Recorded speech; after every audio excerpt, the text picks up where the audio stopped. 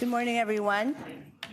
The clerk has advised me that we have quorum. I want to thank my colleague online who's turned on his camera and the councillors who are here present. I'm Councillor Alejandra Bravo, and I am chair of the Economic and Community Development Committee. We have quorum, and I'm now calling meeting 29 to order. Welcome, everyone. Today's meeting is being held by video conference and in person at City Hall in Committee Room 1. This meeting is also being live streamed online at youtube.com/Toronto City Council Live. We acknowledge the land that we're on, I think, as a way to remind ourselves that, particularly in this committee, we're thinking about the economy, we're thinking about community and all the ways that we can take care of each other. And that is an important element that I take away from Indigenous knowledges, and while recognizing that these lands have been walked on and lived on by Anishinaabe, Chippewas, Wendat peoples, Haudenosaunee, and today we continue to have Treaty 13 in Toronto with Mississaugas of the credit. If you are registered to speak at today's meeting, please listen for me to call your name. I will call speakers in the order they appear on the list.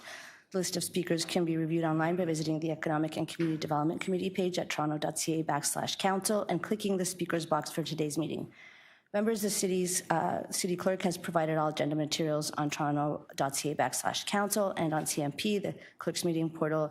Clerk's IT staff are available to members if you need help with your devices. I also want to remind you to please submit and approve your motions by email. Staff are available at ecdc@toronto.ca to help with motions. Are there any declarations of interest under the Municipal Conflict of Interest Act? Seeing none, we'll move on. I may have a motion to confirm the minutes from our meeting on May 5th, 2026. Councillor Moyse moves it. All in favor? Opposed? That is carried. All right, let's proceed to the agenda review. Number one, ECDC 29.1, a Toronto Pearson annual update. We have a presentation. EC 29.2, Toronto Arts Council 2025 Annual Report. There's a presentation from the Toronto Arts Council. EC 29.3, First Annual Report of the Implementation of Culture Connects and Action Plan for Culture in Toronto 2025 to 2035. That's held for speakers. EC 29.4, Establishing Toronto's Cultural Districts Program, also held for speakers. EC 29.5, Changes to Business Improvement Area Boards of Management. Would anyone like to? Happy to move the recommendations. Thank you. The Vice Chair moves it. All in favor? Opposed? That is carried. Proposed Humber Bay Shores Business Improvement Area poll results. May I have a motion? Councillor Moyse. The motion? Okay. Oh, go ahead. Sorry. On the mic. All in favor? Opposed? That's carried. EC 29.7, Toronto Licensing Tribunal 2025 Annual Report. There is a speaker at that item, and so we'll hold it. EC 29.8, Dangerous Dog Review Tribunal 2025 Annual Report. There's also a speaker on that item, so that's held. EC 29.9, Progress Update on Drop-in Sector Stabilization Efforts. We have a presentation and speakers on that item. EC 29.10, Update on Reducing Barriers to Youth Employment and the Diversity Youth Fellowship Program. That's held for a presentation and speakers. EC 29.11, Establishing the Lawrence Heights Neighbourhood Center in the Association of Community Centers. Do we have any, would anyone like to ask questions on this item? Any members of council, of committee? No? Then I would like to move that item. All those in favor of adoption? Opposed? And that is carried. Thank you. It's going to be great. EC 29.12, Community Engagement Process to Assess Local Community Support for Echoes and Nighttime Closure of Barbara Hall Park. That's held for speakers. EC 29.13, Authority to Enter Agreement with Ministry of Long-Term Care for the funding and development of 4610 Finch Avenue East Long-Term Care Home, and I will be moving to add this as a new business item. All those in favor of adding the item? It's been posted. Yeah, it has been posted, so are there any questions about the item we've just added? I'll just repeat what it is. It's my letter, authority to enter agreement with the Ministry of Long-Term Care for the funding and development of 4610 Finch Avenue East Long-Term Care Home. Yeah, all those in favor? Opposed? That is carried. Just before we invite our first speakers, I want Toronto Pearson annual update at EC 29.1. We have a lot of deputations, 32 today. We have also many important items to consider with a number of important presentations. I have asked all presenters to keep their remarks to 10 minutes or less, and I thank you for your indulgence so that we can get through the agenda. And I will also be keeping tight to 5 minutes for deputations and also for questions from councillors and for speaking. We can discuss later among ourselves as in committee if that's going to work out for in terms of the 5 minutes, one round of questions. But I do encourage all councillors to contact staff offline if you have questions that exceed the 5 minutes that you're allotted. Councillor. Madam Chair. Yes, Councillor Mantis. Looking at the amount of deputations that we have, could we limit the speaking from 5 minutes to 3 minutes? That is, Councillor Mantis, would you like to move that, Councillor Mantis? Yes, please. Would anyone like to speak to that? Okay, I believe that we can get through the agenda, but I will let it to committee to decide whether you would like to limit the speakers to 3 minutes. Okay. All in favor? Yeah, wait, we have to move So it's just reducing. Right. Yes. Questions. It's reducing the speaking time. Councillor Mantis, are you asking that councillors limit their questions to presenters to 3 minutes as well? If councillors find that, yes, if councillors find that they can ask the questions in the first round to 3 minutes, I guess. Oh, sorry. Just makes it more efficient. I meant when councillors ask follow-up questions to presenters. Sure. Okay, so you'd like to limit questions from councillors to presenters as well. And do you want? I would, in addition, the other available way that we can make sure we get through the agenda is to close the deputation list at 10 a.m. Yeah, Councillor. I'm happy to move that, yeah. Okay, so Let's just put the motion on for you. can we separate them so we can vote differently? Yeah.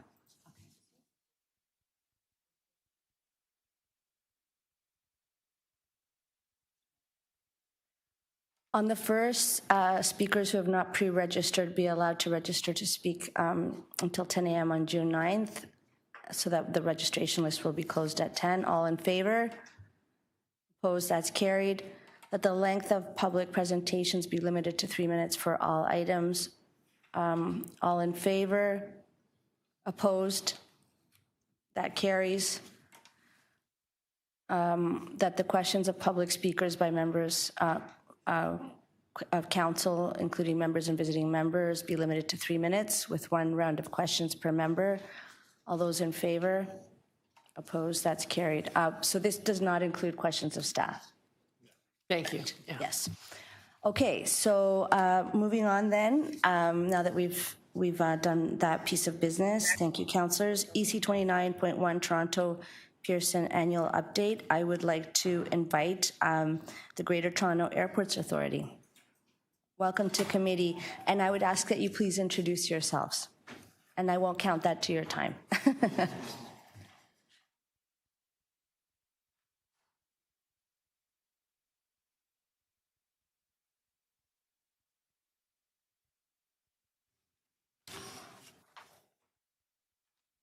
Good morning, and thank you, Committee Chair Bravo, Vice Chair Carroll, and all committee members and staff for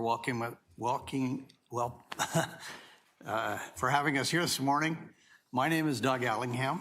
and I'm pleased to be here on behalf of Toronto Pearson as a member of the Board of Directors and the immediate past chair.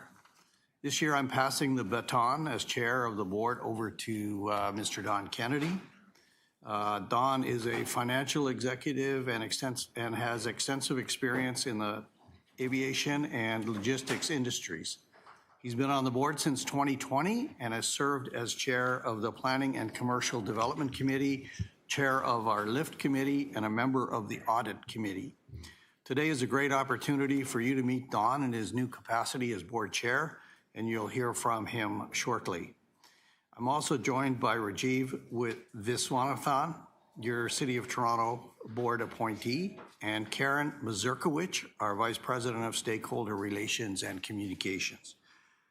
It's been a great honor for me these past few years to work with you here at the City of Toronto in the board chair capacity. I'm pleased to turn it over to the team so that you can get to know them and hear about key updates from Toronto Pearson. Karen will get us started. Thank you so much, Doug. Well, 2025 was really quite a complex year. Geopolitical activity resulting in pressures for many industries, including the aviation sector.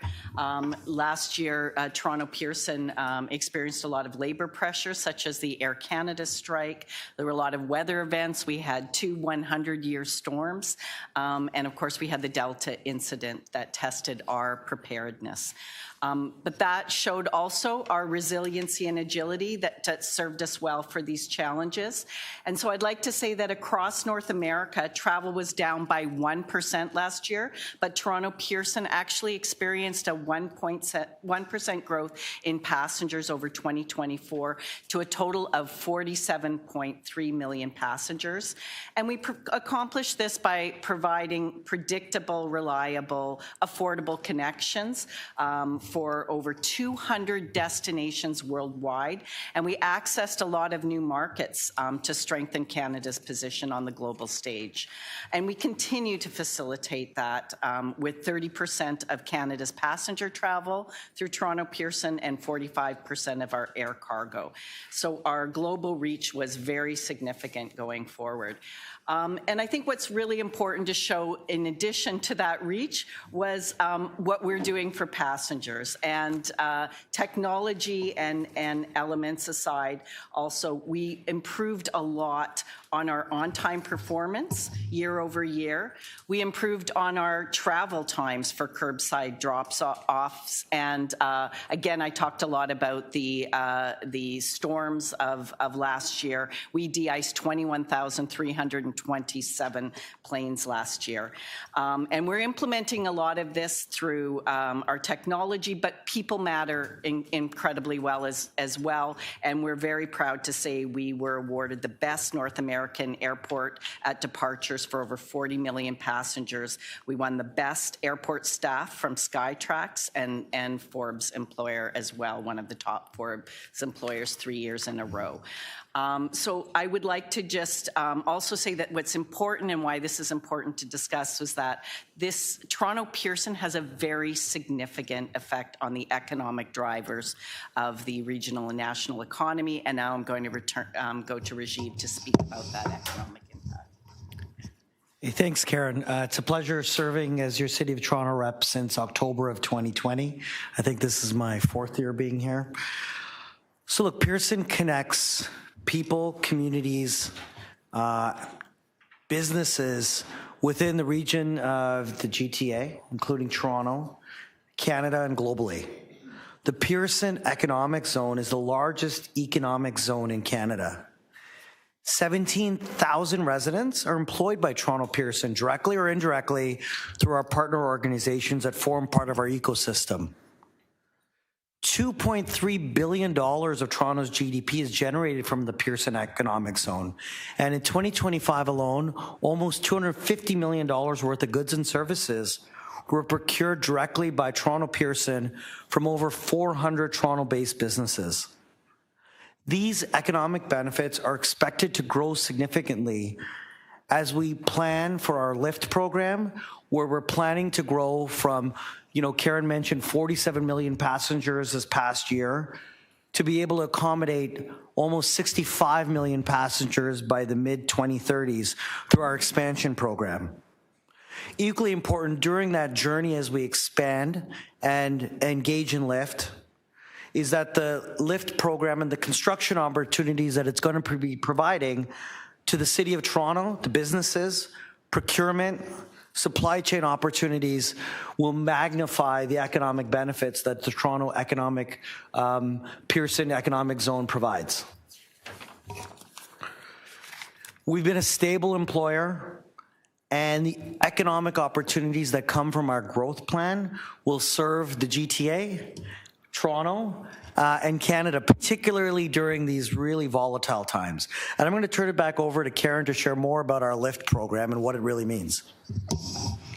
Thanks, Rajiv. So Toronto Pearson has really entered into this new era of transformation. You might have seen some of the photo ops and things on television in June where we presented our plans for LIFT. And today we're proud to share that that work has begun. We broke ground on the first phase of work on our airfield, which we announced, which would be $3 billion.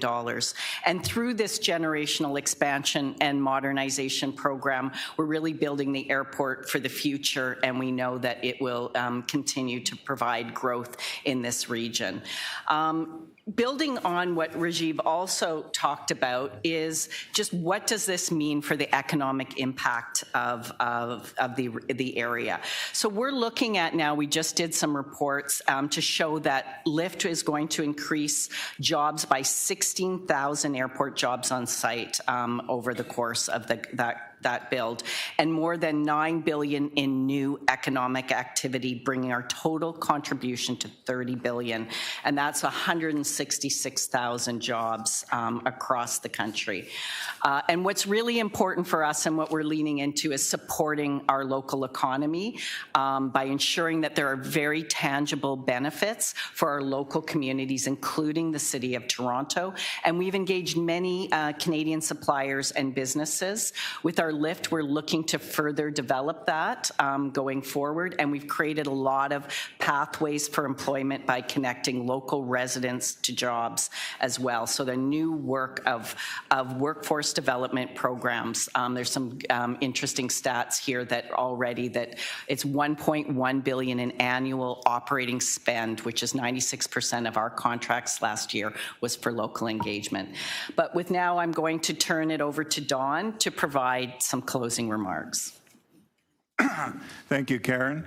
As you heard from the team this morning, amidst very turbulent times, Toronto Pearson is meeting the moment to fully embrace our role as the economic anchor across the GTA to propel our collective economic prosperity forward. As Canada's global gateway, Toronto Pearson is where the world arrives, and as you are all well aware, throughout June and July, we are welcoming thousands of new visitors from around the globe for the FIFA World Cup, another event that will showcase our capacity to deliver for high-profile events alongside the City of Toronto. As we have all been seeing in the news lately, air travel is being reshaped in real time, and we anticipate continued volatility in travel trends during 2026. But what is steadfast is our disciplined and collaborative approach, building what's next responsibly and with partners to unlock the full potential of Pearson and our surrounding communities, including Toronto. From strengthening our local supply chains, boosting trade, job creation, promoting tourism, and leveraging new technology to drive innovation and efficiencies, these are the outcomes we are committed to delivering on for decades to come. This concludes our presentation this morning. Thank you, Chair, committee members, and staff for your time and attention this morning. It is a privilege to step into the role of Chair of the Board this year for Toronto Pearson, and I look forward to working with you all here in Toronto in this capacity. We are pleased to address any questions you may have. Thank you. And it was 10 minutes, exactly. Congratulations for modeling for everyone else. Are there any questions of the deputants? Just a reminder that the questions are limited to 3 minutes according to the vote we just had. Deputy Mayor Malik, followed by Councillor Moise. Thank you very much, and congratulations as the new chair of the board. It was very helpful to hear your presentation, and I guess my first question is just reiterating what the timelines are on the expansion project. So the expansion project is estimated to be about a decade of work. So we just, put shovels in the ground, but we're looking at about 10 years of growth.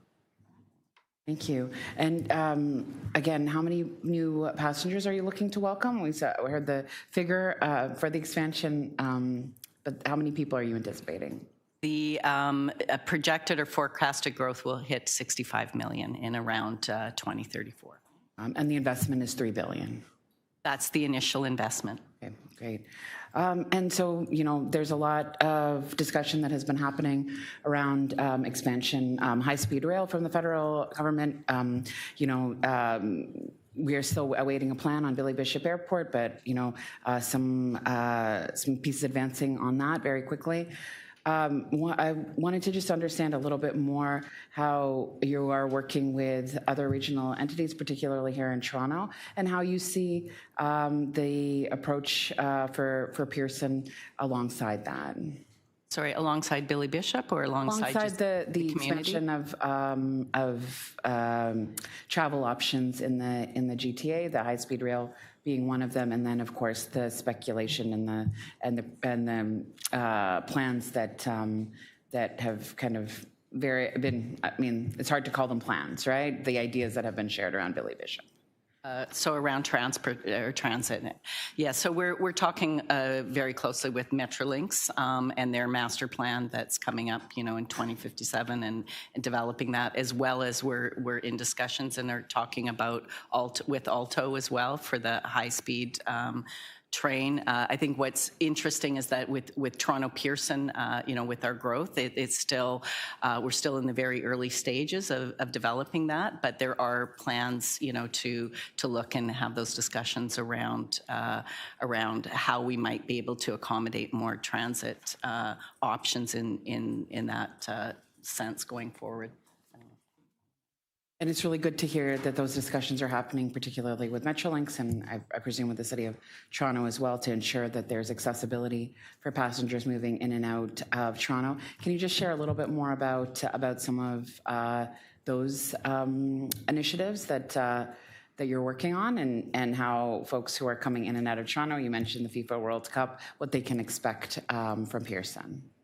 Well, with FIFA World Cup, we're working very closely with the Toronto Operations Centre as well. So we've been investing about a year designing and working on plans to support easy transit and seamless transition of passengers coming in and out of Toronto and coming into the city itself. Of course, we have the wonderful Up Express, which is something that we've been working on, or something that is working very well for Pearson and for the City of Toronto.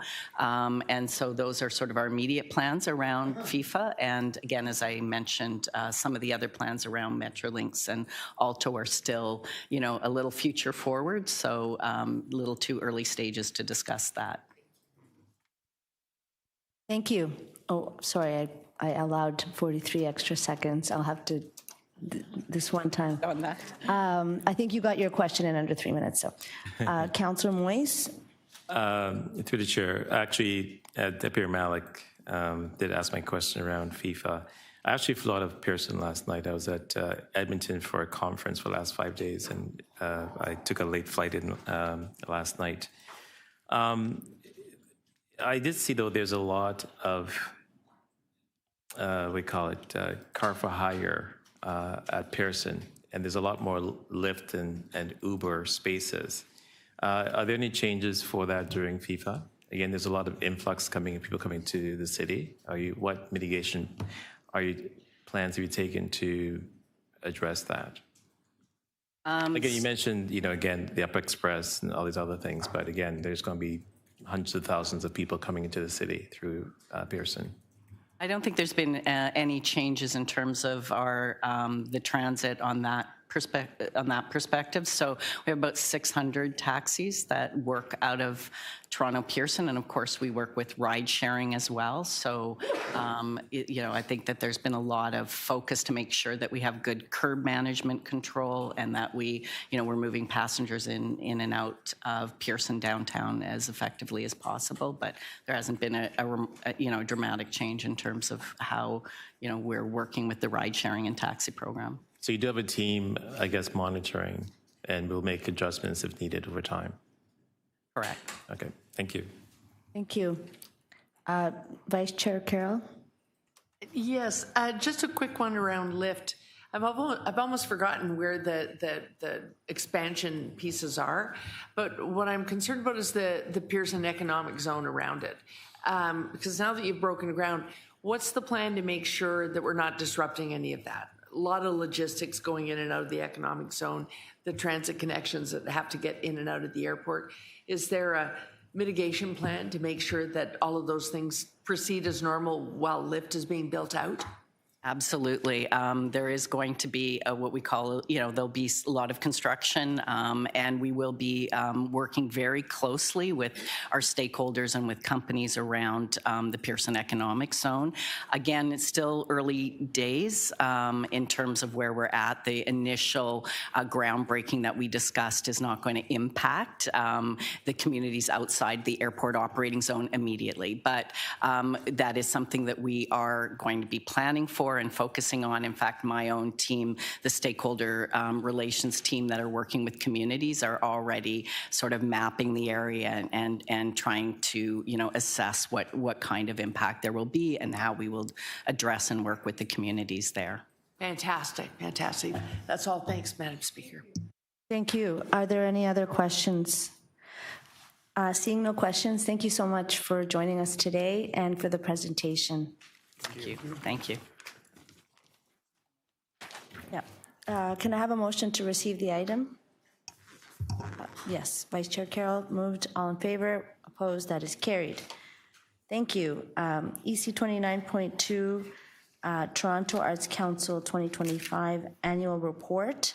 And we have a presentation. I'd like to thank Kelly. Introduce yourself, and I won't count it to your time. But once we're set up.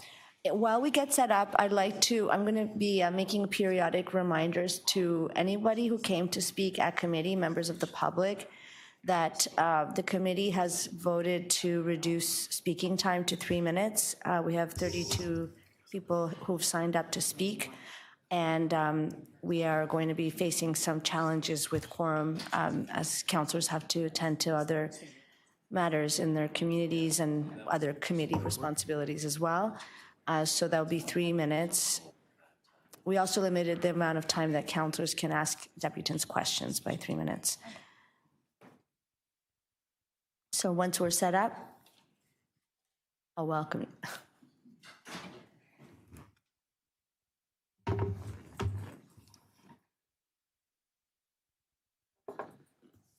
I think we're ready.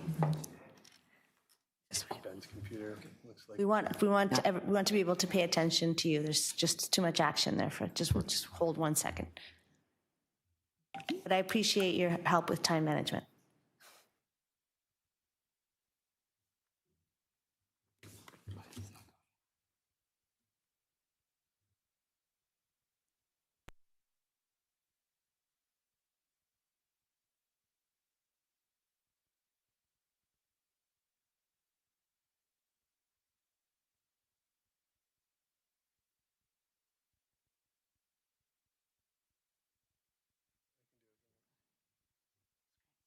Yeah, I know how to do that.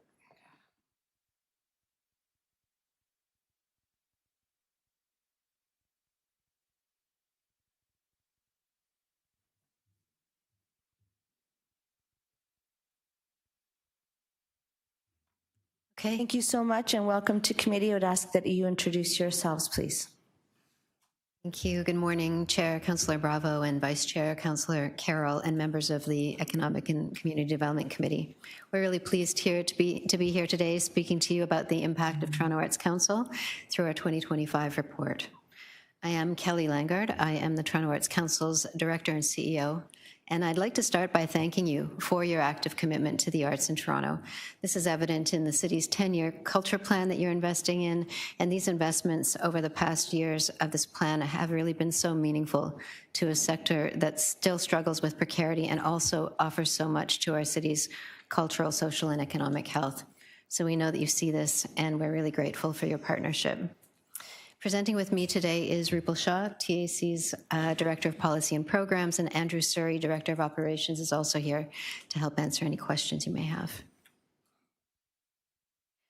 So Toronto Arts Council is proud of our track record in responsibly and transparently investing public funds in the arts through grants and other supports. In the more than 50 years since TAC's founding in 1974, Toronto's arts and culture scene has grown to become a dynamic reflection of our city's identity and diverse communities, drawing in residents and visitors alike. Toronto Arts Council serves the biggest artist population in Canada. Over 32,000 artists live in Toronto, compared to about 20,000 in Montreal and 11,000 in Vancouver.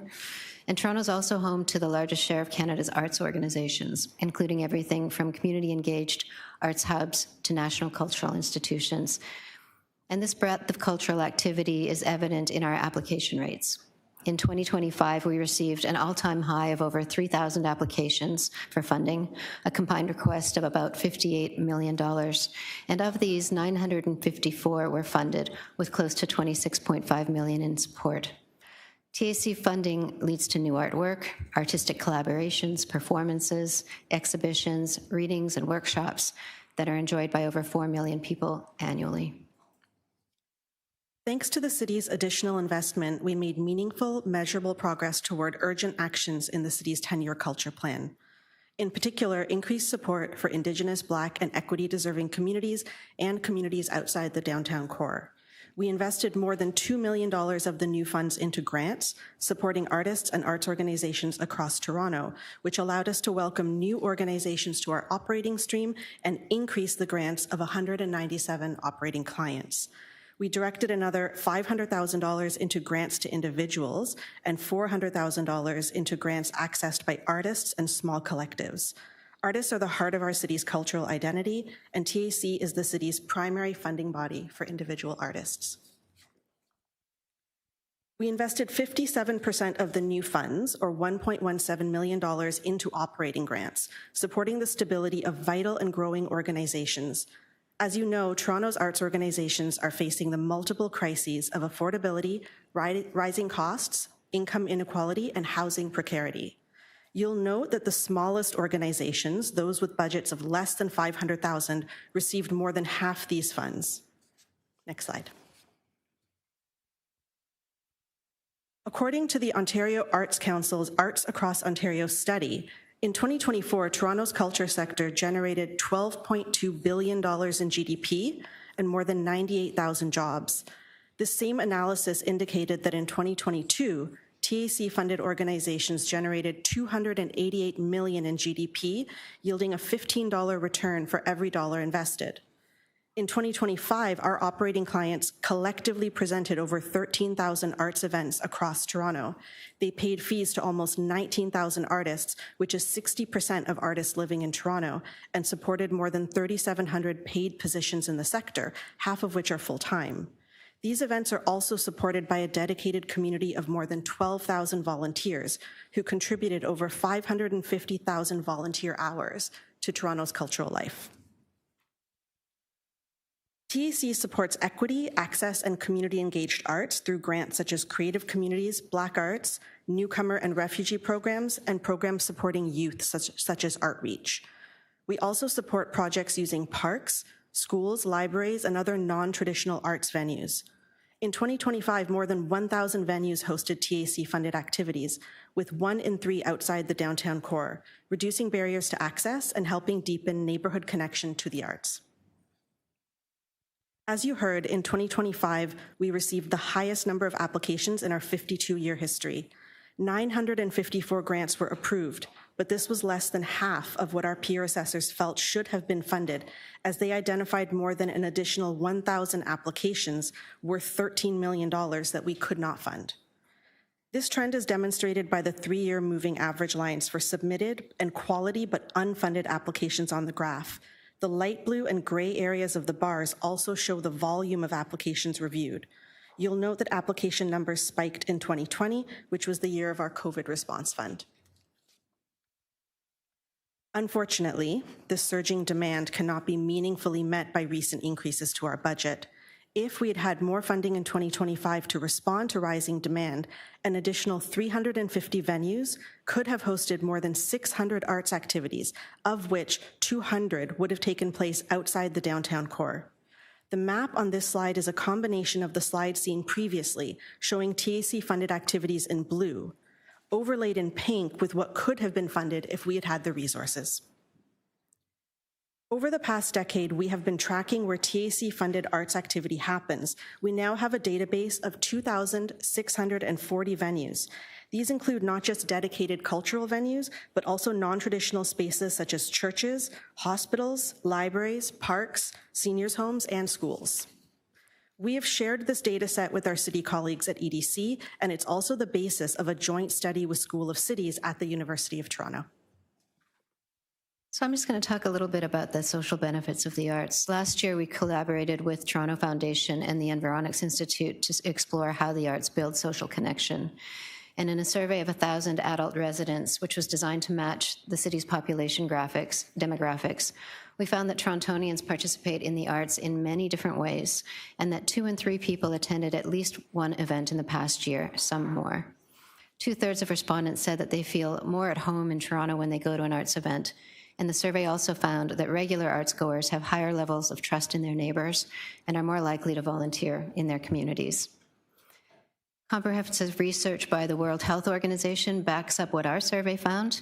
Engaging in the arts enhances individual and community well-being by strengthening individual sense of self, reducing loneliness and isolation, and creating belonging, shared identity, and mutual understanding. We also found in our survey that 30% of respondents felt that cost and other access barriers are still preventing them from participating in the arts. So while these social benefits are clear, they're not experienced equally, and removing these barriers through the programs we offer continues to be central to our work. That's why we've been increasing investment in TAC programs that expand access to the arts across Toronto, especially in underserved areas. Our animating programs support free arts programming in public parks, libraries, and historic sites.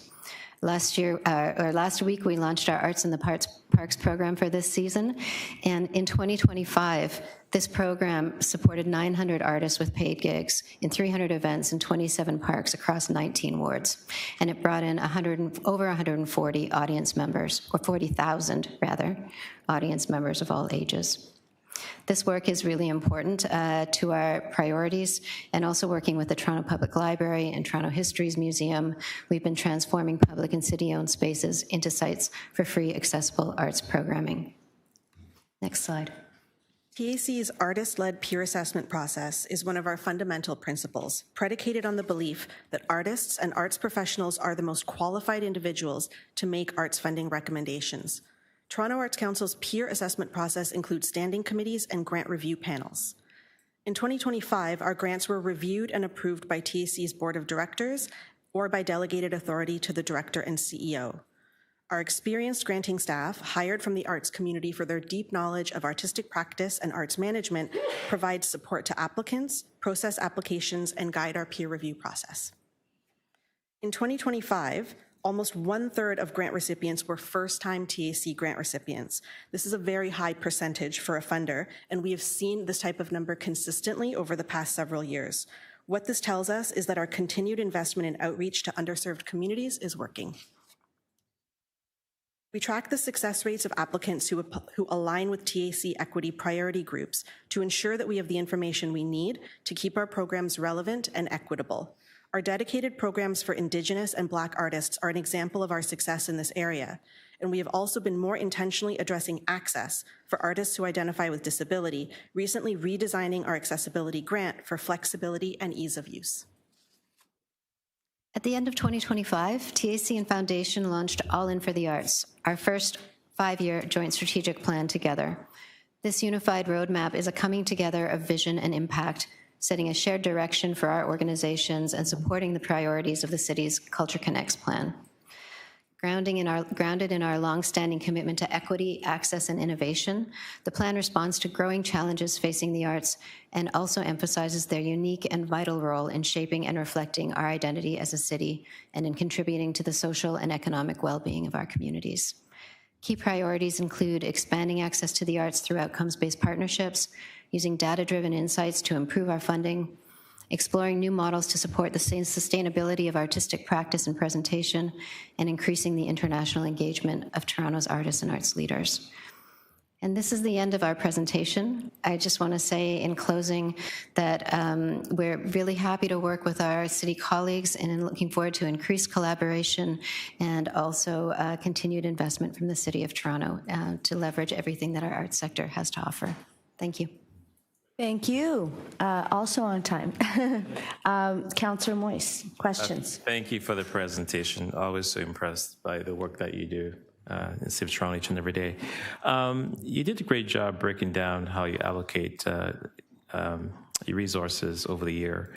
But where do you, and I know Toronto is a big contributor to your budget, but what about the provincial and federal government?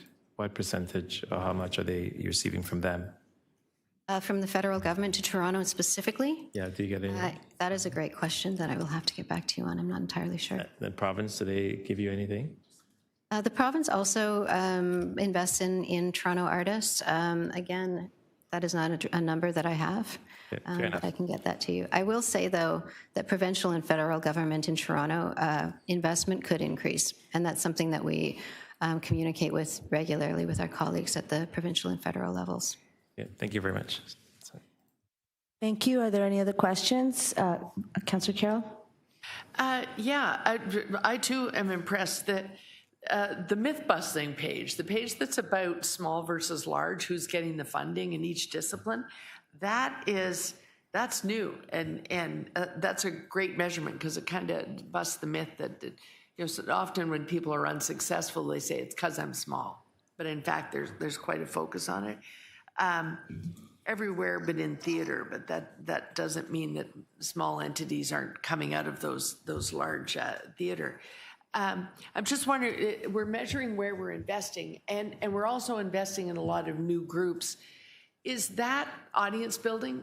Is funding a new group also bringing new patrons to the arts?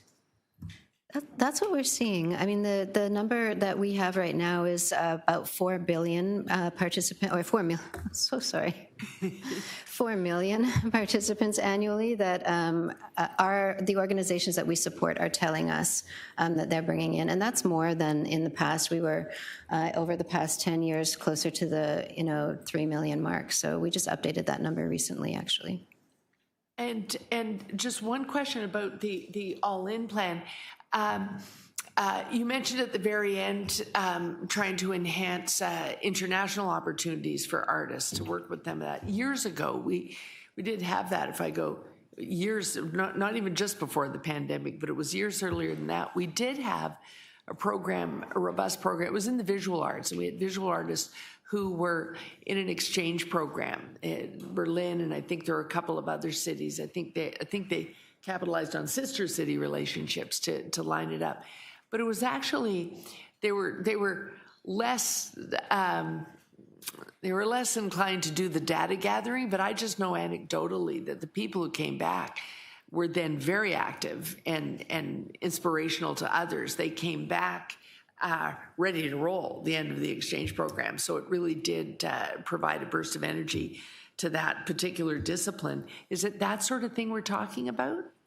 Yes. I mean, it's something that we have to sort of build from scratch because we haven't been doing that for a while, and it's great to hear about that exchange in the past. That is something, it's really about relationship building. It's creating the foundation for long-term collaboration and partnership and then mutual exchange.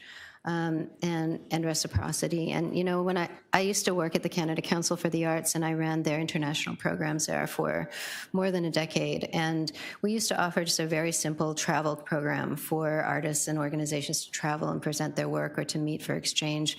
And we would find in general that, you know, for every dollar we invested, we'd get about $10 back in return. And that was an immediate investment. So someone would go promote their work, come back and say, I've got, you know, they're going to present my work in Berlin, I'm going to present my work here. And we know that the long-term effects are even more significant. So that's an important investment. Okay, thank you for the question. Questions. Thank you. Are there any other questions? Even though I'm on the Toronto Arts Council board, I would like to ask a couple of questions. Well, thank you for being here today. I want to pick up on the question of that Councillor Carroll asked about data. And do you want to maybe mention how the strategic plan, the new strategic plan, kind of the timeline, and how much of that effort was put into making sure that the Toronto Arts Council is building its work, its program, its funding priorities based on actually capturing of data and making sure that the metrics are really showing impact? Mm-hmm. I started at Toronto Arts Council 3.5 years ago now, and it was really important to me that we start to invest more in our research and data capabilities. So, you know, 3 years ago we had one staff person. Now we will have 3 working on research and data, and also working really closely with our colleagues at the city and other collaborators. We were just in Montreal actually for a research convening there, and. You know, that is so important. The information that you saw in our presentation today about venues that are featuring art around the city and all of those non-traditional venues, that's not information we've been able to capture or share before. And it gives us a much better picture of what's going on in the city, where our funding is actually going, and some of the work that is being exchanged across wards. Something might be funded downtown but presented in Scarborough, and that's the kind of information we want to capture because it shows us where the gaps are, where we're doing well, and where we need to do more. Thank you. Any speakers on this? I'll just. I will be moving to receive this item, but I do want to thank the Toronto Arts Council for coming today. You know, I think what we've seen since the initiative the mayor has led to increase funding to the arts by a significant amount is that more people are coming out to experience the arts in more places across the city, and more artists are being funded. And what we have here now is, you know, evidence that Toronto is an important center for the arts. But it's also, I think, an experience that every resident should have. It's the best way, in my mind, to find our common ground, experience ourselves, you know, explore our identities, what we have in common. In many parts of the world, you know, this idea of participating in the arts, whether as a maker, as a viewer, or the experience, the shared experience is something that's core to human beings. It's valued that way. And I think it's important to recognize how much investment there is in Toronto compared to other places. You know, we look across at Montreal and look at what they have. Well, it's the provincial government that's really stepping in to fund there. Perhaps the Toronto Arts Council can't say this, but as an elected official, I can. The federal government has recently made massive cuts to the arts, and the sector is experiencing the impact of that. The provincial government had been relatively laggard for a long time, as underfunds compared to their fiscal capacity. And it's at this level of government that we're keeping the arts alive and thriving. And this is a really beautiful investment in our future. And with the economic development and culture, we have an ecosystem approach here with the Toronto Arts Council, and I think we all benefit. Thank you for being here. Thanks for having us, and thank you for those comments. Thanks for your time. Now we're going on to the next item. Oh, sorry, motion. I did move to adopt. Oh, I had the wrong note here. Adopt the item. All in favor? Opposed? That's carried. EC 29.3, first annual report of the implementation of Culture Connects, an action plan for culture in Toronto 2025 to 2035. We have a speaker on this item, Peter McCluskey. Thank you, sir. Just a reminder that you have 3 minutes. Thank you. Make sure that press really hard on the button and that it's green. Thank you. Perfect. Thanks for having me here today, making the time. I'm with the Toronto Garlic Festival, but I'm here to speak in regard to a concept that I have been in dialogue with Economic Development and Culture, which is an idea for a citywide garlic celebration that celebrates the Ontario garlic harvest, but that builds on it in a way that supports objectives of the City of Toronto. And there are various proofs of concept for this idea that we developed over COVID when we were not able to put on the Toronto Garlic Festival. And so looking at some of the City of Toronto objectives and challenges and connected with Culture Connects. And one of those is the disparity in funding that goes to the outer wards versus downtown. And the kind of underlying thread that connects this is garlic. We have a garlic harvest here, and virtually every culture in Toronto uses garlic in their cuisine and cooking, in restaurants and at home and medicinally. So garlic is kind of the organizing thread here that underlies this idea for a citywide garlic celebration that's decentralized, so that you can have restaurants, community gardens, senior centers, schools participating in various ways. And importantly, they are already doing something connected to garlic. So they're not having to really invest additional energy, but by virtue of multiple entities across the city over this period of time, maybe a month in the fall, doing something with garlic, that then it becomes a citywide thing that it becomes a city destination. So it makes Toronto kind of a unique place. It's celebrating, by virtue of every culture using garlic, it's celebrating one of the things that we are known for, which is our cultural diversity. And it does it in a way that's economically feasible. One of the ideas I discussed with EDC is to work with BIAs. BIAs already have budgets for putting on events, and here is something where they could put on an event, drawing people to their local member businesses, but that investment also would serve our purposes in the outer boroughs where there are not BIAs.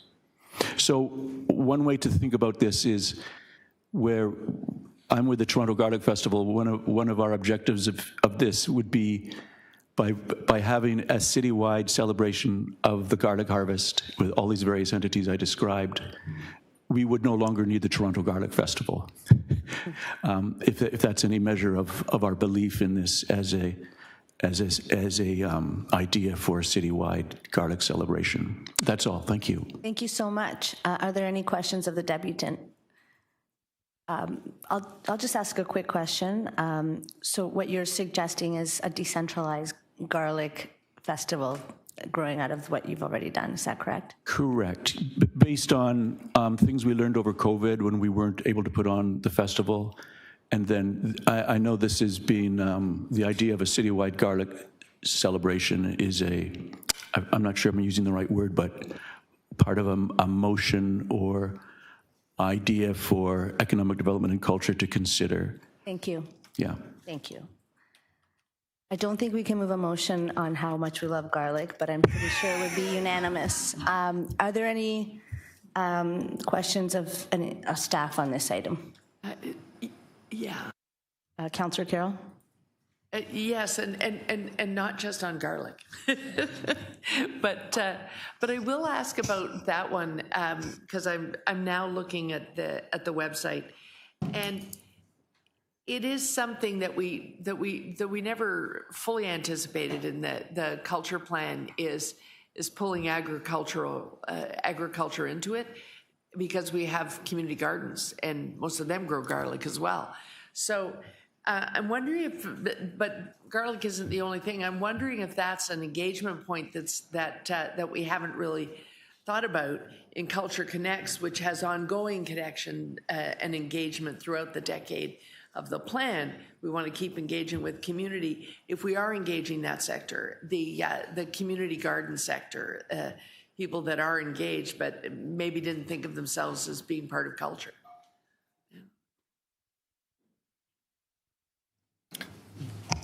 To the chair, thank you for your question.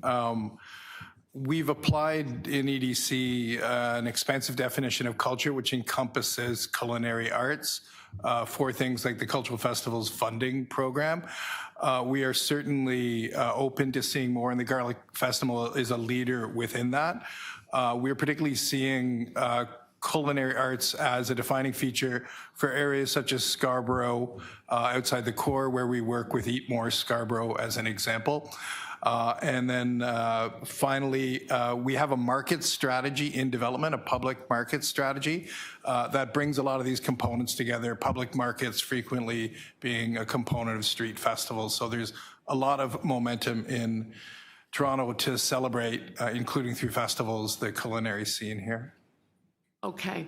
And the other question I had, Madam Chair, was around the commitment in the plan about an animation in each ward each year. And I know that takes a while to build up the infrastructure to do it. But when I went looking for it through the shopping list, I call it the great matrix we have of each of the actions in here, that making that happen, the one activation per ward is kind of embedded in all of them. You could pick, some will be part of a cultural district, tick that box. Others will be part of other programs in there. So I'm wondering if is there someone within the staffing of the plan whose job it is to measure the progress of how close are we getting to where we can say we have an activation every year in every ward? To the chair, yes. In fact, we received an FTE in 2025 in order to track progress on the plan. That includes developing... They're in place now. They are in place now, yeah. Okay. And they're working on such things as doing the inventory of cultural infrastructure to provide a baseline to measure against the 1 million square feet promised in over a decade. And then on the matter of the access metric, it is one city-funded event per month within your neighborhood, of which there's 158 neighborhoods recognized by the city.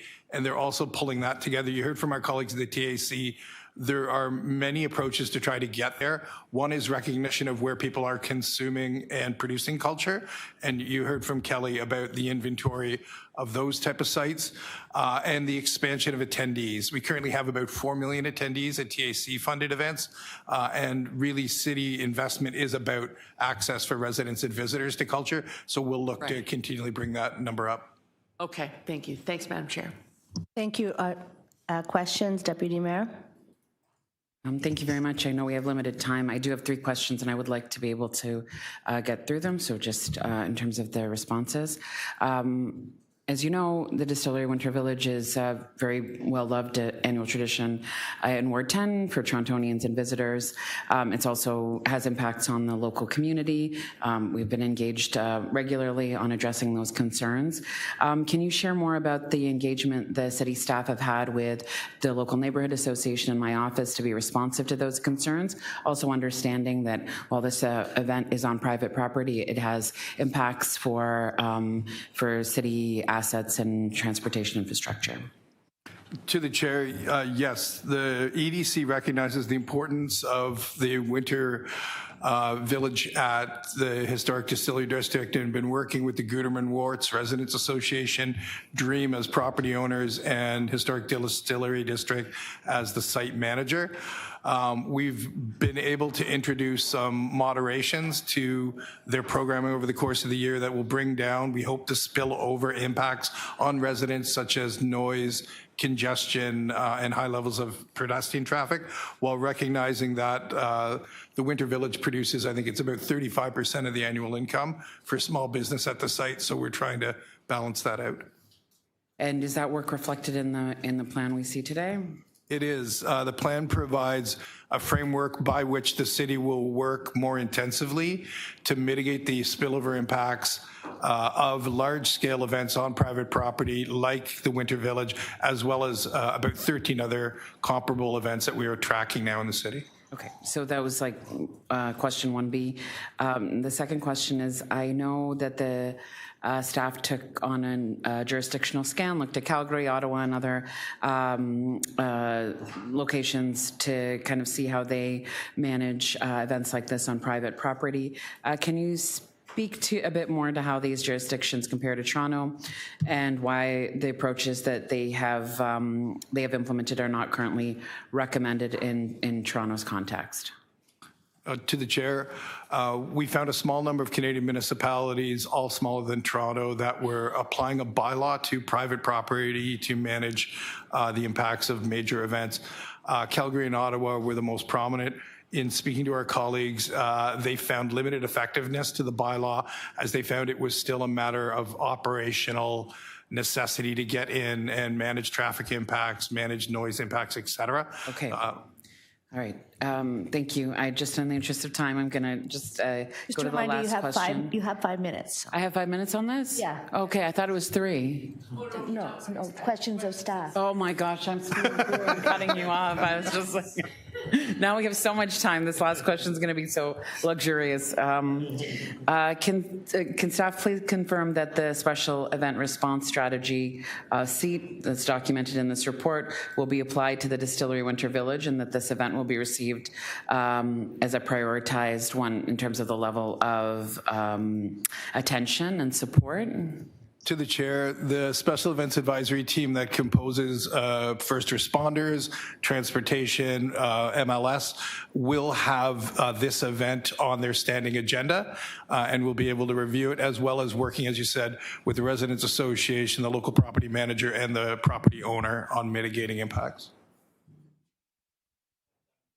Fantastic. Gold star. Any other questions of staff? I'll just ask a couple of questions my colleagues haven't asked. In terms of the ecosystem that we've been talking about, how do you see the role of the provincial and federal government in relation to what we can accomplish in this culture plan?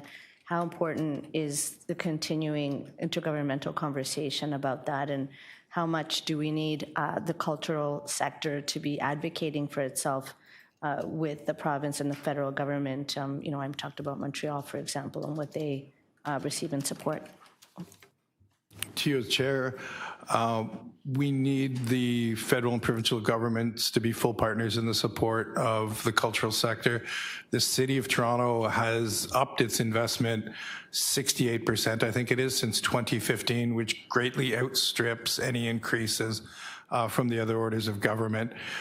We need also for the federal government, particularly in areas such as its AI strategy, its export development strategy, to be sensitive to the needs of Toronto. We are seeing, as our colleagues at Toronto Arts Council discuss, the impacts of the affordability crisis and a recovery that's not yet fully complete. And Toronto needs assistance to support artists, their family incomes, and the sustainability of our arts organizations. Thank you. And the follow-up that you just set up is around we are constantly hearing from artists that one of the challenges of remaining in Toronto is the high cost of rent and just of being able to live here, in addition to the high cost of commercial leases for being able to have spaces where you can produce art and then show art. How is that something that we're tracking in any way? And perhaps you can speak a little bit to the work that will be done over many years, but is building in relation to adding square footage of cultural space for this purpose. To you as chair, space has always, in consultation with community, been identified as perhaps the primary issue facing. There's no single solution. The commitment to deliver 1 million square feet over 10 years is going to be delivered through a variety of means, which includes being able to develop new space with our powers in negotiation with development, even with the challenges in that. Creative use of city space, such as It's OK's facility at 468 Queen West, working to sustain existing spaces, and we're seeing a lot of precarity for organizations that are carrying capital projects, and opening up the use of city-owned space with a cultural purpose, such as TO Live and the 10 city museums. So it'll be no one thing, but everything together all at once, and hopefully we get to the target. And the non-traditional spaces that CEO of Toronto Arts Council mentioned, is that something that can be put into the mix in terms of, you know, whoever's running those spaces also facing funding crunches? Do we have an opportunity for like an economy of scale here where we're reinforcing the capacity of not-for-profits working in other areas to activate these as culture spaces? To use Chair, yes. The Cultural Districts program that we'll speak about a little later in the meeting does that through community capacity building workshops to enable cultural organizations to access and hold space. Through the nighttime economy work, we are both on one side trying to make regulation more friendly to do-it-yourself producers, as well as equipping those community organizations like It's OK to learn how to navigate the system effectively. Thank you. Are there any other questions of staff? So do you like garlic as much as we all do? Thank you. So on this item, there are no more speakers. Oh, sorry. Yeah. I did not see that. The hand. I asked too quickly, but go ahead. Oh, me first? Okay.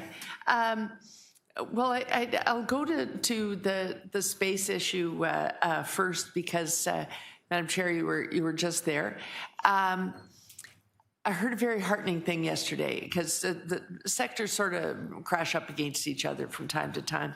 And at the future soccer event yesterday that we held with TMU, there was a panel discussion. I don't know if Mr. Tobin was still there, where the issue of space, of course, came up because that's a constant challenge in sports as well. And they talked about, governments have to wrap their head around if they really want a strong sports scene, they got to build more venues and they got to be just for us. We need an indoor soccer bubble and it's got to do that. We need basketball venues. We got to be able to hold tennis and basketball and soccer tournaments, and they got to build stuff for us.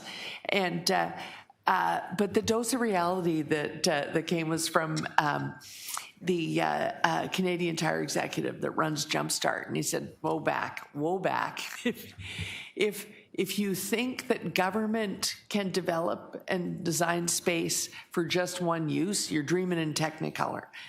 You're going to have to figure out how does a tournament venue also serve culture? And I broke into applause and no one followed me. but it was wonderful to hear that from someone so immersed in the sports business, understand that government can't build a space unless it also serves some of the things that we're trying to do in Culture Connects. So that's a conversation happening right now in other rooms that we should be happy it's happening. But to the plan itself, I just wanted to point out, I love getting this update and the matrix that shows us where we're at.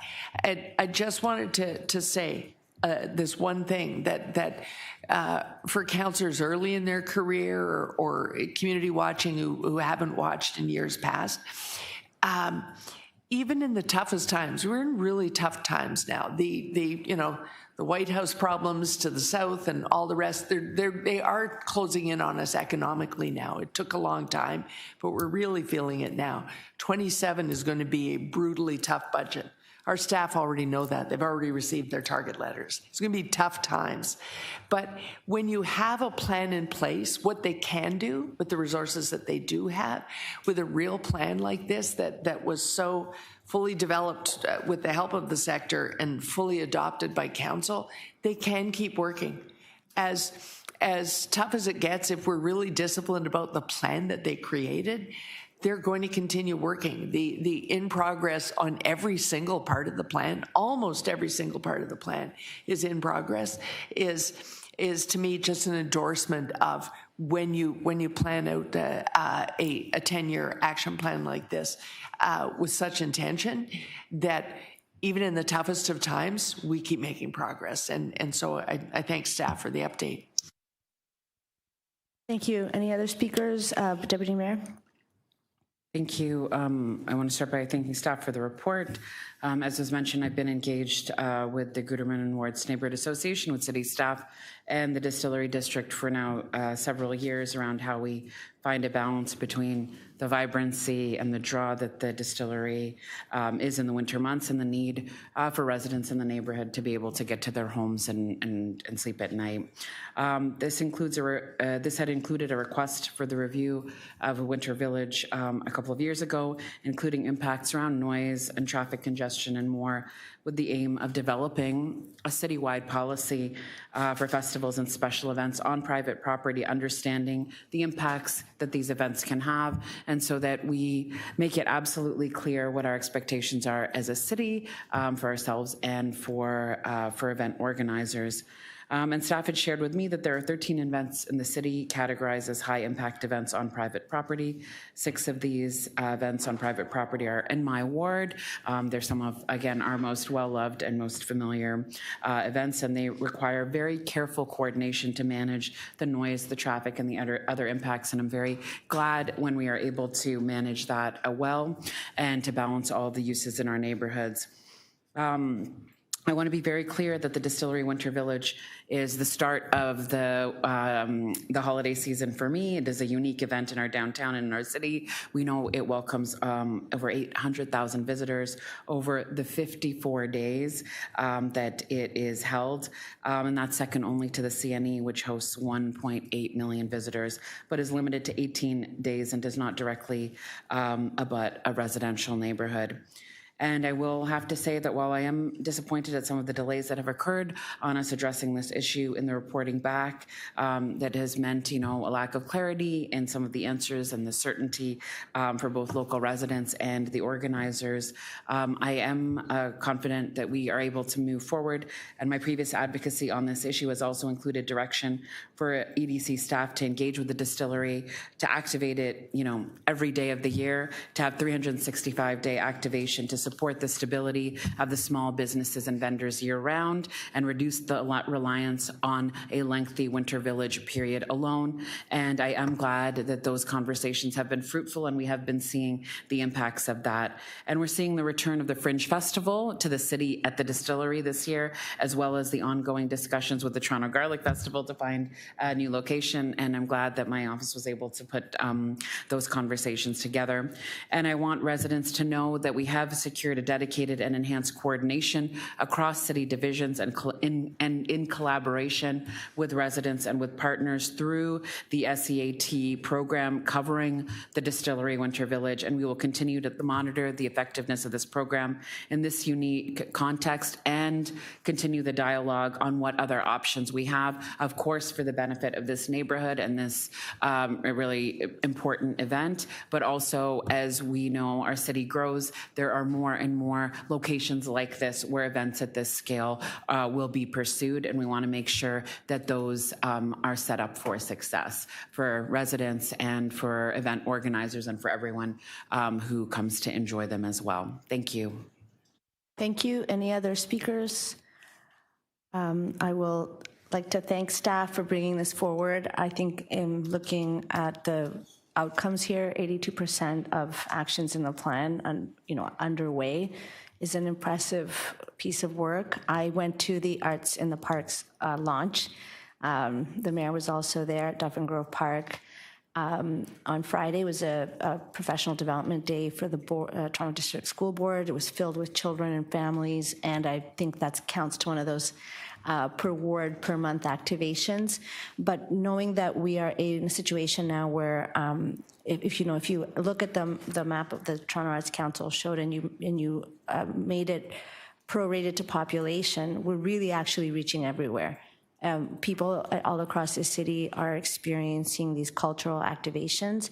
And I want to emphasize the point that the Vice Chair made about creating opportunities where we're reinforcing each other. Culture is broadly has a great relationship to sports, has a great relationship to educational, popular education, adult education, experiences for children, and there's a lot of opportunities to reinforce objectives that we have to build a healthier, more happy, resilient population.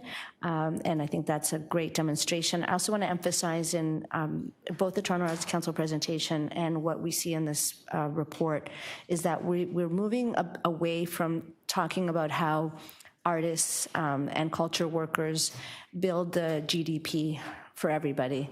I think that the idea that we're here to extract in the economy from culture workers, and we have to now take care of them, because we won't have any culture sector if they don't have, if those workers don't have a place to live, if their income isn't, keeping them well above the poverty line, and many of them are working well below the poverty line, and if there aren't places to create, places to sculpt, to dance, and then to show, to keep those culture spaces alive. So I think knowing that we have a really robust plan and really important partners in the broader sector is something that I think we can all take to heart today, and as a good news story. Thank you.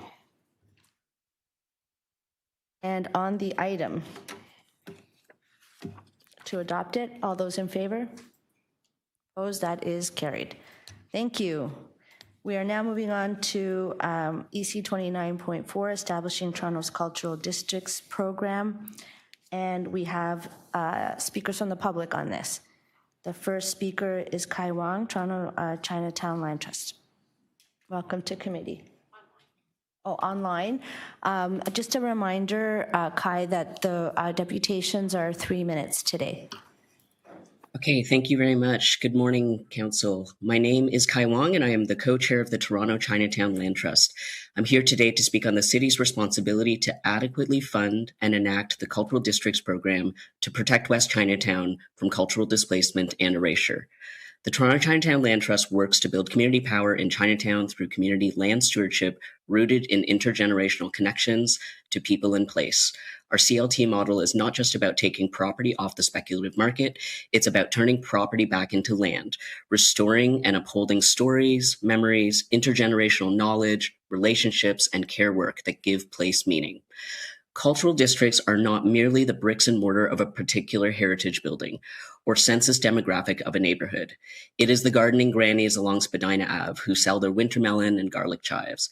It's the elders who meet for mahjong at their local family association every Sunday. It's the multilingual pharmacist who can explain complicated drug interactions to an elder fluently in Cantonese, Mandarin, and Vietnamese. Behind every example I've given here is a planning or heritage policy opportunity to enable all of these things to thrive, or a lack of policy protection that will ensure their erosion. Businesses in these neighborhoods contribute so much more than commercial goods and services. They are informal system navigation sites, settlement supports, tenant rights access, cultural community hubs. These key pillars of social and cultural heritage must be recognized and protected. To plan for its future, we must understand its past. The commonality of Little Jamaica, Chinatown, and Church and Wellesley is in how these neighborhoods were formed, in many ways as a direct result of city neglect, harm, or displacement. In 1947, Toronto City Council voted to demolish and forcibly expropriate the original Chinatown to build the current City Hall. Chinatown business owners relocated their businesses along Spadina in hopes of starting anew. In the face of overt exclusion, they created their own social supports, providing housing and employment for newly arrived Chinese migrants. They funded their own microloan programs at a time when banks would not lend to them, and supported individuals to grow their cultural Chinatown businesses, or pay the rent, or to collectively purchase a building for community use. For Little Jamaica, Chinatown, and the Village, cultural districts planning should be a framework for cultural redress, an apology in the form of meaningful action, repairing past harm by protecting what communities have built in spite of it. Cultural districts recognition is nothing without real policy protections and adequate funding. In 2020 and 2021, Council motioned to create a cultural districts plan in Toronto to protect cultural businesses from the threat of displacement and erasure. 5 years later, West Chinatown is still waiting for action.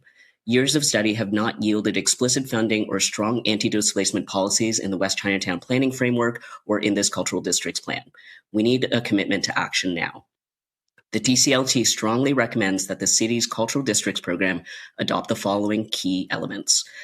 1, a properly funded community improvement plan that can lead to incentives, grants, and funding for culturally responsive and legacy businesses, and adequate funding for culturally responsive outreach and linguistic supports to ensure access. 2, anti-displacement criteria to critically assess all incoming development. 3, a robust set of cultural districts policy protections comparable to heritage conservation planning that mitigates the impacts of cultural displacement and erasure. Lastly, capacity building and funding to enable community land trusts to act as local land and ECDEV stewards to provide technical assistance to cultural or commercial properties and protect these vital cultural assets. Thank you. Are there any questions of the deputant? Councillor Sachs. Yeah. Sorry, Councillor, you may not know that the committee voted to keep questions to 3 minutes. Please go ahead. Thank you. Yeah, hello, hi, Kaya. As you know, this isn't a budget meeting and the budget's controlled by the mayor. But in terms of specific opportunities, given that we don't control budget here, are there any specific changes that you're asking for to the cultural districts program as proposed? Yeah, I think when it came to council in 2020, there was a clear kind of mandate to develop a cultural districts program to protect cultural businesses.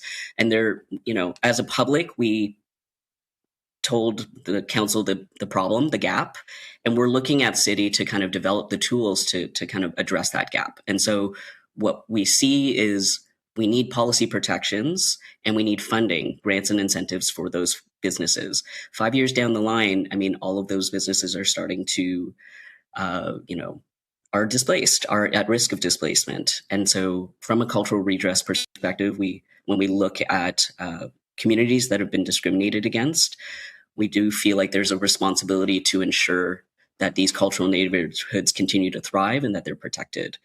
So to answer your question, stronger language in terms of policy protection, in terms of anti-displacement policy, and then also funding. We understand that the cultural districts program may not be adequately funded. What we see is sort of an earmark for a small CIP incentives, and then funding for new staff positions.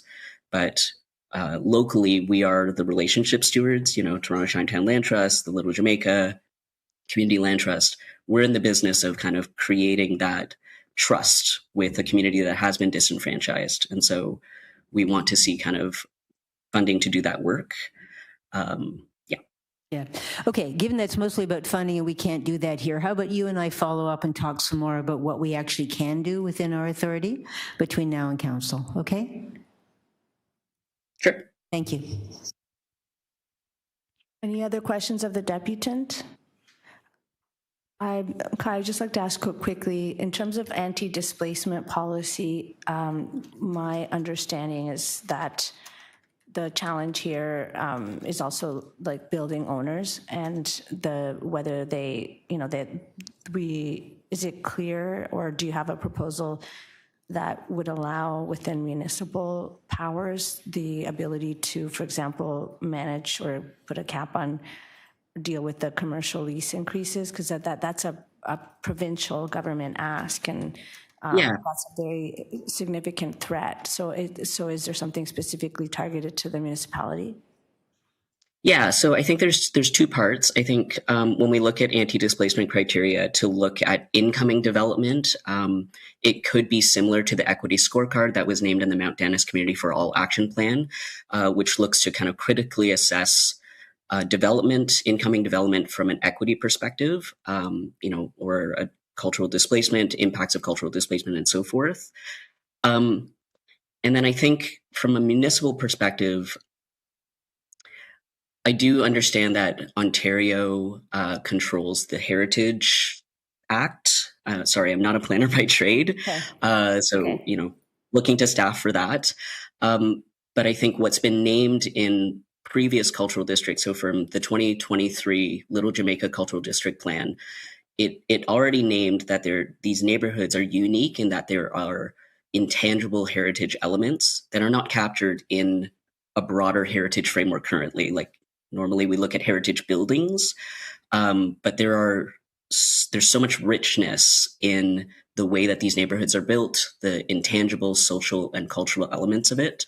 And that plan had recommended to the city to look at the heritage assessment plan and be able to capture, find a way to codify and include intangible heritage within the city's heritage assessment frameworks, to really adequately acknowledge that it's important and value it, and then work towards protecting social and cultural heritage. Thank you. I think that the challenge is being able to make those statements, but not have the jurisdictional powers to actually enforce them is the thing. Thank you. Any other questions? Oh, sorry. Can I answer the rest of your question, or is there time? Okay. I think when we look at disenfranchised communities, such as Little Jamaica, such as Chinatown, when we're looking at communities who have faced overt exclusion, there is a trust building exercise here. So, yeah, we're out of time. I was just, but are there any other questions of the deputant? Oh, thank you for coming to committee today. So the next speaker is John Zhu, is also online, I believe. No, not presently online. I'll come back to that name. The next speaker is Nikki Ward. Welcome to committee, Nikki. Just a reminder, you have 3 minutes.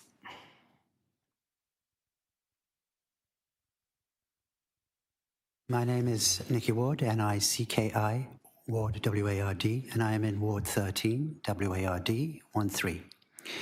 And I'm glad I'm here today to speak to this matter. I think it's an excellent initiative, but I'm also glad that I'm here to speak to the Church Wellesley neighborhood, which has been absent from previous comments. I'm not going to reproduce what Kai has said, obviously well considered, but I will tell you that in the Church Wellesley area, we are under attack. Our heritage is being pulled away by a number of forces: density, housing, and massive overdevelopment. Now, the heritage, there is a heritage cliff coming up, not part of this committee. But the absence of cultural protection, heritage protection in Church Wellesley neighborhood is beyond a crisis level. And the challenge for the City of Toronto, as always, is the teeth for legislation. Now, I would recommend that this committee consider adding an element that is to get the city solicitor involved, to see what we can do creatively to make sure that we give this excellent initiative some legislative teeth to get the job done. Otherwise, we're just involved in another performative exercise and another round of disappointment as we see the Church Wellesley Village and broader area just compressing until all that is left is a series of facades. I think it's wise in the, so teeth for legislation. I also want to support what Kai was saying here, that a layer of clarity about what this legislation is for and for whom it is for. The language does not include specificity about the Church Wellesley character. We all at this room know that it's code for an ever-increasing acronym for LGBT and so on. But that's not specified in the document on hand. And I think it would be helpful to specify that so that we don't get lost, as we already have in the conversation. It's important that the relevant culture of the various areas is recognized and specified, because when we're all long gone, people will forget what those important ideas. I don't really have much more to add, fortunately, because I'm running out of time. But I will say that this is an excellent initiative and very germane, given that later on today, one of the community landmarks that we're going to be discussing is Barbara Hall Park, which is a landmark in its own right, and then the various sub-elements in there. So thank you for that. Thank you very much. Are there any questions of the deputant? Well, thank you for coming to committee today. Questions, Chris? The next speaker is Anika Mark. Anika online? Oh, hi. Sorry, I didn't see you. Welcome to committee. You can sit anywhere. Do you need to show something? Oh, just your notes. Okay. Just make sure that you press the button and it's green. Oh, okay. Hey. Hold on one second.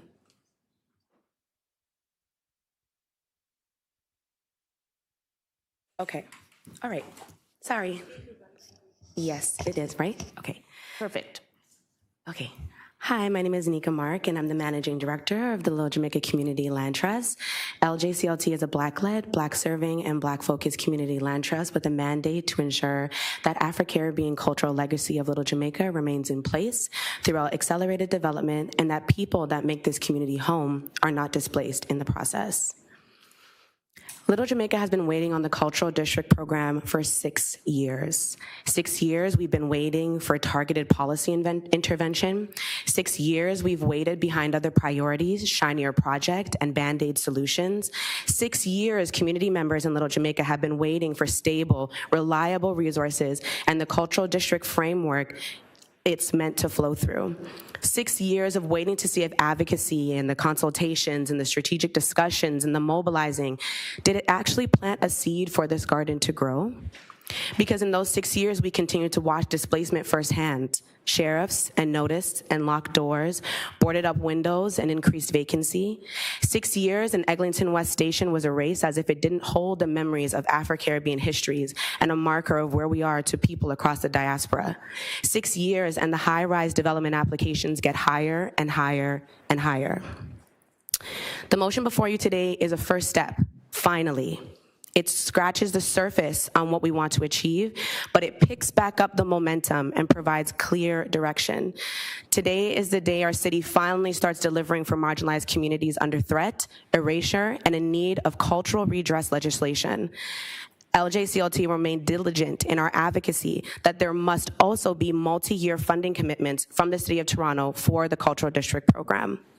I have the utmost confidence in this committee and our City Council later this month to keep their promises on progress and policy innovation for Little Jamaica, West Chinatown, and the Church Wellesley Village by passing today's motion. Thank you for your time. Thank you. Are there any questions of the deputant? No. Thank you for coming to committee. And I'll call John Zoof one last time. No. Now let's move on to questions of staff. Are there any questions of staff? Councillor Sachs? No? Okay. Deputy Mayor Malik, questions of staff? Oops, there you go. I know that funding was a key ask of the Chinatown community on this plan that we have in front of us.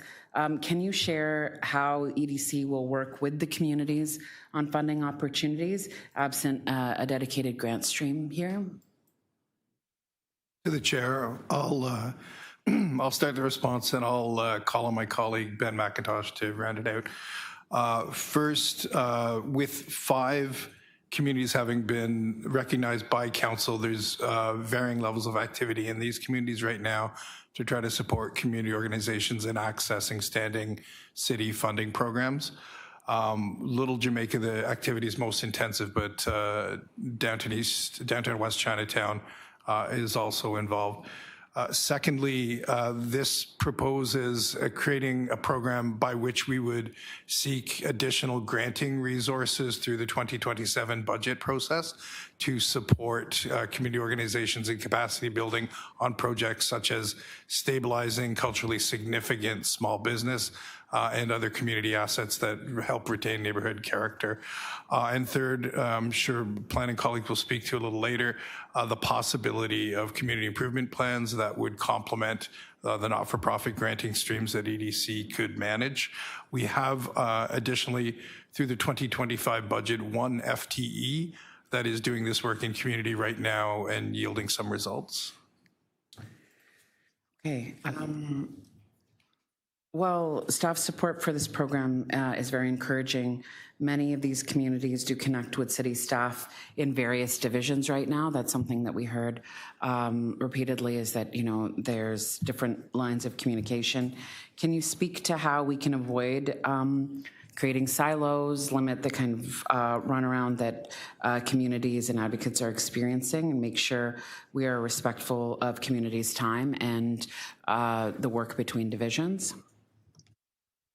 To the chair, yes, EDC has, again, dedicated staff for this program, one FTE and adding another, as well as a group that works on cultural space, the Office for Cultural Space.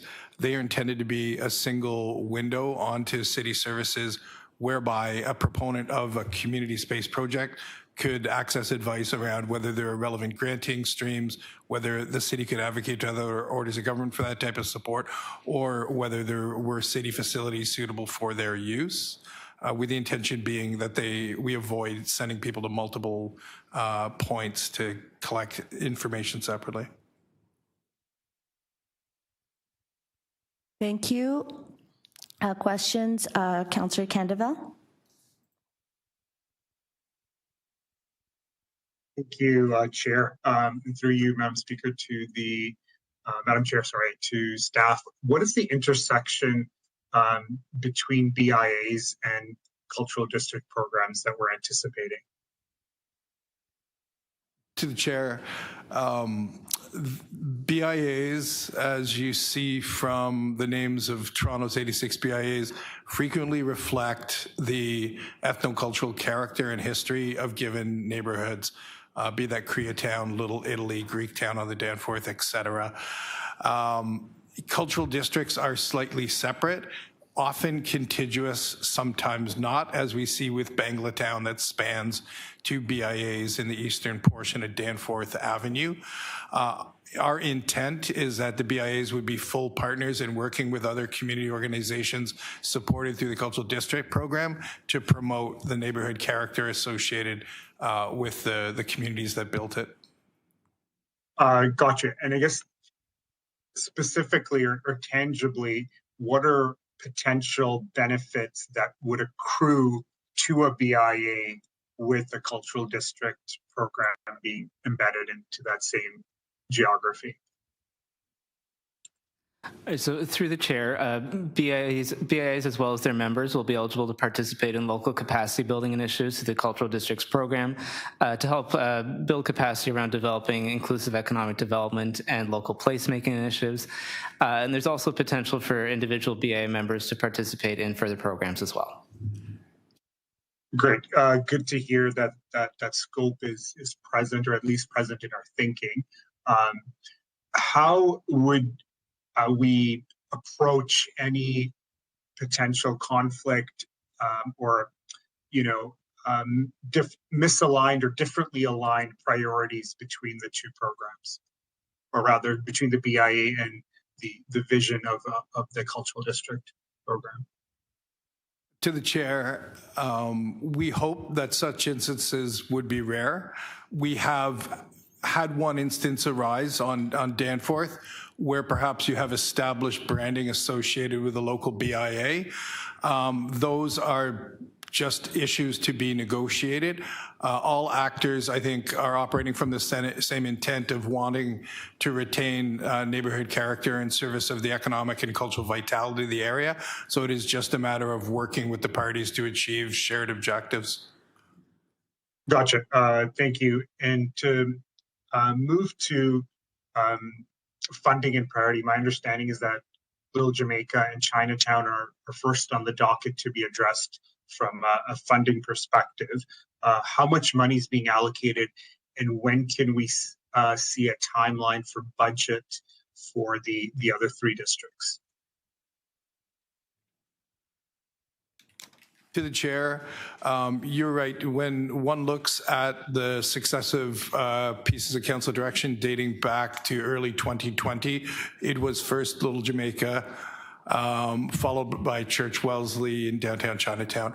EDC, while developing this program in parallel, has been working to try to invest new resources in those communities.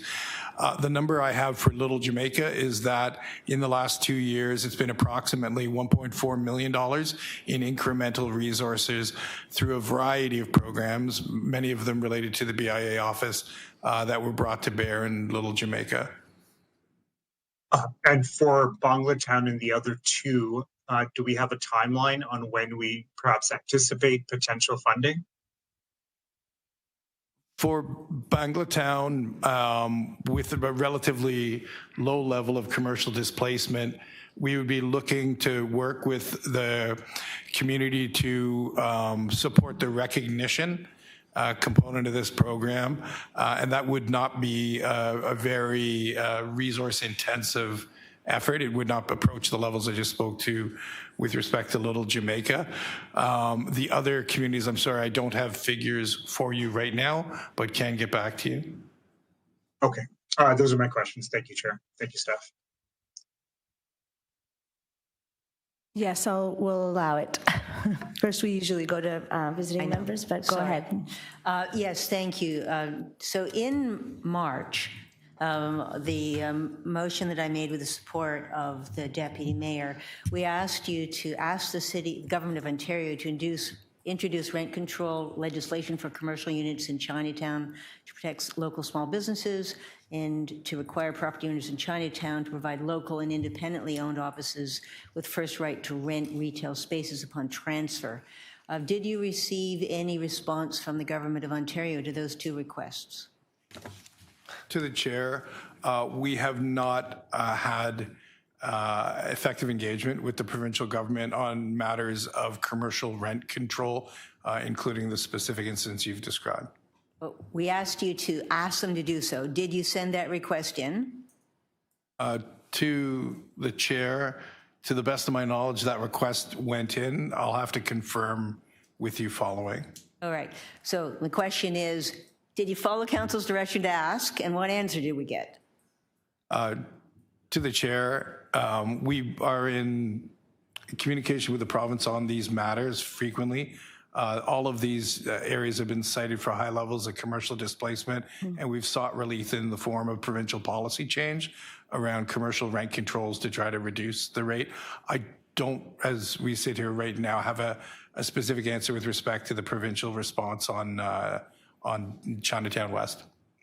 Okay, you'll get back to me before council. I will get back to you before council. And similarly, I mean, a number of the things that we've heard from Chinatown in particular was, for example, the need for city staff who work in Chinatown to have an understanding of the cultural history, the history of displacement, and so on. Is that getting better? Is the staff that works for the city in Chinatown getting that training? So through the chair, our colleagues in development review who have been leading the Chinatown Tomorrow Planning Initiative have been the first point of contact thus far in the Chinatown area and are very focused on making sure there's strong cultural competency as part of their engagement. This is also going to be a strong focus for us as we develop out the Cultural Districts program and hire our staff to run the initiative. So it's starting to come. All right.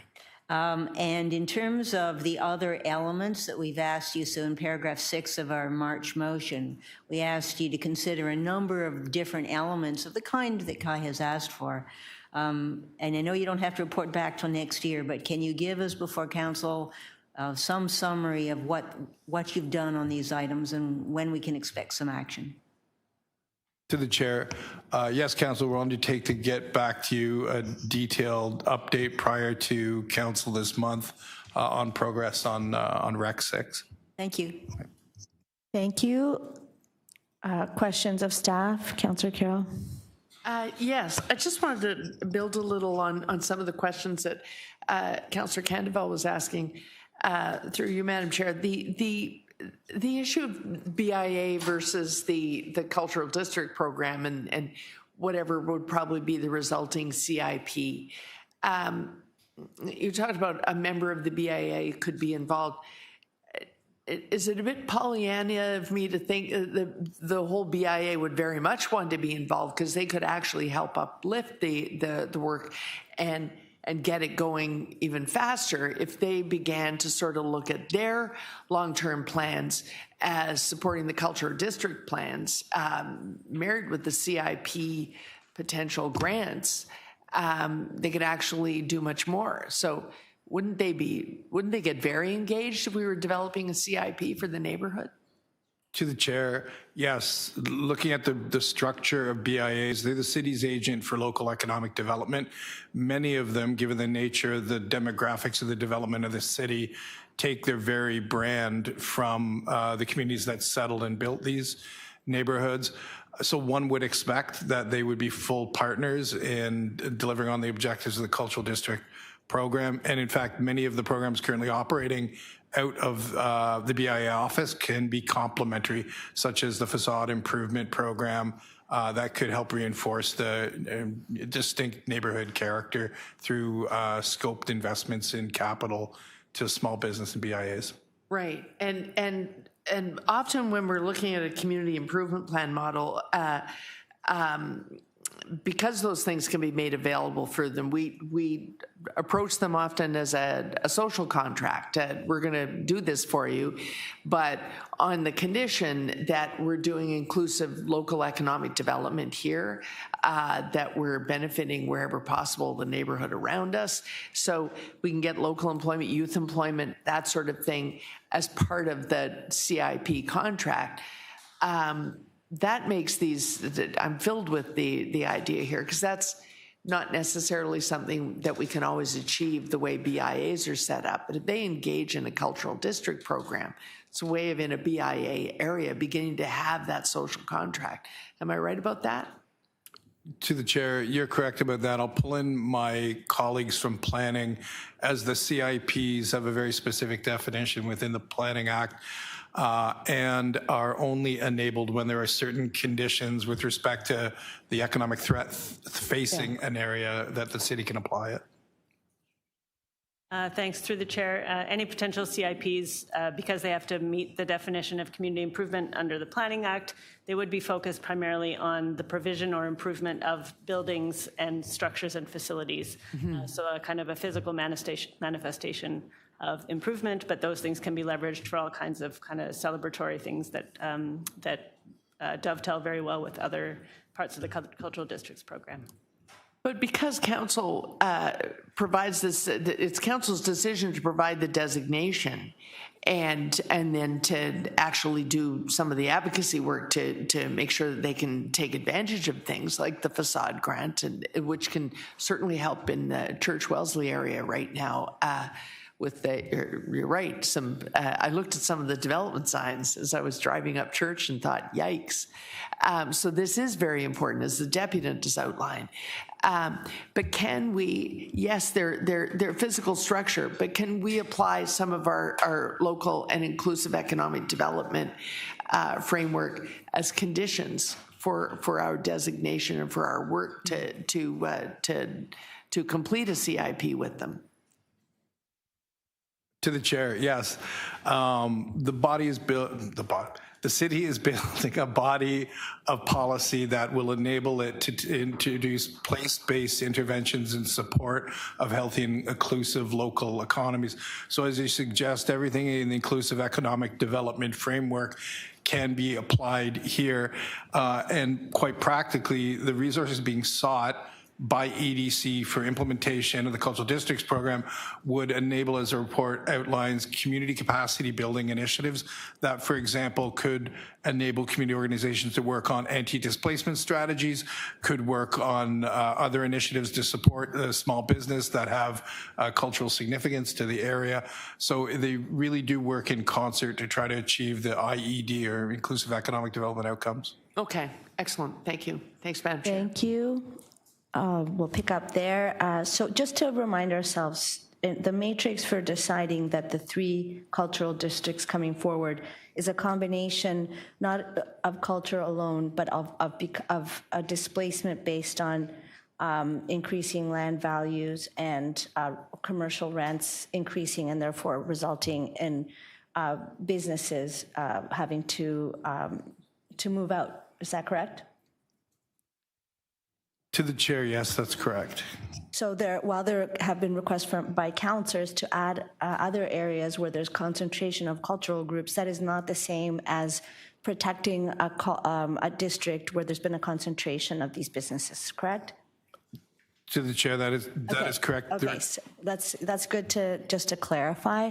In terms of the questions of land value, the reason that we are going to talk about some of these, some of the elements come to planning and housing because they're planning work. Some come to community council. In this case, all of these would come to Toronto East York Community Council. Is that a lot of what's happening here is land use decisions that some of them are not made at this level, but some of them can be influenced at this level. But really what we're talking about here is the lack of control or lack of an upper limit on commercial rents. Is that correct? That is correct. And if we, some staff would know that many of us have been asking questions over, certainly for me since I first got elected, is what can we do to ensure that, particularly in places where you see a landowner has an empty storefront, and therefore the rent is too high, after having increased the rent, displacing a business like the ones for example, on Eglinton, but there's nothing, but they sit empty. So it's one of the challenges, correct? It's like the property rights are reigning here, and we do need to, as you said, go to the provincial government to say that if we're going to have a robust local economy, we're going to be fair to the small businesses and the communities that are around them, that we need to be able to get a handle on this. To the chair, that is correct. Both commercial rent controls potentially do stem the level of displacement that we're seeing, but then should displacement occur in this current market, we are seeing developers hold properties for a prolonged period without an interim use that would help animate the neighborhood, and that is a second and separate conversation with the province. Right, and then we have I just wanted to make clear that I wouldn't want in the questions that Councillor Sachs asked that there hasn't been conversations from the city with the provincial government around that, but it's not just unique to one community, that we have, small businesses all over the city. We're talking about 3 important, the cultural districts designation unique to these 3, but that one of the challenges that we have is this factor, and that's why as the Vice Chair said, the Inclusive Economic Development Framework, one of the elements that we're tracking now as a city is, correct me if I'm wrong, is actually for the first time not just the sale of properties, but actually the how commercial leases and rents are increasing, and that will be important data. Is that right? To the chair, that's correct. Okay. Just to go back to the questions specific to Chinatown, can you confirm that the community improvement plan, heritage district study, and a secondary plan for Chinatown West are addressed in the recent item TE 31.20 Chinatown Tomorrow Planning Initiative Proposals Report, and that the Chinatown Tomorrow Planning Initiative will be coming to Toronto East York Community Council before the end of this term? Through the Chair, Patricia Cho, Development Review. Yes, I can confirm that we will be reporting the final report to Toronto East York Community Council in July with those elements. Okay, thank you. Those are my questions, so thank you. Are there any speakers on this item? Councillor Moyse. Thank you. Just want to thank staff for this report. It's been years in the making. I know that it's here before us, and it seems like, snap of our fingers and it's done. But it's been a lot of work, and I know my office has been very much engaged in this initiative. As mentioned, is Little Jamaica and Church Wellesley has had the most displacement over the last many, many years, especially Little Jamaica, that's really suffered greatly. And we've all watched it, in real time and felt helpless in actually trying to support those who are those communities. In the Church Wellesley neighborhood, I was told that 3% of businesses own the space they actually occupy. And that's why it's been so easy to actually, displace a community. And so I feel that the cultural district that we're bringing forth here will really help mitigate some of that a little bit. I just want to highlight some of the things that this will do. It will actually allow those in the cultural district to apply for more grants, which is really important. Again, protect the community. And also perhaps even participate in land trust. I know I've started doing that, in some ways, the best I can in my ward, especially in the Church Wellesley neighborhood. But the cultural district actually allowed me to do that even further. So this is really a great initiative, and I look forward to it taking place and celebrating when it does happen. So thank you very much. Thank you, Councillor, and I apologize to Councillor Sachs to speak first. Should have been. Yes, thank you very much. I do want to thank staff for bringing this here. I mean, it looked for a period of time this spring as if we weren't going to get this report after all the years of effort. So this goes together with the Chinatown Planning Framework that we've discussed at Toronto East York Community Council, which is coming back at our next meeting. But and there are a number of elements in the motion that I made in March with the support of the Deputy Mayor, as well as at the planning framework discussion of the different intersecting pieces that we keep hearing from Chinatown. Certainly there has been significant loss in Chinatown, and I thought it was really striking in the report that commercial rents in Chinatown are 25% higher than the city average. So rising rents for small businesses is absolutely the biggest problem that these businesses that we've heard about are so important, and it's one on which we have absolutely no say. But it is choking the life out of a lot of these small businesses. And so, I mean, I know we asked once, and I know the province doesn't usually listen to us, but when the community is asking for investment, they're asking for resources. We heard the deputants at the planning framework talking about how the rents are the key issue, and they don't even know that we can't do anything about it. So again, always the question of being clear about, as you said yourself, Chair, what things we can do and what things we can't do.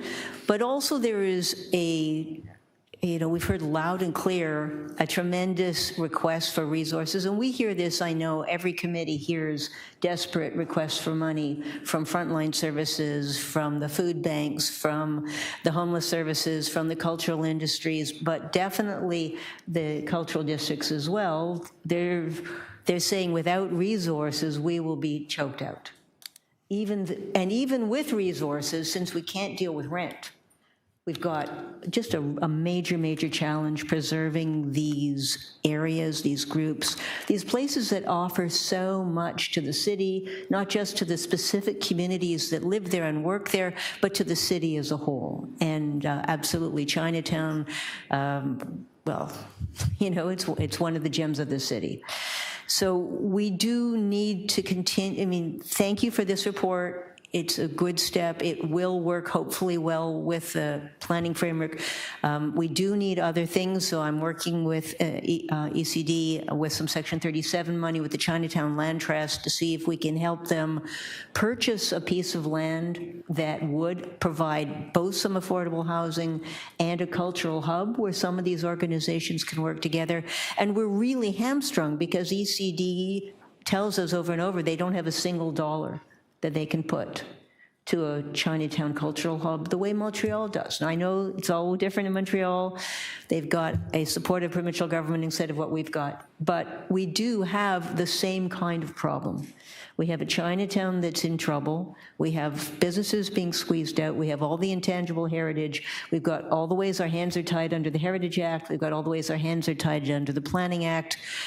But we have to do what we can, and we have to be really clear with the community as to what we can and cannot do. So I am asking for an update on the things that Council directed in March from Mr. Tobin and his group. Similarly, I'm following up with municipal licensing and standards because they were given responsibilities in March.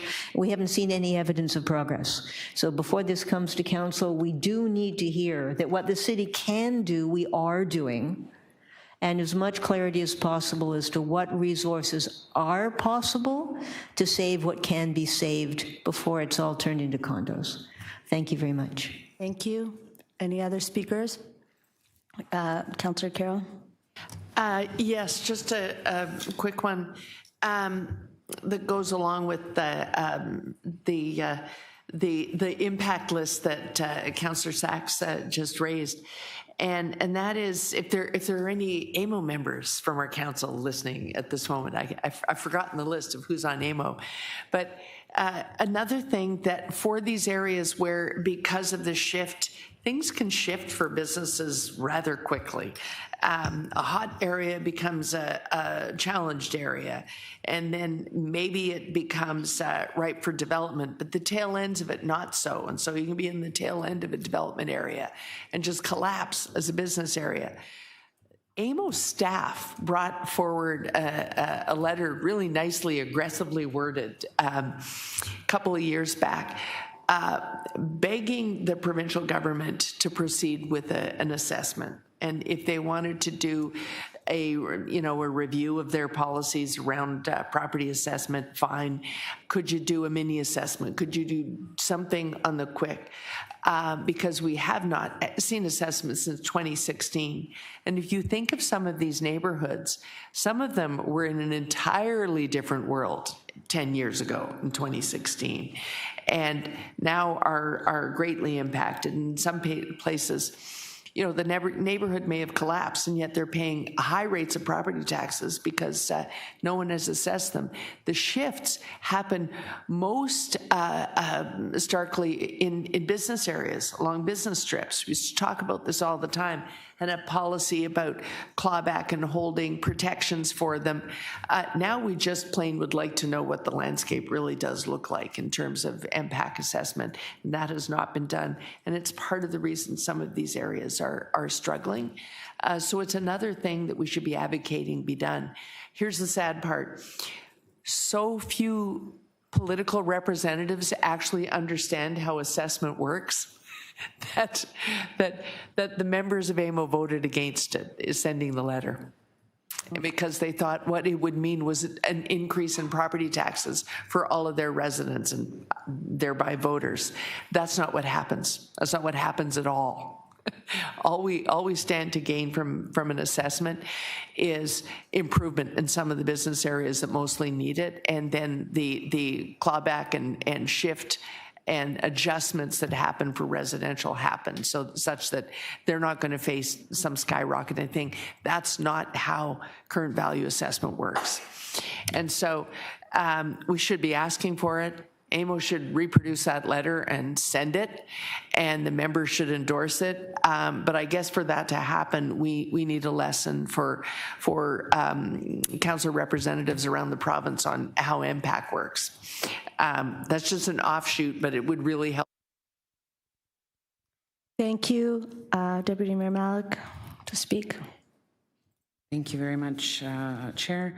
I want to first of all start by thanking all the speakers who came out today, the many folks who have participated in this process over the last few years, particularly in Chinatown, and I know for much longer than that, right across the city. Particularly in Chinatown, it has been a real honor and gift for us to be able to meet and work alongside each other and through the Chinatown planning study, and to do that work work in the neighborhoods in a way that was collaborative and responsive to how community members told us they wanted to be engaged, and how that invited more folks into that consultation. And I do think a lot of the discussions we are reflecting that input back. And I do want to thank the planning staff for their very dedicated and committed work in taking that approach.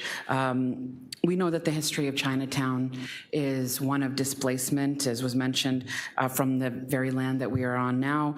When City Hall was being planned, the city forcibly evicted residents of the ward, which included Toronto's first Chinatown. And if you walk around this building, you'll see some of that history recognized. And as this report identifies, the pressures of gentrification and displacement have led to, and this is just one data point, declines in the number of retail businesses since 2011. Down by about 31%. And we have to work together to halt that displacement, to put in measures that address that in a serious way, to address the kind of long history here, and to ensure that cultural spaces and legacy businesses and, affordable places for people to call home in the heart of this neighborhood can continue. And right across all of our cultural districts, I think that's what we are seeing is a common thread in this work. And I'm proud to support the recognition of Chinatown as a cultural district. It's long overdue. And I know that all of this work is still just one very, very significant step in this ongoing work. I know that there has been a tremendous amount of trust building effort, and that the city needs to continue with the networks of community groups, with the family associations, with the local businesses, with the local residents there, and that have created, who have created the Chinatown in the neighborhood that we see now, that, is a very vibrant place for people to call home, but also to visit. And even as we prepare to host one of the biggest events in the entire globe, we know that neighborhoods like this and all of our cultural districts will continue to be raised up as destinations, and we have to make sure that we are doing everything we can to support them day in, day out, for the present, for the short term, and for the long term in the future as well. And along with staff support from economic and community development, the work to identify and support success in our current grant programs is absolutely critical. And we need to do that alongside looking at other funding levers in the next budget process. I do appreciate the interventions from my committee colleagues. This is absolutely work that we need to be doing, the city and at the divisions that we mentioned, but also to be looking to see where we can continue to grow that strength and that heft, and to use all the tools that we have municipally and at other levels as well, to continue to champion these efforts and to be alongside community in doing that. We need to look at all of those funding levers from the city absolutely in our next budget process. As we've mentioned and heard, a lot of this is very long overdue, and I want to encourage everyone to continue the dialogue, continue our work together, to be here during our budget process, to ensure that we are continuing to build on these efforts that bring us to the report here. We need your voices. We need to do this work alongside each other and to support each other to ensure that we keep these very important efforts moving forward. Our neighborhoods depend on it, but also these are some of the most important places in our city that provide so much of the story of Toronto, about who we are, who we want to be, and that is very important and sometimes not tangible in the way that some of these data points can reflect, but through our consultation and engagement, we know how critical they are, and that is thanks to everyone that we continue to hear from and who continues to be alongside us in this. We'll only be able to do this together, and I want to thank everyone who has been a part of this, from staff to community members to advocates and to our local businesses as well. Our work continues with seriousness. Thank you. Councillor Candeville to speak.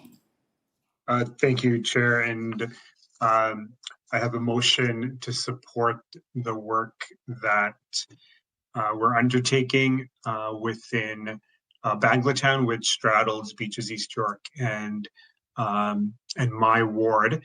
And this is to consider an extension to Warden Avenue, as well as providing more opportunities for consultation with the local businesses. And I want to appreciate Crossroads BIA in my ward that does important work. And as staff have indicated, there's tremendous opportunity for the local BIA and this recognition to work hand in hand, especially as the capacity building initiatives, the specific ones, are built out and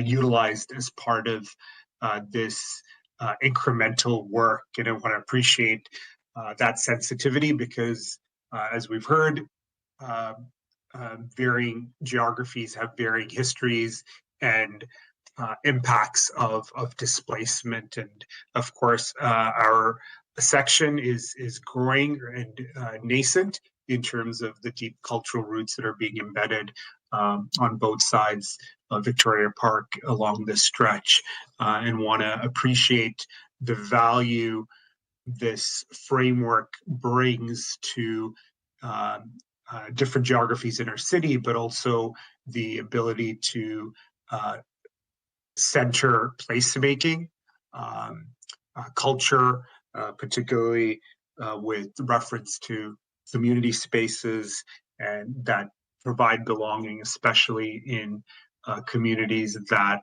are newer relative to more established ones. So appreciate the work and looking forward to the engagement with community and with business in our neck of the woods, as well as looking to see the evolution of this program with Little Jamaica and Chinatown, and to see how we can evolve it in the coming years in our area in Baglatown as well as in other parts. So appreciate the work and looking forward to what comes out of this. Thank you. Thank you. We have questions of the mover. I'll start. Councillor, I'm sure you read the report, and I know that our offices have been in touch. Are you looking to, like, do you acknowledge that there are two different pieces here? One is cultural district designation for areas where there's been, it's a culturally significant community, and there's been commercial displacement, and that is the focus of the resources that will come. Any kind of staff support, the advocacy is really around the commercial districts. That you acknowledge that, correct? Yeah, of course. I think the report speaks to both the recognition of cultural districts and then those that are, of course, being impacted by commercial displacement. So that second part is staff were asked by councillors to be able to lift up cultural concentration, which is different than displacement, and that you're referring to something which engages around the second piece, which is not the focus of the deputations, the questions of committee members to staff, and nor the remarks of staff. This is a separate stream which has they're unfortunately both named cultural districts. I think it's creating confusion, but you're referring to the second piece, which is around, saying this is a community that has a cultural concentration. Okay. There are some other questions potentially from other committee members, because I think the motion is creating some concern in the committee. Question. Vice Chair Carroll. If I could just ask, is the concern around the extension to Warden, or is the concern around engagement with local businesses? I asked my question, and then you'll know. Sorry. I thought the chair. My concern is around the wording here. To engage with local community organizations and businesses to support local capacity building in Baglatown. It sounds like you're asking them to start the work, that the report already lays out there's only enough funding to start the work in earnest in the two primary districts. This motion looks like what you're trying to do is ask them to get into the capacity building, the things that are the tenets of the whole program. That you're basically just jumping the queue is what I'm saying. Is that the intention here? that's not the intention, and fair enough question. Perhaps we should have, this was to recognize that staff did not engage with the local BIA Crossroads at the Danforth as part of the work leading up to this. So that part of the motion was to acknowledge that gap and rectify it by actually having an engagement with the BIA. I understand having an engagement and you know, in consultation with them, then you could consider the extension. But you know, to add in there the phrase "and to support local capacity in building" sounds like you're asking them to just start focused work in a third. Who's doing this capacity building? Because the report very clearly lays out that staff only have the capacity to do that kind of work in the first two, and we're waiting for more funding and more resources to do that kind of work in the rest. Is it the businesses that will do the capacity building, or are you asking for us to just jump the queue and make it 3 areas of focus instead of 2? Oh, that's not the intention, as I shared. The gap that I'm trying to address with this motion, and I'm happy to edit it as fit, is to address the local BIA feels there is a sense of a lack of an opportunity or an opportunity to engage, which was missed in the work leading up to this. So, you know, there's a concern that the existing businesses that are not Bangladeshi or Bengali have not been consulted on this move to the cultural district. So that's the problem of the gap I'm trying to solve. Number 2, there's a considerable number of Bangladeshi or Bengali businesses that are east of pharmacy before warded.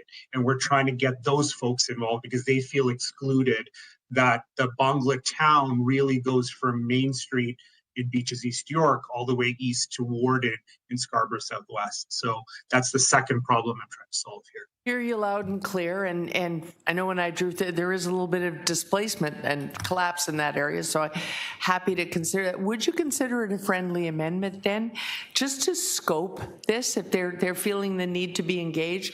Would you consider it a friendly amendment if it was to say to engage with local community organizations and businesses and to consider an extension and take out the capacity building part? Sure, yeah, no, fair enough. If that has the implications, and I see your point that it looks to preempt or push up the work, then yeah, let's be clear and take the local capacity building. I thought it was just generic language as opposed to specific actions outlined in the framework. Okay, so there's some other stuff being worked on, so I don't know if you heard, but that's the phrase coming out that would give me comfort.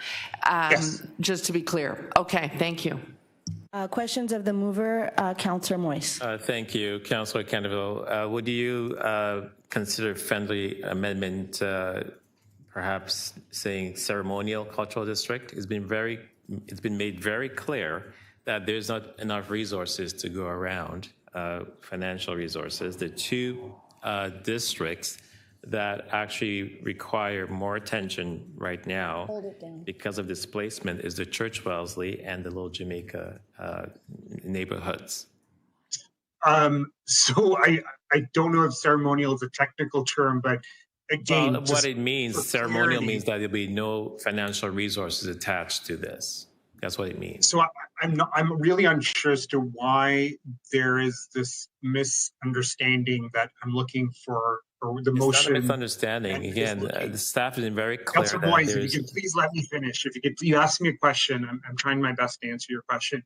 There is no implication in the language that's seeking financial allotment to the Bangla town. It's to address a gap that's been identified, and number 2, it's to extend. The use of the word ceremonial, I don't know if that has any technical language, but for clarity, I'm not looking to jump the queue at all. This is to address those 2 gaps that were identified. So it's not a move to become part of the Little Jamaica and Chinatown allotment. So Beyond that, I think staff could probably confirm. The This way is it's not. worded right now, I cannot support it unless there's ceremonial cultural district attached to it. And I know that the speaker is going to hold comment. Go ahead. We have Councillor Candavel. I know that you were remote participation, so we can't talk as a group right now. But I think we have a number of concerns, right, in the committee about the motion. So there are a couple of suggestions for amendments that to your motion. And I think what we'll do is hold this down so that we have time to have conversations in committee about what that would look like. So we are going to hold this item down. Are there any other speakers? I think that I believe that it was every member of committee. Chair, I'm timeline-wise, what are you thinking? Because I have to leave for a commitment. I'm sorry, Councillor. We have a really long agenda, and we're trying to work through a lot of challenging issues. Right now, we're going to hold this down and until we have a consolidated motion to amend your motion. So thank you. We're going to move on to the next item.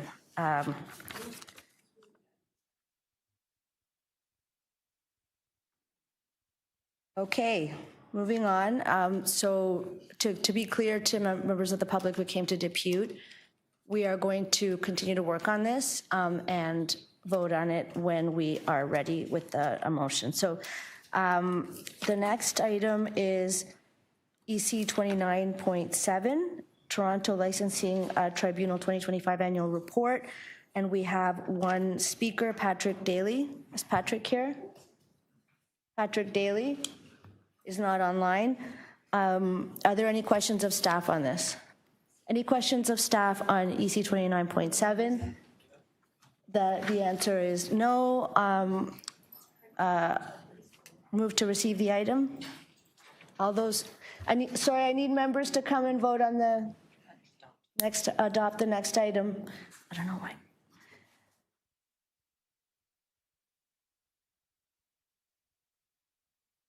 Okay, we're going to take a 5-minute recess because we are not able to deal with this item. We are working on the previous item.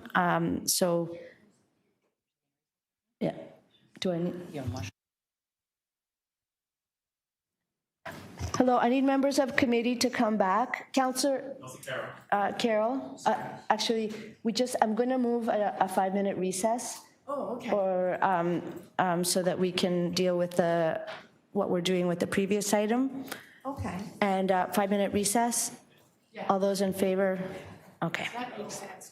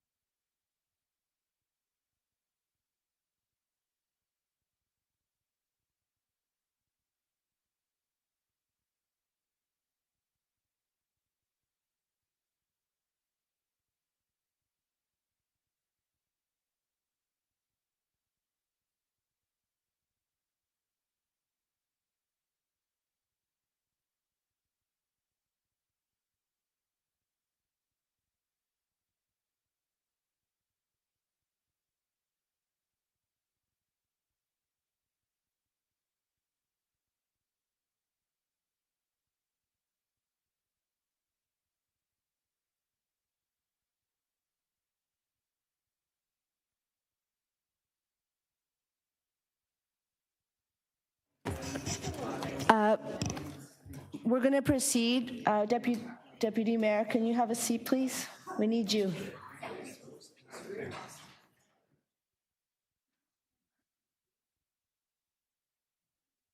Okay, we're going to, Councillor Mantis is here, so now we have quorum. We're going to proceed to deal with the previous items since some of the deputants are still here, and come back to receiving, to adopting EC 29.7. While the clerk will display the motion.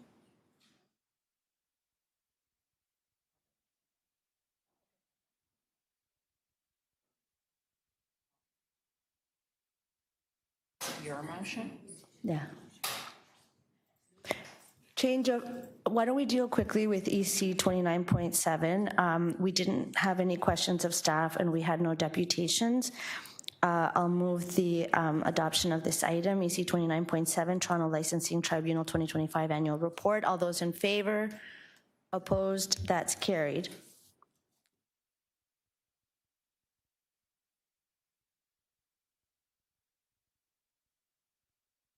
I would move 29.8, but unfortunately I have to move a motion on that one, and I can't ask the clerks to work on two motions at the same time. However brilliant Nancy is.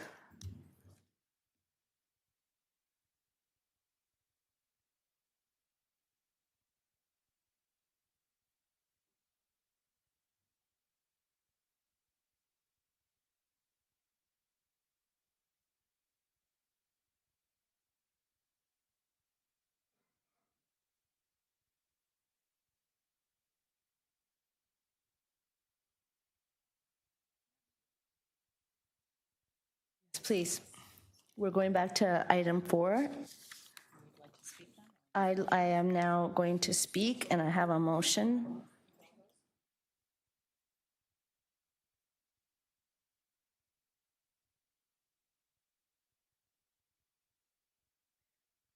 Thank you. So my motion amends Councillor Candavel's motion to reflect the concerns that were raised by members of committee.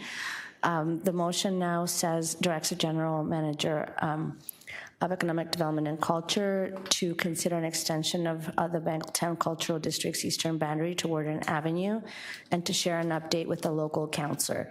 What this does is address some of the concerns that were raised about diluting the focus away from the 3 cultural districts that we're talking about today, which are, named in the report. They were the subject of all of the deputations, and they were the subject of the questions from committee members and speaking.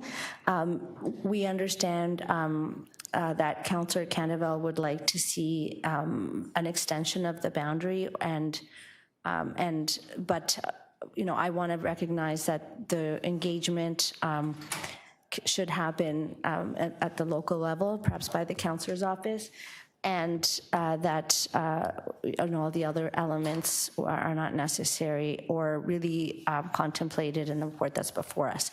This is the opportunity to do any boundary extension, and so we've scoped this down significantly.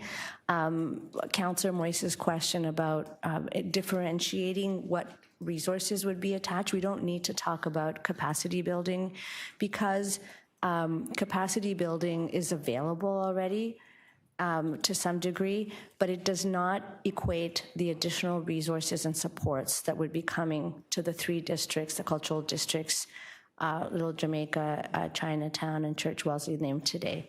So, and the subject of the majority of the discussion. So, I don't believe Councillor Candavel is here anymore, but I hope that this achieves what he intended.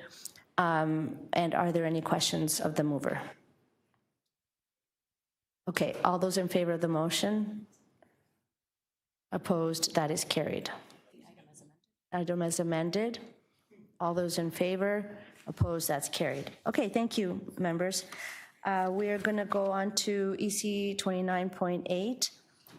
Dangerous Dog Review Tribunal 2025 Annual Report. And we have Speaker, our friend Nicole Corrado. Is Nicole online? Hello. Welcome to Yes, committee. hello. Nicole, you have 3 minutes today. Okay, I was just going to say one thing. I think that Toronto has the Dangerous Dog Review Tribunal because I love that your bylaws are breed neutral and completely no kill, and I think that's great. But I also think that the city should do more to prevent these problems in the first place. I think that the city should be investing more money into dog training and spay neuter programs and educating pet parents about dogs rather than and how to care for dogs and supporting people to care for animals rather than just waiting till there's a problem and then dealing with it and then appealing it. I also think the appeal process should be free of charge. I don't think people should have to pay a charge. And I also would think that the Dangerous Dog Review Tribunal should have dog experts on it, dog behavioral experts on it, because that's very important. But also, I think that they should also have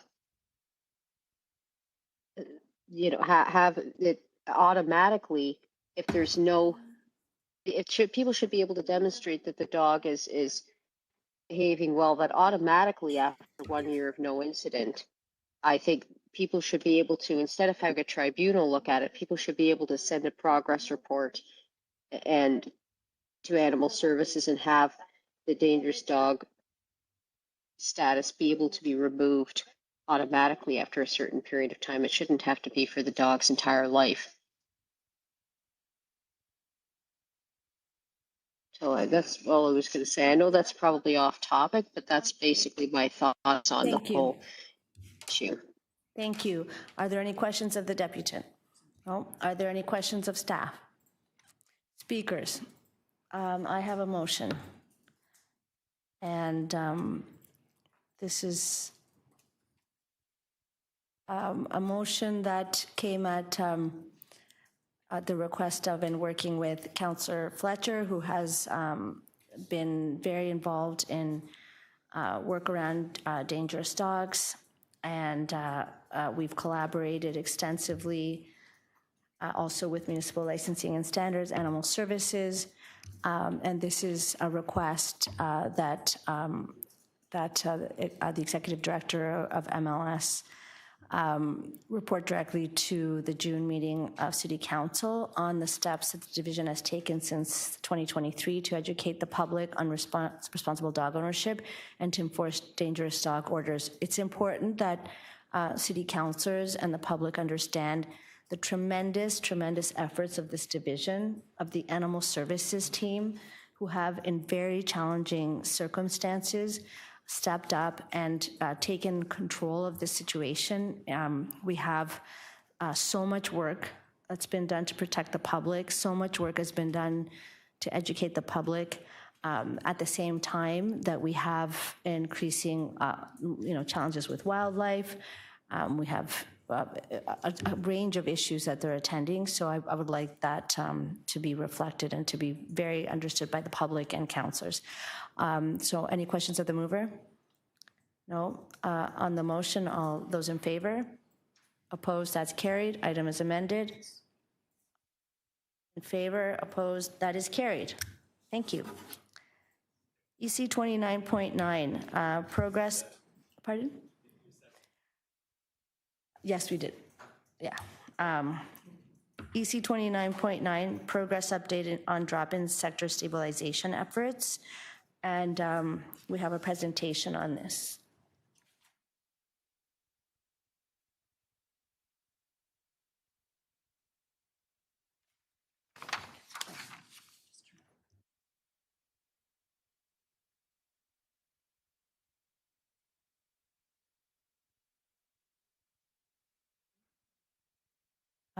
While the setup happens, while I know that the presentation won't be longer than 10 minutes, I'd like a motion to extend to, we can finish the presentation before we break. All those in favor? Opposed? That's carried.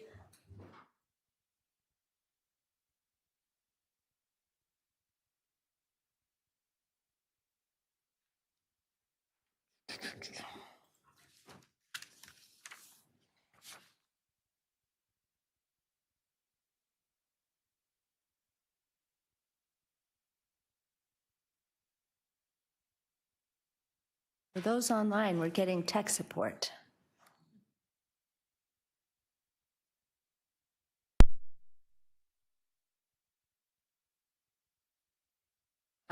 Welcome to committee, and we ask that you identify yourself and then proceed, and you'll be our last item of business before the break. Go ahead.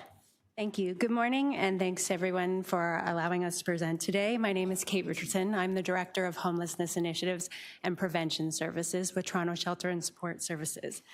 We are here to provide the Economic and Community Development Committee on the progress of the daytime drop-in sector stabilization efforts. This report responds to Council direction from February of 2026, requesting that TS3 work with the sector to review core wage principles, adequate resourcing, and broader stabilization priorities to help inform budget considerations. It's primarily an update report. Today's presentation will provide an overview of the role of the daytime drop-ins in the homelessness response system, current sector pressures, stabilization work underway with the Toronto Drop-In Network and sector partners, as well as emerging findings from the working group to date and next steps on our stabilization plan. Daytime drop-ins are a key component in the homelessness services framework. They provide low barrier access to essential supports for individuals experiencing or at risk to experiencing homelessness. While services do vary by site, they generally include meals and snacks, showers and laundry, social and recreational programming, and referrals to health and housing supports. There are over 47 daytime drop-ins in the City of Toronto. 23 of them are funded by the City of Toronto. Along with other homelessness support services, daytime drop-ins play an important role in homelessness prevention, working alongside central intake, street outreach, and other support resources for referrals to services. They play an essential role in shelter diversion, early intervention, and helping people remain connected to supports before they enter into deeper crisis. And they create safe and accessible spaces for people to build community and reduce isolation, strengthening social ties and communities where drop-ins are located. Program data from the city-funded daytime drop-in program shows that visits have increased by 9% between 2022-23 and 23-24, and another 18% the following year. As a result of the first half of 25-26, city-funded drop-ins have recorded providing over 618,000 visits, more than 536,000 meals have been served, and 163,000 takeout meals. These demand pressures are felt citywide, and they are related to the ongoing housing affordability crisis, food insecurity, increasing complexities of the clients that we are serving, and reduction in the various community health and supports that were once tied to many supervised consumption sites that have now closed, with 2 more expected to close in June 13th. TS3 currently provides grants funding to 23 daytime drop-ins, with grants covering specific costs relating to these services. When compared to emergency shelters, which follow Toronto shelter standards, drop-ins are responsive to a grant call for funding. So there is more flexibility at the local level to customize their service delivery, providing that they are meeting the objectives of that grant call and are aligned with our funding requirements. Alongside with regular grant funding, we are already supporting many stabilization efforts. So in 2026, the operating budget for drop-ins include $8.2 million in annual drop-in grant funding, an additional 1.3 for creating Health Plus, which is a food procurement program which benefits both funded and non-funded drop-ins, Approximately $500,000 was provided to specific targeted sites to support them given the ongoing demand from supervised consumption site closures that occurred last year. And we at TS3 have included some additional funding this year to further support the daytime drop-ins most impacted by the supervised consumption site closures and to prepare for the additional closures that are happening now. The $8.2 million in grant funding was achieved through a 2% cost of living adjustment across daytime drop-ins, in addition to a 4% overall grant funding enhancement. In addition, there's $100,000 in investment for winter and hygiene supplies, where we are working with the sector currently to figure out how best to allocate that funding in a manner which helps them better achieve the procurement for the services and supplies that they need. We also continue to coordinate closely with Toronto Drop-In Network to support operational efficiencies across the system and sector collaboration. In response to the council direction in February, we partnered with TDIN to establish a stabilization working group of 12 to 15 senior sector leaders across the drop-in sector.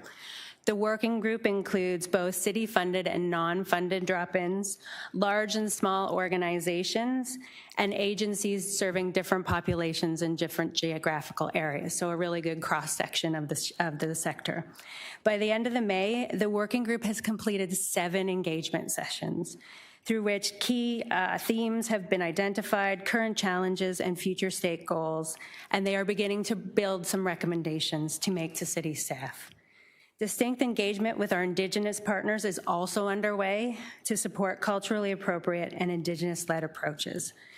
Preliminary findings have emerged, including those findings on workplace stability, on addressing wage levels and to support recruitment, retention, and staff well-being, on resourcing, where there's a strong interest in funding models that are transparent, flexible, and supportive of long-term planning, and on system coordination. The group is emphasizing the importance of greater recognition of the role of the drop-in in the homelessness services continuum.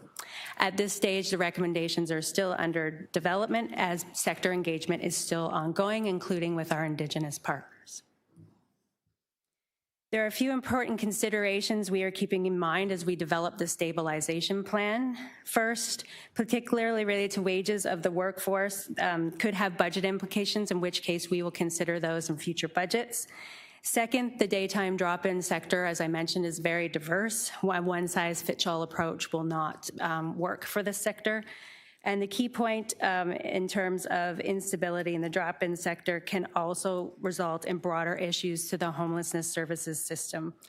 So drop-ins are really essential in ensuring housing stabilization, shelter diversion, early intervention, and making sure people are connected to supports, including health supports that they so drastically need.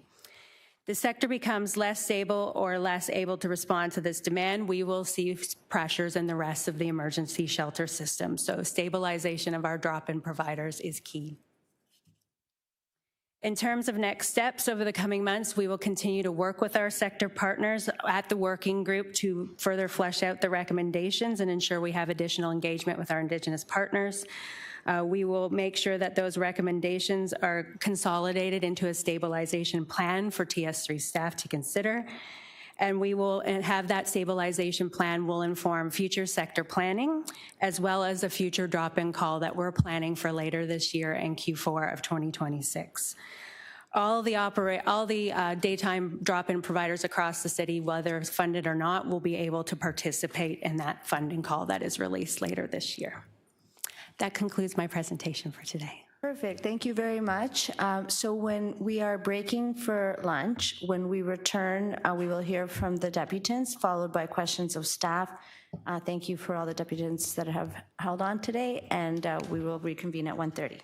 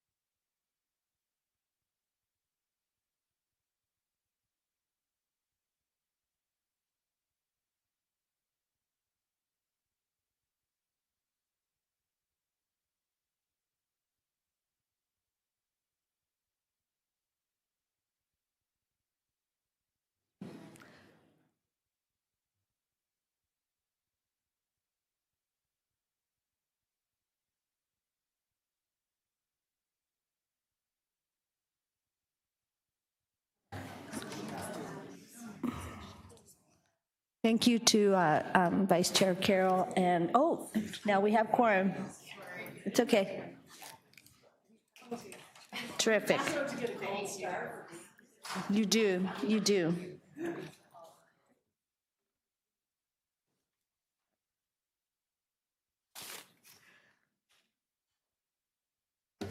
Thank you, members. We have resumed the meeting with quorum. And right now we are going to speakers, and I'd like to call our first deputants forward. We have 3 of them. The first speaker is Melanie Joy, Toronto Drop-In Network. Melanie, if you weren't here earlier, the committee amended the speaking time to 3 minutes, and then we have 3 minutes to ask questions of clarification or follow-up, if that's allowed. I mean, if that's necessary, sorry. So please introduce, either one is good, and please introduce yourself, and I won't include that in your 3 minutes.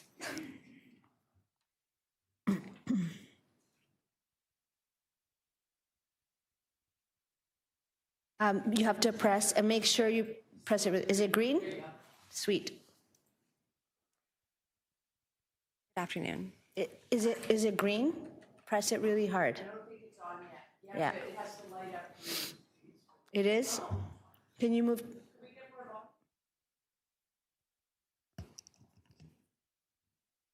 Very important. Test. There we go. Delayed reaction. Go ahead. Good afternoon. I'm Melanie Joy, the executive lead of the Toronto Drop-In Network, a member-based coalition of over 50 organizations that operate drop-in sites across the city of Toronto, including all 23 drop-ins that receive funding through the city TS3 grants. I'd like to start by expressing my thanks to committee and to council for years of expressed support for the drop-in sector. Every budget season, you hear from drop-ins, not because we like complaining, but because we are trying to survive and we need your help.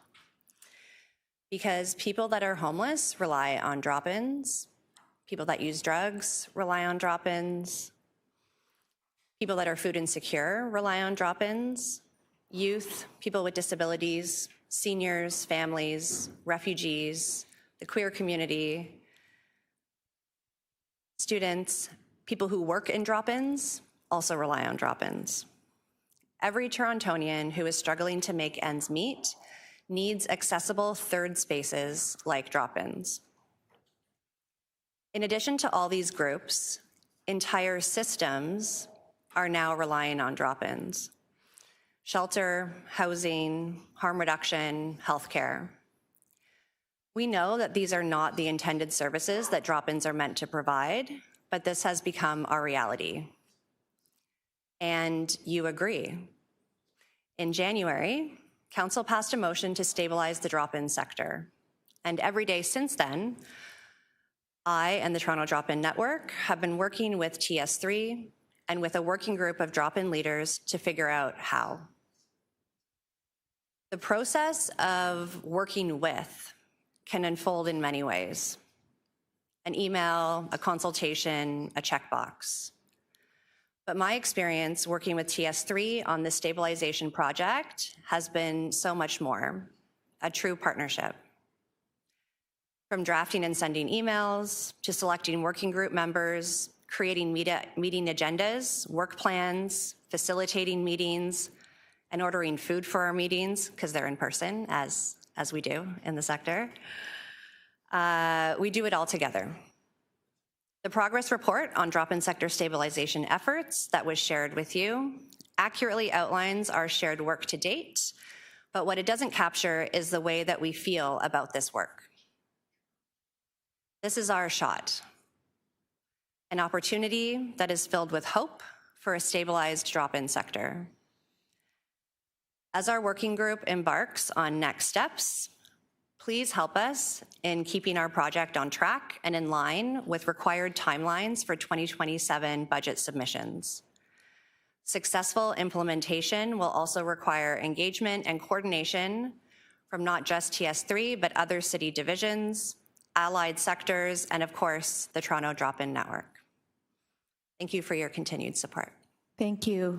Was there anything else that you wanted to add outside of the 3-minute in terms of maybe the impact that you're seeing, why this is a necessary intervention at this time? Things are only getting worse. More consumption sites are closing as of this Friday. We're going to be experiencing extreme heat, folks being displaced because of large sports events. And we just keep pivoting and having to adapt, but without the adequate resources to support. And our staff are burnt out. It's hard to retain good staff. We work overtime all the time. I'm on vacation right now, by the way, but this was such an important topic to me that I wanted to come in and speak to you about it. So it's, we really do feel like this is our opportunity to change and to pivot and to be fully understood in the continuum of service supports for people that are experiencing homelessness, food insecure, isolated. Okay, shelter staff, as you indicated, have been meeting with the network and with the sector, also the shelter operators. This is a pivot and approach to be constantly in touch. How do you think that is benefiting your work, even in a moment of mounting pressures? How does that help? So we, TS3, came with us to our general membership meeting at the end of May, where we talk about updates and hear feedback and kind of pivot our supports and resources based on the needs of the sector. And there was, when we shared not this specific report, but an update on what we had been doing, there was, for some that were newer to the sector, they were like, oh, but what you're talking about is so basic. Like what you're asking for is not the moon. So for folks that were newer to working in the sector, they were like, oh, this isn't the case. Like you're not fully funded. You have this patchwork funding and, just rely on grants that are coming in from different levels of government. It's not sustainable. And we were like, oh, we know. And then there were folks that have been in it for a long time and they were hopeful. And at a time when there's a lot of cuts to funding and increased surveillance and criminalization of people who use drugs and people who are experiencing homelessness. It is definitely the hope, even if it's just a glimmer, that we're going to be okay. Would you agree, my last question, that by having this open dialogue, problem solving in real time, we're doing more with the resources that we have by including this sector? Yeah, I mean, we work adjacent to a lot of different sectors, and we're a touch point for folks, who are maybe have a pending eviction or their food costs have become so great that now they're having to decide between food and rent. We know that folks are falling into that gap at a rate that we haven't seen in this city before. And so the fact that drop-ins are being recognized as an opportunity to fill some of those gaps and to support other sectors is, I don't know, it's like the all-city approach that I think will sustain us, not just within the drop-in sector, but across the city. Thank you so much. Any other questions of the deputant? No. The next speaker is Brian Duthright. Online. Welcome to committee, Brian. We have 3 minutes for you to speak, but please introduce yourself. I won't include that in your time. Yes, it's already in what I have written, so we can start now. For everyone online or in the room, we just want to know your name and what organization you're from. Sorry, my name is Brian Duthright. I'm the Advocacy and Outreach Program Manager at the Weston King Neighborhood Center. Go ahead. So thank you to the committee for the opportunity to speak. As I mentioned, I'm with the Weston King Neighborhood Center, and I'm also a member of the Drop-in Sector Stabilization Working Group. I'm here today to speak about the growing pressures facing Toronto's drop-in sector. Drop-in centers are experiencing unprecedented demand. Across the city, we are facing a housing crisis, food insecurity crisis, increasing mental health challenges, and social isolation. At the same time, the rising cost of living continues to place additional strain on all residents and low-income residents especially.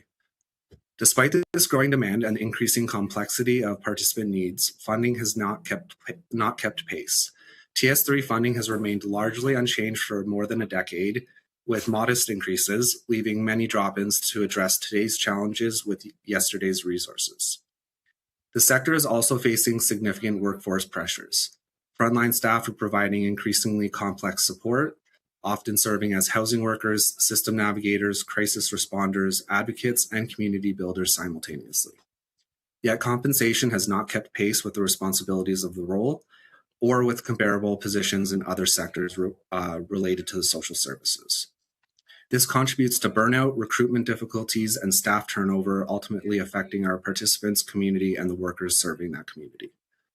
I also want to highlight the critical role drop-ins play within Toronto's homelessness service continuum. Drop-in centers are often the first point of contact for people who are disconnected from traditional social services. They provide low barrier access to food, hygiene facilities, social connection, housing support, advocacy, referrals, and crisis intervention. For many individuals, drop-ins are the only place they can receive immediate support without an appointment or a formal intake process.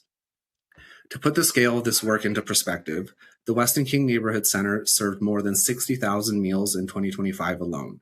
During that same time, we helped 13 people secure housing and prevented 10 evictions. Behind each of those numbers is a person who avoided crisis, moved off the streets, or achieved greater stability because a drop-in center was there to support them when they needed it and how they needed it. The work of the working group has reinforced what frontline workers have known for years. The sector cannot continue to absorb growing demand without additional investment and support. The recommendations emerging from this process present an opportunity to strengthen a sector that thousands of Torontonians rely on every day. Investing in drop-ins is not only an investment in homelessness prevention and community well-being, it is also a cost-effective way to reduce pressure on more expensive emergency services. I would like to thank city staff, TDIN, and my fellow working group members for their commitment to this work. I urge the committee to continue supporting stabilization efforts and to advance recommendations needed to ensure the long-term sustainability of Toronto's drop-in sector. Thank you for your time. Thank you very much, Brian, for coming to committee. Are there any questions of the deputant? No, thank you. We'll go on to the next deputant, Monica Pierce. Monica is also online. Monica, welcome to committee. Monica, we have, it's 3 minutes, but I'll start your time after you introduce yourself, and we might have follow-up questions. Okay, go ahead. Excellent, thank you. So good afternoon, Chair and committee members. My name is Monica Pearson, and I am the Drop-In Program Manager at the Weston King Neighbourhood Centre in Ward 5. Thank you for the opportunity to speak today in support of continued efforts to stabilize Toronto's drop-in sector and explain why this work matters to all of us very specifically and personally. So for me, I got into this work because my brother Jack, he's 32 years old, he's autistic, and he can't independently advocate for himself or navigate the complex systems that a lot of us take for granted. Because my family can do those things for him, he is safe. But when I come to work, I see my brother and many of the people that we serve. The difference is that many of those folks are doing this all by themselves. Drop-ins are a critical part of Toronto's homelessness response system. When people can't access shelters, when they're discharged from hospitals with nowhere to go, when they're fleeing unsafe situations, or when all the other systems are overwhelmed, they end up at our drop-ins. However, these services that we provide aren't always easy. The people working in these spaces carry an enormous amount of pressure. My staff are regularly screamed at, insulted, threatened, called slurs, spat on, and subjected to behavior that most people would find unacceptable in a workplace. And the difficult part is that many of the people that are directing this anger at us are people that we care deeply about in our communities. I often look at participants in crisis and think, this could be my brother if he didn't have the support system that he has. Many are living with developmental disabilities, debilitating health challenges, addictions, brain injuries, and the effects of prolonged homelessness. Many are scared, isolated, grieving, exhausted, and out of options. And my staff understand that. They know that this anger is coming from fear, confusion, trauma, and desperation. And my staff come back to work every day, the next day, anyways. In a single shift, one of my staff may be responsible for responding to an overdose, de-escalating a crisis, serving a meal with a smile, helping someone replace lost identification, supporting a housing application, listening to a disclosure of violence or trauma, and then facilitating bingo at the end of it. At the same time, we're also watching people die. We're watching people die from overdoses. We're watching people die from suicide. Health conditions that are exacerbated by poverty are claiming the people that we work with day in and day out. And these folks aren't statistics to us. We know them by name. And at the same time, many frontline workers who are employed with us are there through short-term contracts funded through project grants. Most of my staff don't have sick days. They don't have benefits, dental care, counseling, or mental health supports. If they don't come to work, they don't get paid. And if they don't come to work, people in our community just don't get the care that they need. We ask drop-in staff to carry out extraordinary responsibilities while providing very little stability in turn. So as a result, when contracts are up, organizations lose experienced workers and spend valuable resources retaining new staff. When we talk about stabilizing the drop-in sector, we need to talk about providing full-time, secure employment to the people that make these services possible. And I have a little bit more, but I understand my time is up. I have a question. Would you please share what you weren't able to share in the 3 minutes? I appreciate that. Thank you. So the final comment is that drop-ins are one of Toronto's most cost-effective ways of preventative care. When prevention is underfunded, these costs don't disappear. My staff help to prevent police from being called, ambulances from being called, folks from going into shelters and other crises-based services.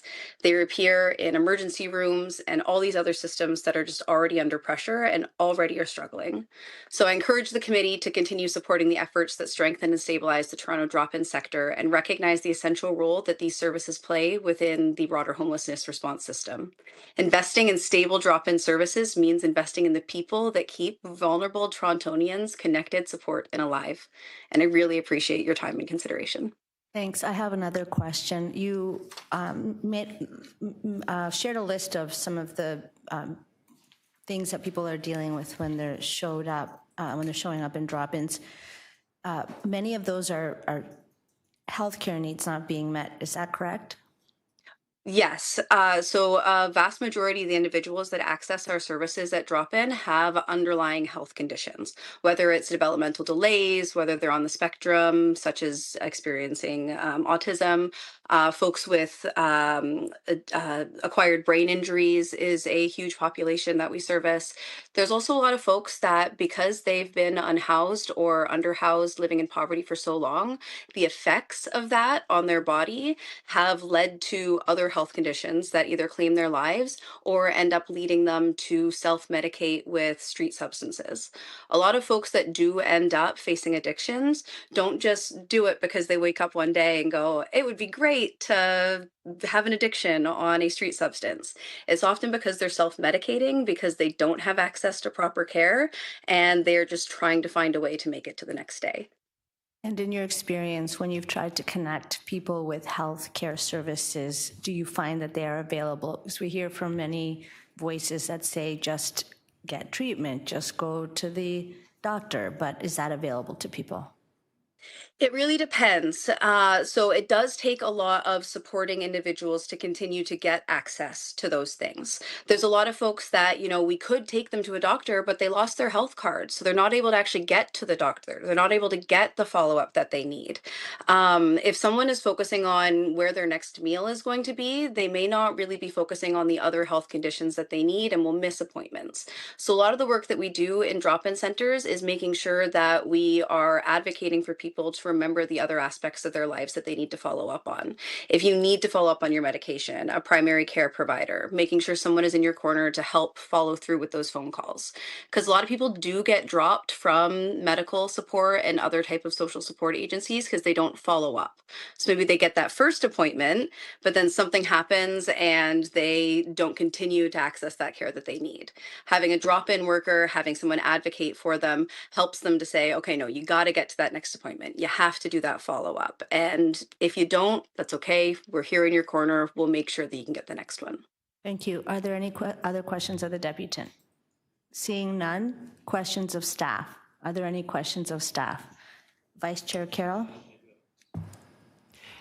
Yes. I want to unpack the funding situation as it is right now. I'm assuming, and I might be wrong about this, that the bulk funding, never mind the increases, but at some point, maybe we go back to the start. In the base budget of the funding of drop-in centers, what are the provincial funds, if any? To the chair, there's about 69% of the program is funded through the homelessness prevention program belonging to the province, and the other 31% is the city's municipal tax base. Right. And is that a situation that happens over time? Because in terms of keeping up with inflation, keeping up with their food costs and health supply costs, that mainly comes out of the whatever increase we add to the budget over the year. Is that why we find ourselves at 70-30, roughly?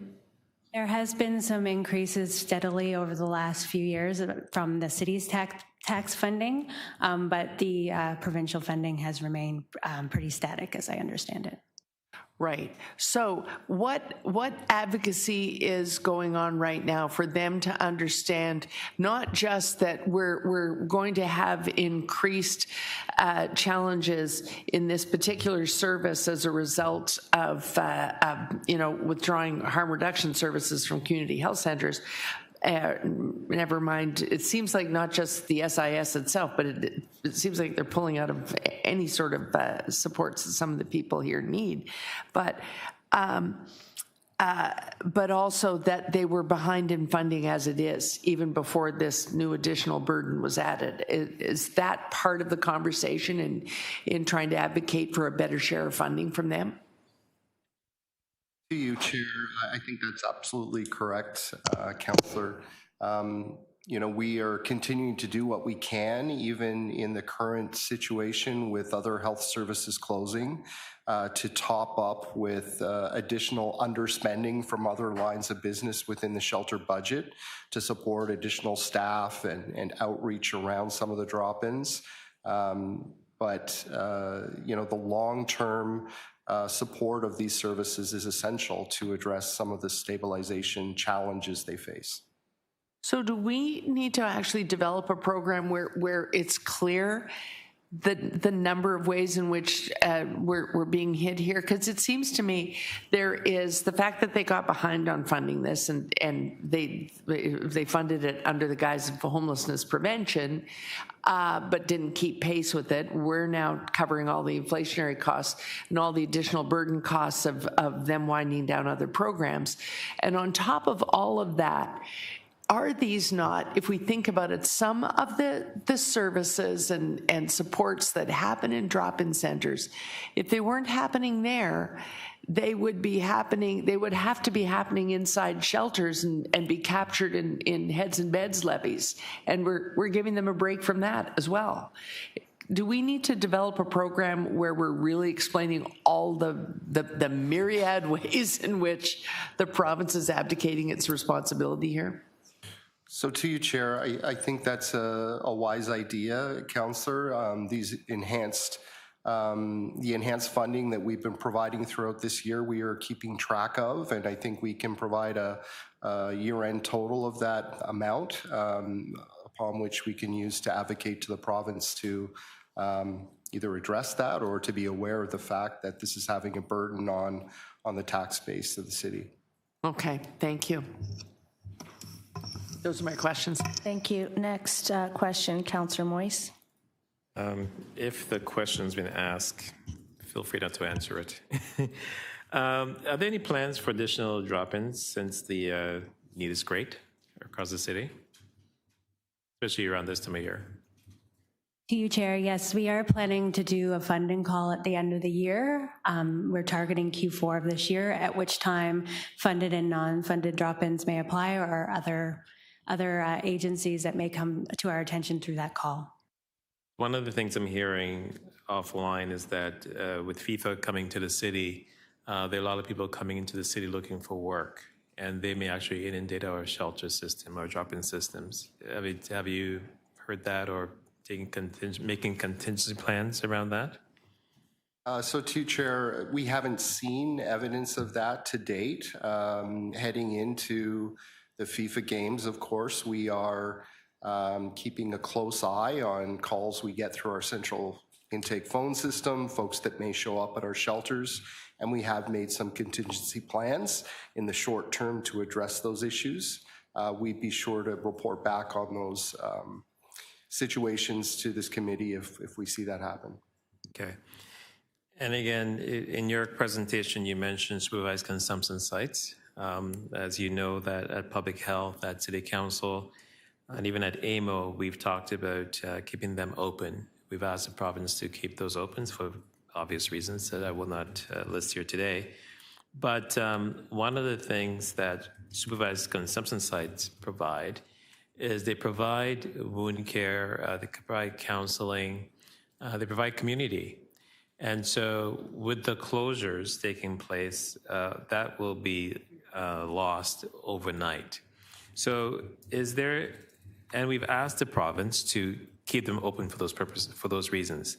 But short of that, does the city have capacity to actually keep those sites open as drop-ins and provide these services minus the supervised consumption piece to it? To you, Chair. Last year, TS3 did fund several daytime drop-ins to about $500,000 to add resources because of the impacts that were anticipated from the closures. Again, this year, in anticipation of the further closures, we are also providing some additional funding, about $1.2 million, much of which is going also to daytime drop-ins, again, to supplement their staff with resources to support things like harm reduction, and also at one location to expand their hours to support clients. So just to follow up, for example, Moss Park, SCS, again, if their funding has come to a close, is there an opportunity to keep that site open under the city's umbrella as a drop-in? To you, Chair, we have been in contact with both Fred Victor and Moss Park to have ongoing conversations with them about supports needed to continue services that are not supervised consumption. Okay, great. Thank you. Thank you. Deputy Mayor Malik, questions? Thank you very much. I want to just begin by building off of what Councillor Moyes had asked about, and I guess to get even a finer point on how the provincial cuts to supervised consumption sites have affected drop-ins. To you, Chair, we have heard from many of our providers and also through the working group we have with drop-ins. Many are experiencing higher client demand than previously experienced. Many staff are experiencing higher numbers of overdose that they are having to respond to previous to different experiences. They're also seeing demand, as indicated previously, for healthcare services like primary care, acute care, and complexities that the drop-in is not able to meet because of more needed supports from the healthcare system.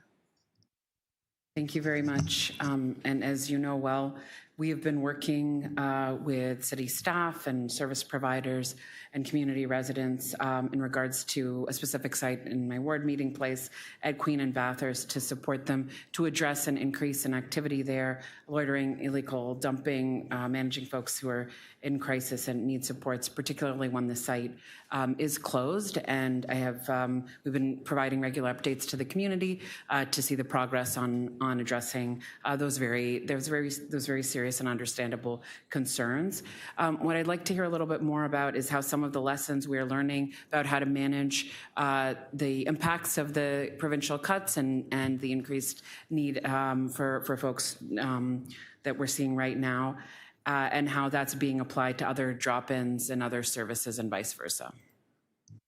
I think one of the key findings, sorry, to you, Chair, one of the key findings of the working group to date is lots of discussion around partner coordination with the city, interdivisional coordination, but also coordination with the healthcare sector. So that's a key lessons learned. In addition to that, we have seen some planning specific to certain sites that are increasing the demand, where various city partners, our funded partners, as well as healthcare providers at different community health centers have collaborated and contributed resources to develop plans to support the people who are trying to seek those services. Thank you. Any other questions of staff? I will ask some questions if there are no other committee members. So many of my questions were asked by my colleagues, all of them excellent. I want to just re-emphasize the question about how this report sets out the need for this, the additional funds for extended hours, extended services, needle pickup, et cetera. And that's to recognize that the increasing number of visits that are coming into the drop-ins and the conditions that were set out by the deputants, which you are fully aware of, correct? To the Chair, yes.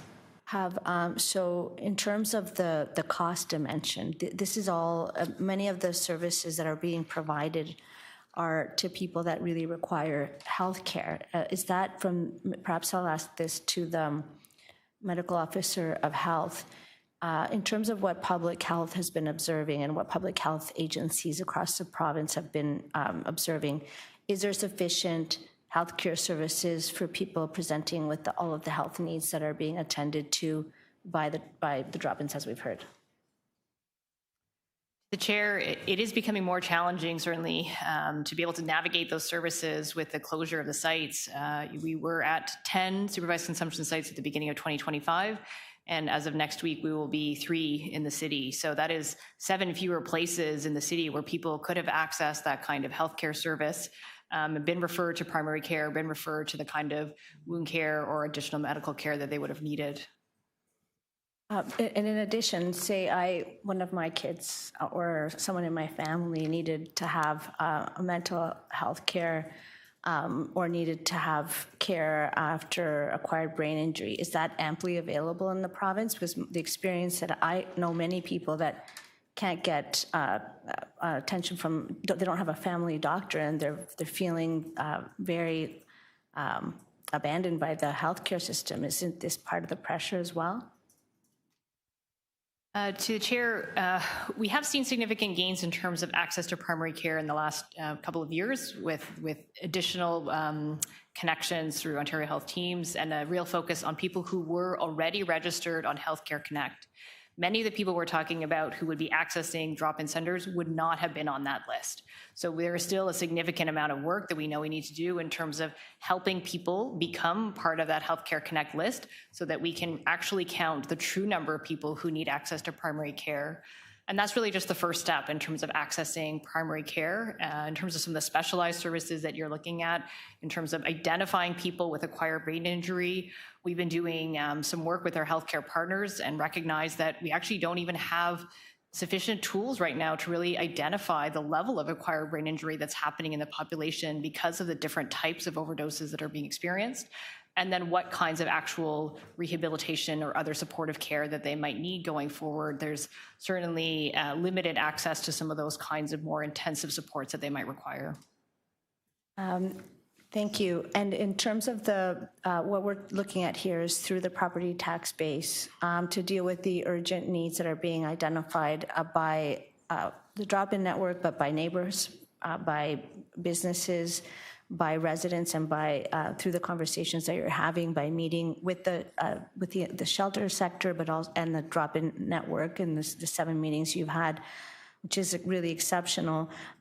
We're filling in a gap that is really should be funded by the provincial government. Is the province going to be reimbursing the city for this investment? So to you, Chair, no word currently on whether that would be the case. Talks continue with respect to provincial funding for the shelter system for next year, and we'd be sure to pass what investments that we've made this year on to our colleagues in the intergovernmental department. You can share that it's also, business improvement associations all standing together and saying that we need to have the province step up. Thank you. And now we go to speakers. Speakers on this item. Go ahead, Councillor Carroll. Well, Madam Chair, further to my questions, I'm thinking of waiting until council, unless you have a motion about the provincial advocacy piece. I think we need to do a little work on it, because I think we really need to tell the whole story of how many ways in which they're sideswiping around what are some significant issues that we're now supporting in more and more drop-in centers. They need more of our support, but we need more partnership, because it's not just the most recent issue. It's an issue that has existed as we keep topping up, and they are not keeping pace in the other orders of government. So I think unless you're moving something today, I would commit to work on something that we could craft in time for council. Yeah. Thank you, Vice Chair. Since you've raised that, I think this doing something at council that is, that is specifically not just addressed to this item, but the many ways in which we're attending to this kind of care work and care worker and the people that they serve, and the need to have a provincial response. It could be a little bit more broad. Because at this time, this item is not moving on to council. We could probably do something together as a member motion. And I want to say, what we've heard today is a couple of things. Yes, there's the challenges that we've focused on in questions, and they're real. The ways that municipal government steps in with this sector, with the drop-in network, and the workers that are in the drop-in network, which are really the care workers, the ones that do the heavy lifting, is that this partnership is absolutely crucial to protecting everyone involved, from ensuring that the workers that the stabilization happens in such difficult conditions for these workers, for the people that they care for, and for everyone else that benefits. Every time a person is served in a drop-in, it's lifting up the health and safety of everyone in the community. While all our health and safety is absolutely connected, and we cannot disentangle that. The way that these drop-ins are keeping people housed, first of all, that's the first step here, ensuring that that evictions aren't happening, with support, helping people to eat who have very low income. Many people who would be on ODSP or Ontario Works, and I'm sure that there are people that are precariously employed that show up in a drop-in as well. And that's the kind of economy that we have right now. I think that we have to recognize that homelessness and precarious employment and low income is very costly. First of all, it's costly to the person that's experiencing it. Secondly, it's costly to the workers that support those workers. And thirdly, it's costly to anyone that experiences the impact out in the public and the community, where people are sheltering or where people are trying, where all of their challenges play out. And it's costly to society in terms of what it means to end up in an emergency room, very expensive, incarceration, criminal justice system, very expensive. And we are right now in a situation in which this is like the front line of the collective defense, so that we live in a civilized society. And I really want to thank all the deputants that spoke about their experience, and to pass on to your members and the workers the amazing admiration that we have and the gratitude that we have for the work that you do, for the work that you enable, and what you do for us all collectively. I also want to give big shout out to the Toronto Shelter Services and Supports. This shelter division is doing wonderful work in opening itself up in so many different ways to have real conversations with its partners in real time in a way that problem solving is happening and support. We cannot have solutions, and we're not going to produce them in isolation. Through the process of these meetings and the dialogue, we're effectively ensuring that every public dollar that's spent here in the City of Toronto out of our municipal taxes is doing much more. We're maximizing the value of the investment, and I think that shows a real willingness to speak, to collaborate, to listen, how effective, what good stewards of public dollars are within the public services division. And that's something that you're not going to get in any other level of government, where we scrutinize every dollar, everything is publicly available, and then we have these conversations in an open meeting, which have the advantage of also being broadcast at the same time.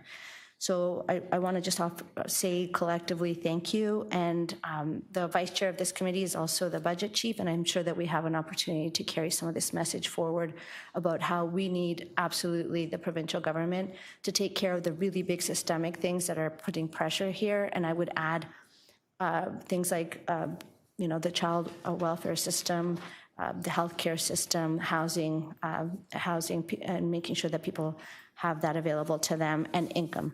So thank you, and I will pass it on to I think, would you like to speak as well? Yeah, just briefly. Thank you for the report. It's rather extraordinary. I was at the Federation of Canadian Municipalities last week, and I was surprised to see how many homeless people are in Edmonton. I was in St. John's back in March. There's a lot of homeless people there as well. And I'm going to North Bay next week for another conference. I'm sure I'll see a lot there. One of the things that actually was passed at FCM this past week was asking the federal government for a strategic plan to address addictions, mental health, and homelessness, because it is really a national emergency. And everyone is right now, it's a piecemeal approach. And I know in Toronto, I can tell you we're on the right track. We're doing a lot of right things. A lot of people looking to us because of the work we're doing. And we are recognized and acknowledged across the country. But again, this piecemeal approach is not working. There are no borders around our city and around our provinces. People move around because they feel that they go where they feel that they can be supported. And of course, Toronto is a leader in supporting those who are most marginalized. But we cannot do it alone. And I think that, again, the motion that was passed at FCM this past week, I hope will really help that, because now as a federation, we'll go to the federal government and ask for this support. Not only a strategic plan, but also money to accompany that, to ensure that small and large municipalities are supported. So thank you again to our staff for all the work that you do. Thank you. Are there any other speakers? Thank you, Councillor Moise, for sharing at FCM as well, what we're experiencing and learning from other municipalities. On the item to receive, all in favor? Opposed? That is carried. And we are now moving on to EC 29.10, update on reducing barriers to youth employment and diversity youth fellowship program. And I understand that we have a short presentation.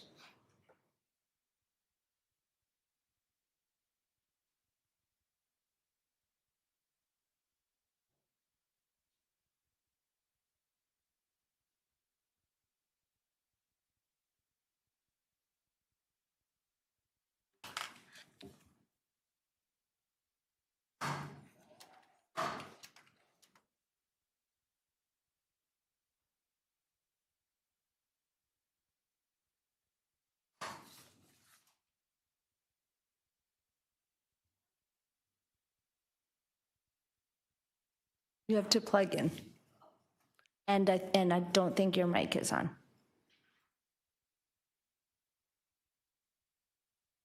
Thank you.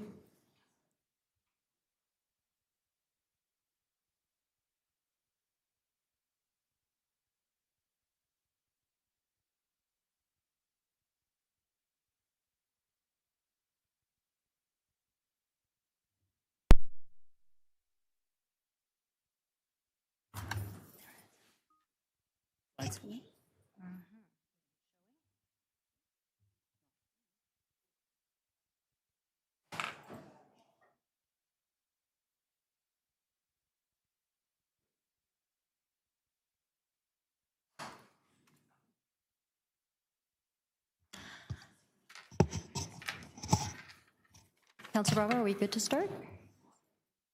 Absolutely. Thank you very much.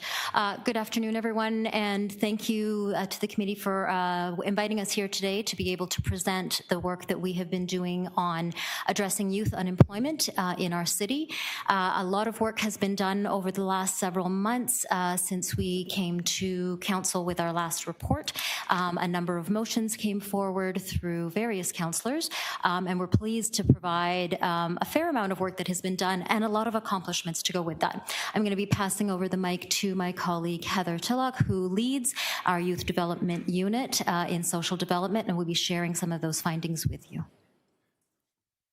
Thank you, Xenia, and thank you to committee for the opportunity to present today. I wanted to start, next slide, please, by grounding us in the current context that are facing young people in Toronto. As of April 2026, our Toronto youth unemployment rate was 16.8%, significantly higher than the overall unemployment rate across the city. Youth employment in Canada rose from 10% in 2022 to 13.8% in 2025, the largest three-year increase on record outside of the recession. And at the same time, youth are navigating economic uncertainty, rising living costs, increasing competition for entry-level jobs, all of which is making it harder to access employment opportunities and advance their careers. This isn't just a labor issue, it's an equity and economic inclusion issue for our city. In response to these challenges, our city has been building a more coordinated and integrated intentional system to connect youth to opportunities, not just isolated programs, but a connected ecosystem. The numbers show that we are making progress and we're moving in the right direction. Our 2025 Toronto Youth Employment Inventory identified over 16,000 opportunities for young people. In 2026, this same inventory identified an additional 2,800 jobs identified across the city and our youth employment table partners. And beyond just the jobs, we're also starting to count some of the other supports that help our young people move along the pathways. This include helping over 1,000 young people connect to job and employment supports through 11 career activation and job fair events in 2026. We've also launched a number of new initiatives targeted towards summer employment, including City Serve Summer, the FIFA World Cup initiatives, Youth Ambassador initiatives, our Community Youth Academy, and the Student Connect program. We've also established more than 10 partnerships through our youth employment table that again cover youth through the employment pathways. So scale is important and so is coordination, and we're focusing on both. This map illustrates how our programs are embedded across the Toronto communities. Youth can access opportunities regardless of where they live. Programs like City Serve, the FIFA Youth Ambassadors, and Student Connect provide diverse entry points across the city of Toronto. Each program is designed to build skills, experience, and pathways into employment. There's a real emphasis on localized, community-based approaches. There's a diverse suite of partners involved in delivering these programs, including the Toronto District School Board, United Way, a multitude of city divisions, community agencies, post-secondary institutions, other levels of government, funders, and more. The programs on this map represent over 1,000 youth employment opportunities across the city during the summer of 2026. And it's important to note before we move on that not all of the programs that we deliver workforce development opportunities are represented on the map, but we wanted to provide you a snapshot of the key initiatives. To better understand how youth move through the opportunities, this slide illustrates the full system. This model shows the continuum from exploration to long-term career success.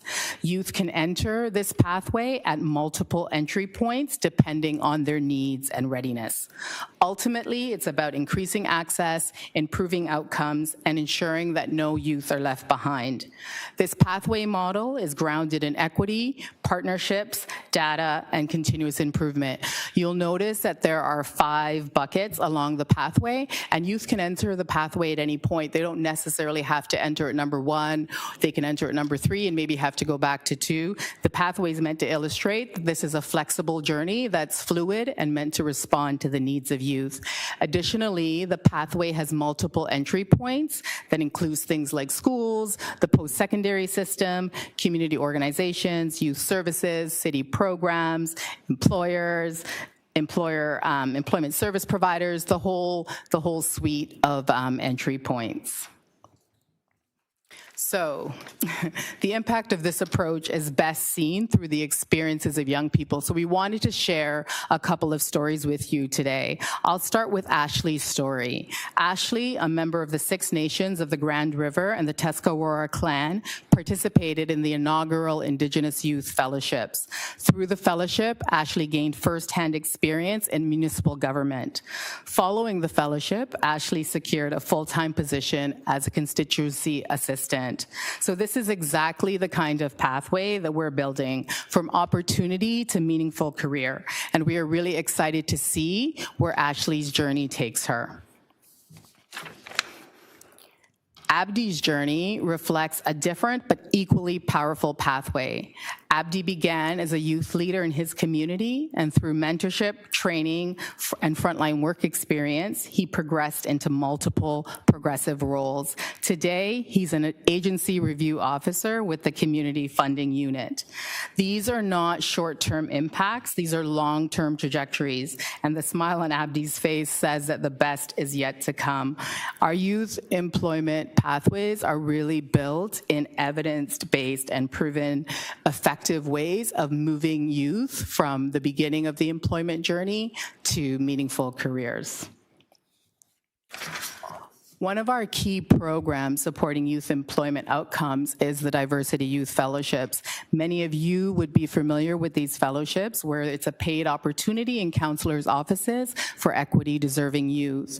There was a motion to explore the feasibility of a disability-focused cohort and whether or not that could work in our current context. As part of our assessment, we found that 25% of the current fellows identified as having a disability. So it does demonstrate that youth with disabilities are engaging in our programs. So rather than create a separate cohort, our approach is to continue to strengthen accessibility and inclusive supports and practices within our current model to ensure that all youth can participate and succeed. So what's next? Our next steps will focus on coordination, data, sustainability, and systems level impact. We will continue to gather stronger evidence to guide decisions. A key upcoming initiative is the Youth Employment Charter, which will expand our employer engagement. So ensuring young people can access meaningful employment is not just about today, it's about the future workforce, the future economy, and the future of our city. I think I'll stop there. Thank you. Thank you. So we have debutants, so we're going to ask you to stick around for questions of staff, but I will go to the first speaker, John Emor. John is online. Welcome to committee.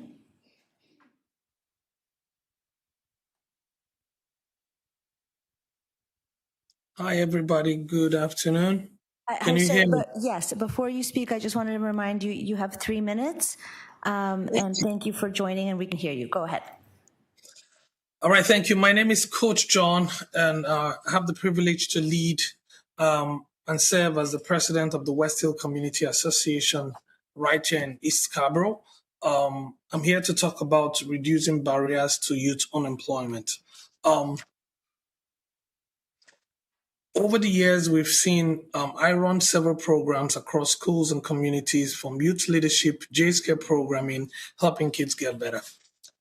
But we've seen over the years that as kids grow through the ranks and become older and get ready to get employment, they begin to struggle, many lose hope, and oftentimes we begin to see a lot of them go into negative vices due to lack of employment. So let's talk about West Hill. West Hill is composed by several shelters, social housing, youth violence, homelessness, and high addiction to drugs. This leaves kids without mentorship, looking for opportunities, whichever way they can find. West Hill leads the 43 Division Police data statistics in many negative vices, from assault, homicide, robbery, theft, breaking, youth violence. Why? Lack of opportunities of employment allows them access into these negative vices that are readily available. We did a job fair last month, and job fair was to start 10 in the morning, but as early as 8:30, we had almost 300 youths already lined up looking for a job. At the end of the day, we had over 1,386 people walk through that door. We were able to just get a fraction of those to get meaningful summer employment. Parents were left frustrated. A lot of kids were disappointed. Why? Because youth unemployment is a crisis in our city. Lack of opportunities will only take them to negative vices. The past 2-3 months, we've had several gunshots, youth violence, all within the West Hill area. I believe the city should prioritize and make youth unemployment an emergency, as it has direct impact in combating the violence we see in the city. We're coming to the summer months, we're already in it. Within West Hill, the news is already going. This summer is going to be rough, there's going to be blood. I believe if we proactively create opportunities for these kids, West Hill will not lead in all the negative statistics. Thank you for talking about the city strategy, the city youth employment table, and all that it seeks to achieve. I see the numbers, they're really good. But on our own as a local community in West Hill, we've been able to come together doing something that is close in proportion, in some degree, to what the city is doing, and that is good. I believe with us partnering with the city even more and increasing funding and all of this, we will do more. We were able to reach 1,385 kids. We got 94 employed. And I think with more funding, more supports, we'll be able to get crime out. We are tired of kids growing up and losing hope because there's no employment. Having said that, I think my time is 3 minutes. West Hill needs support. Kids need help. Just a little bit east of West Hill, we got West Rouge. West Rouge got senior center. They got 2 community centers. But West Hill, we got seniors. In West Rouge, they got the rich have gyms in their home. The seniors have gyms in their home and gyms and a community center for seniors. Coach, I'm going to stop you there, but I'm going to ask you to finish what you had to say. And then I see Councillor Shan, were you going to do the same? Yeah, and I was going to ask it as a question as well. So. Okay, why don't you? My question to you, Coach, is can you finish what you had to say? But the 3 minutes didn't allow the time, and we have another question from Councillor Shan. I think I'm just saying that for now the community is coming together, creating its own community center to bridge this gap, and I think youth unemployment is an emergency, has direct impact on the violence that is on the uptick in our community. Thank you. Thank you. And I see a question from Councillor Shan. Thank you. Thank you, Coach John. And thank you for all your work, but also thank you for being here and deputing. My question is related to the concept of declaring it as an emergency or a crisis. How do you think that will help? And also, I know you had a great turnout at the youth fair. Sometimes people organize youth fair, but they don't get as many young people. But you had a great success of over 1,000 people coming in. So just maybe sharing what worked there in terms of getting those people into a room. Yeah, I think one of the things we learned is that residents oftentimes lose trust in systems. They want to be sure that they go for job fairs, not because it's being done, but because the people really want them to be employed and they want to see results. So we are a grassroots-led parents, resident-led organization, a group, and we were able to reach almost every homes.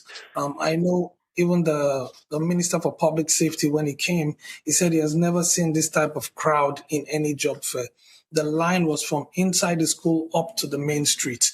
So, and then community-led, community-driven approach, like the West Hill Community Center and all that the city is doing, get the people involved in the planning, get the residents to design what those who hear the gunshots, those who know the kids. Some programs are designed, but the kids are disconnected from them. So we know the passion of the kids. We know how we can channel them.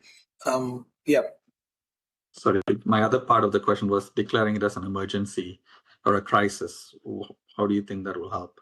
Yeah, because it has direct correlation with violence in the city, I think increasing funding, increasing support for community centers like ours that was resident-built, resident-led without any government support, investing in organizations that are in the community, that know the children, that have seen them right from when they were 9 and now that they're 18. For me, that's the... Calling it an emergency basically means its impact is huge. It affects the safety of the society and it affects everything we're building. Thank you. Thank you very much. Getting the people involved that hear the gunshots, that know the kids, it's important. Yeah. Thank you. Any other questions of the debutant? No. Thank you very much, Mr. Emmer. We're going to go now to Fabio Crespin. Welcome to committee, sir. You heard me. You've been in here. Thank you, Chair. Go Bravo. ahead. So good afternoon, folks. My name is Fabio Crespin, and I serve as Senior Manager of Inclusive Employment at United Way Greater Toronto. Thank you very much for the opportunity to speak today about the critically important issue of youth unemployment. We're proud to be close partner of the city on several initiatives, including a significant new collaborative effort to advance youth employment. Why does this issue matter? Youth unemployment matters deeply to United Way and to the well-being of our city and our society as a whole. Across Toronto, young people are facing real and growing challenges entering the labor market. These affect youth from all backgrounds and from all neighborhoods of our city. Nearly 1 in 5 young people in Toronto are unemployed, a rate higher than the provincial average. Early and meaningful connections to work, as we know, improve lifetime earnings, increase labor force participation, and reduce future strain on income supports, healthcare, and the justice system. While all young people are feeling these pressures, those who are furthest from opportunity, who may lack access to skills, networks, or supports, are experiencing even greater barriers. Indigenous youth, Black youth, and other racialized young people face disproportionately higher barriers to employment, reflecting persistent systemic inequalities. Simply put, this is not a marginal issue. It is a systemic one that affects our economy, our communities, and our collective future, and we should all be concerned. So what is the challenge that we're facing? There are many pressures driving these challenges, but 3 key ones are most pronounced. Overall, there are few entry-level jobs due to automation and delayed retirement, driven by the high costs of living, reduced opportunities, and intensified competition. And many employers are scaling back recruitment due to increasing business pressures. Together, these forces are making labor market entry increasingly difficult. In the face of these challenges, we would like to acknowledge and commend the City of Toronto for its leadership, as well as the Toronto Youth Cabinet for playing a pivotal role in elevating the issue as a citywide priority. The City of Toronto is one of the largest employers of youth in the region, and through workforce development pathways, key initiatives and pilots such as the City Serve pilot and Community Youth Academy pilot, the city has demonstrated a meaningful and ongoing commitment to the issue. We are proud to work alongside you as a key partner. How is the sector responding? The community sector is also mobilizing to meet the growing need. Through United Way, in partnership with organizations such as the Neighbourhood Group and Find Help 211, more than 300 agencies are coordinating support for over 2,000 young people who will gain their first work experience. And I'm looking at the clock. I know that I'm exhausting my 3 minutes. Maybe if I could have a minute more. If you stop, I will ask you what else you had to say, and then you can continue. Sure. What would you like? Would you be willing to finish your remarks? Please go. Thank you, Cynthia. Thank you, Chair Bravo. So maybe I go to talk a little bit about the youth table that we're creating together, and then a brief call to action. So together, this table is already making strong and encouraging progress, the table that we are co-leading with the City of Toronto. We're in the final stages of developing a youth employment charter for employers that outlines clear commitments to youth, from inclusive in hiring practices to creating meaningful opportunities for employment, retention, and advancement. We're moving on to the next phase of this work by engaging with a diverse group of employers to socialize the charter and get feedback to strengthen the approach. What is the call to action, if I may? We would like to close by expressing our sincere respect and appreciation for this committee's leadership and commitment to youth in the city. We see council members as essential partners in advancing the systemic solutions needed to address youth unemployment, and we offer the following considerations with humility and respect. 1, continue to elevate youth employment as a citywide priority, embedding it across strategies, investments, and decision-making processes. 2, expand access to entry-level opportunities, including sustaining investments in paid placements, internships, and early work experiences. 4, further strengthen partnerships across sectors, aligning efforts between employers, educators, and community organizations. And 4th, continue to lead by example by expanding youth hiring within the city and scaling pathways such as co-ops, apprenticeships, and mentorship opportunities. We look forward to continue our partnership in support of youth employment in the city and to identify new opportunities to elevate the issue, engage with other levels of government, and focus our efforts in the month ahead. Thank you. Thank you. Any other questions of the deputant? No, seeing none. Questions of staff? Are there any questions of staff on this item? No. To speak, Vice Chair Carroll. Yeah, I just wanted to thank staff for all the efforts thus far. We've heard from the deputants how urgent this work is. But I've been really impressed by the way in which we're taking these actions, because it hasn't been simply, oh, hit a number, because we sort of started from that.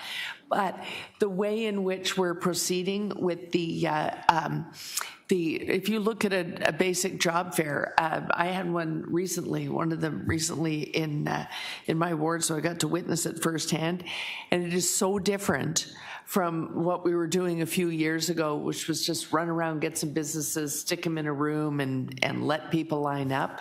But adding the layers of what are the pathways to jobs and also providing access to those. The room, which was simply how to apply for a job at the city, was lined up. And I noticed that through the afternoon it progressed to eventually it was parents taking the same class, which speaks to the needs in the community and that the location for it was well placed. And I understand from Councillor Nunziata that she had the same phenomenon happening on her side of town, which speaks to the need, but also that I think what we're doing is creating a sort of a more lasting pathway to help people get to the pass. We wish we had more funds to do it. We welcome any partnership that wants to come along, but the degree to which we are using the partnerships, I think, is is really impressive, and it is next level compared with the way we did really the same task a decade ago. So thank you for that. Thank you, and I want to apologize to members of committee and to the deputant that I missed Nicole Corrado for her third appearance in our committee. You have 3 minutes, Nicole, and we'll come back to speakers. I apologize. Oh, actually, it's my second time speaking. Oh, sorry. I don't think this is my third. But yeah, anyway, what I wish there was an employment opportunities when I was living in Toronto as a youth. I'm on the autism spectrum, and I couldn't find any employment that would have been suitable for me. And I think when you're looking for employment for young people, especially young people who may be neurodivergent, it's best to find employment that's actually meaningful to that person. Not everybody wants to get that, the special needs jobs or, the special jobs. People want to work where they feel passionate about. So I think it's best to have support in the workplace of your choice. Obviously, people, jobs are scarce. You can't always get the job you want, but I think there should be support in, as much as possible to be able to support people in jobs of their own choosing rather than having sheltered workshops or workplaces. I think people want to have real employment. I was been faced with volunteering at some of these autism organizations, but being a peer facilitator when the neurotypical facilitators would get paid, I wouldn't. And that's not fair. I think that people with disabilities, youth at risk, they should be paid the same as everybody else and should be given the same opportunities of employment and be given whatever accommodations and support they need to be in the real workforce and actually be paid the same way. Thank you very much. Are there any questions of the deputant? Seeing none, thank you for coming to committee to speak. I saw Councillor Shan's hand. Go ahead. Thank you, Madam Chair. I just wanted to say thank you to staff for all the work that they've done over the past couple of decades. There's definitely been such a deeper engagement around this issue over the last couple of decades. In fact, in the last decade, probably there's a lot of shift around creating meaningful employment opportunities, just not any employment opportunity, but also trying to provide wraparound support, pre-placement, during placement, post-placement support, and other ways to make sure that those who are entering the workforce within the city are supported. Having said that, I think we do have to figure out ways to innovate a little bit more than what we are doing, because the kind of environment we are in is constantly changing. Sometimes we hear blame on young people that they're not ready for work and all this stuff. That is not true. In fact, I was at the job fair, and over 1,000 young people lining up to come and meet potential employers and try to find ways to spend the summer meaningfully and productively. Was great to see in Westhill. So that's one example of a neighborhood, and there are other neighborhoods, and that's partly credit and wholly, a lot of credit to the organizers and Coach John and others. But I have to say that we have to look at other models of supporting young people, whether through micro grants. I know the federal government has a program that gives out micro grants to young people on certain projects for skill development, in addition to the summer employment and so on. So maybe creating a center where social innovation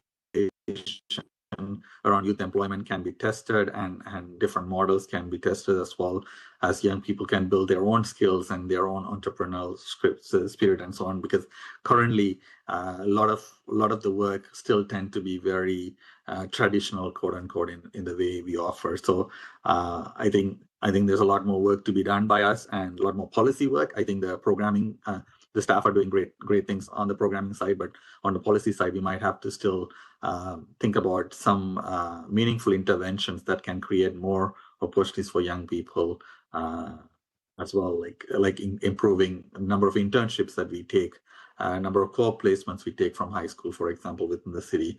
There are so many barriers that are set up in our public service that does not render well for such engagement at a larger scale within certain neighborhoods, including our own councillor's office, in terms of how we engage high school students as internships and so on.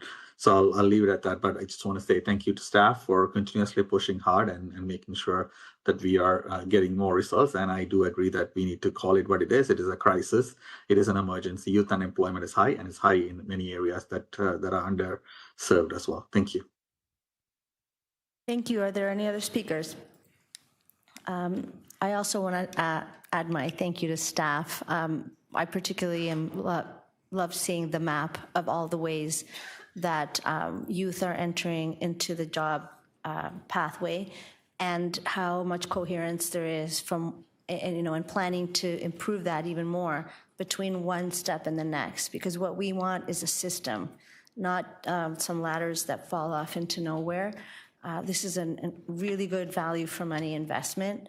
As we heard, with the support of the United Way here, being at the table, helping to hold the table with employers, the amount of heavy lifting that the public service is doing and the progress that we've made for our size and for what we are able to do at this level of government is leading in terms of creating employment opportunities that are meaningful.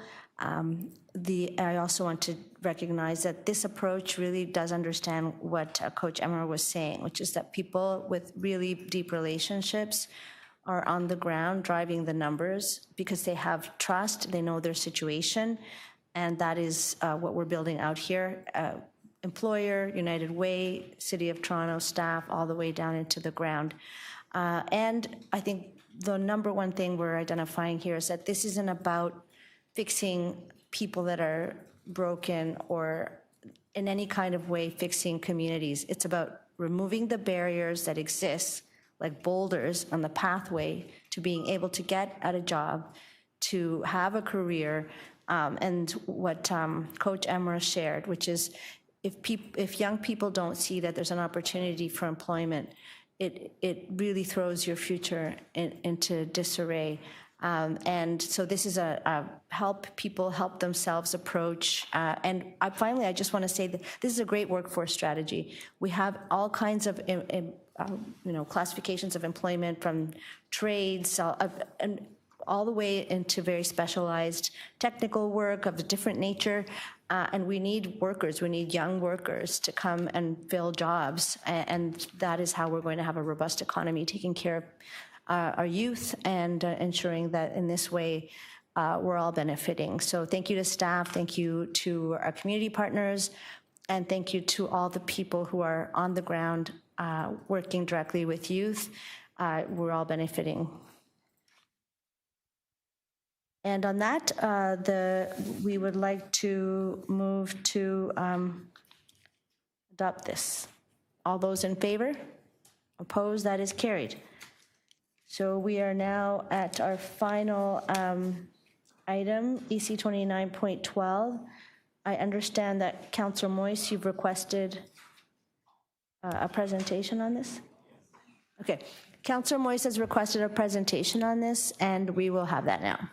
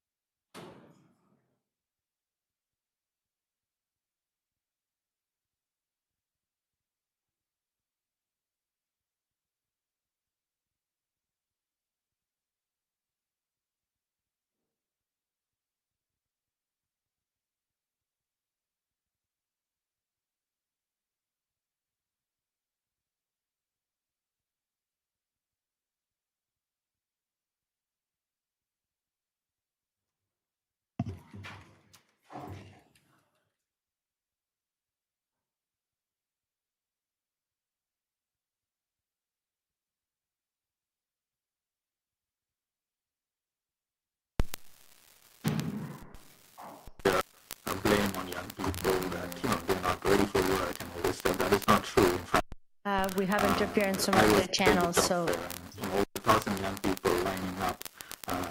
someone's phone conversation is being broadcast right now, so could we cut the sound? Spend the summer meaningfully and productively, and it was good to see in Bristol. So that's one example of a neighborhood, and there are other neighborhoods, and that's partly. I believe that we're getting a replay of Councillor Shan's intervention. And nothing now.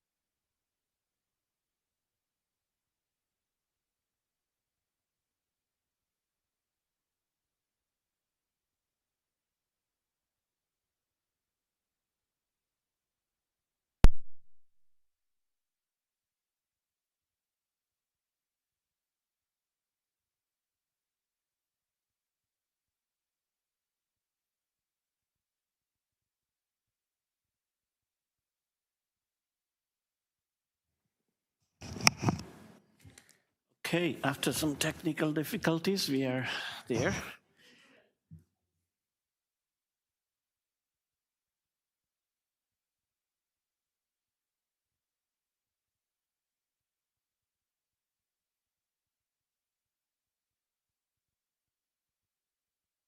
Good afternoon, Chair and members of the committee.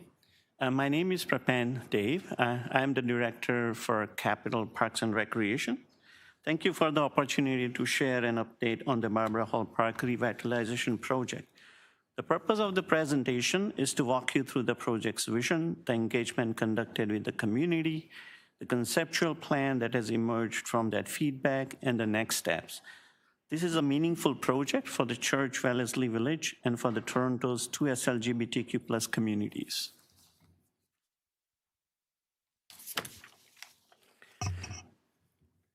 Barbara Hall Park sits at the heart of the Church Wellesley Village and is the largest park serving the community. The surrounding area is undergoing significant change with several residential and mixed-use developments recently approved or proposed. This growth is expected to increase further demand on the park use and programming. Ahead of World Pride Toronto in 2014, the park underwent some modest targeted improvements, including reconfigured pathways to better accommodate large events, programmable lighting to animate the space, a granite plaza, seating, and select public ramp upgrades. The park was also renamed Barbara Hall Park in 2014 in recognition of Toronto's former mayor and longtime advocate for the community. While the park already hosts significant community spaces, including the AIDS and trans memorials, part of it has become tired and lack visibility from the street. The revitalization is designed to respond to both the growing density and the need for renewal.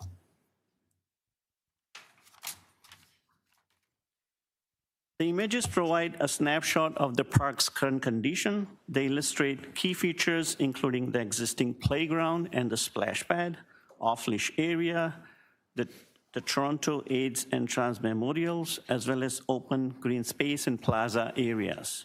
The 519 Community Center is the primary adjacent institution and a key partner in activating Barbara Hall Park, using it as an extension of its events and everyday programming and community services. The 519 also plays an important stewardship role in supporting and programming the memorial spaces.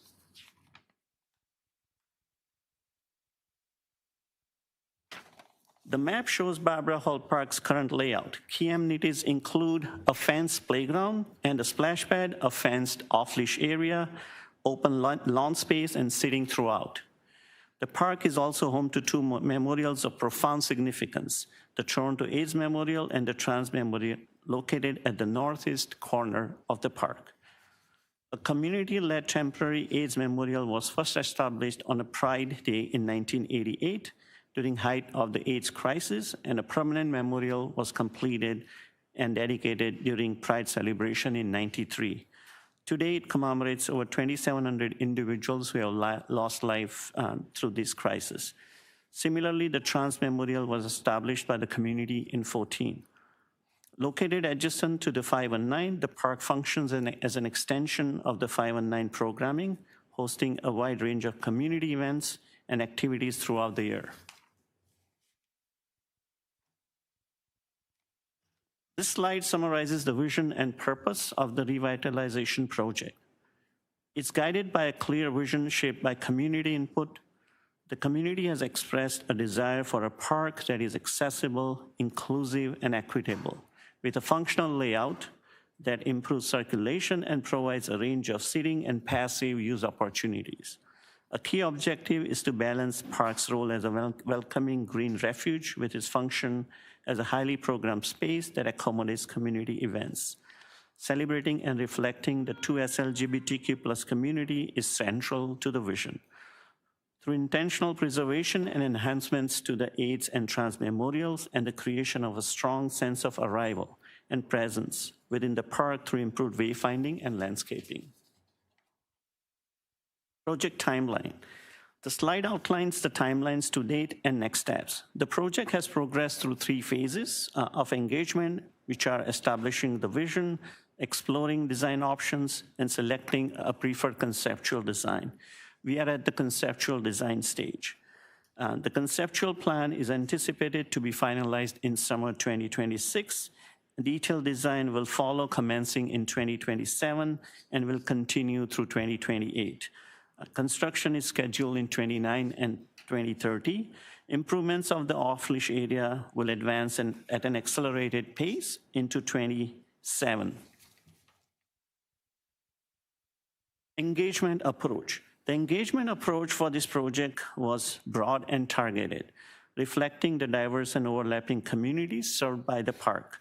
This includes the 2S LGBTQ+ community, families with young children using splash pad and playground, nearby residents, local businesses, individuals who rely on the park for shelter, social support, and programs delivered by the 519. Targeted engagement included HIV/AIDS and trans+ communities, given the memorials, as well as street-involved park users who are often underrepresented as traditional consultant process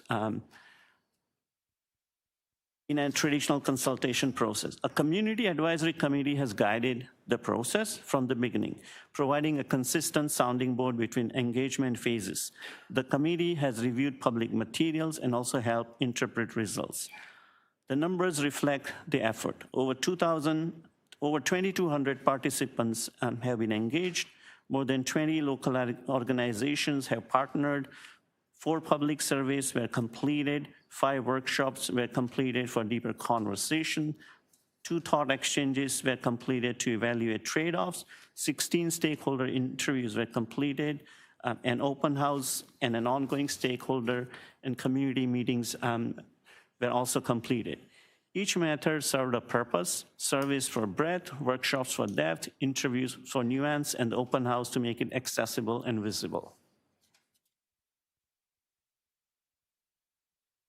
This slide provides information regarding the local organizations that were engaged. It's a comprehensive list of approximately 20 community groups. What we heard, across the engagement process, 5 clear themes emerged from what the community informed us. On accessibility and circulation, there is a strong, consistent support for wider, step-free, well-connected pathways. The current routes were frequently described as difficult to navigate and a barrier to people using mobility devices and strollers. On inclusive amenities, participants consistently described the playground and off-leash area as high-value spaces and supported upgrades to both. Views were both mixed on washrooms and a potential cafe. For animation and gathering, participants want flexible spaces, more seating to help activate the park day-to-day activities. At the same time, we heard concerns about events putting pressure on green space and the everyday experience of the park. So the design needs to strike a careful balance. Safety and comfort came through as the top concern overall.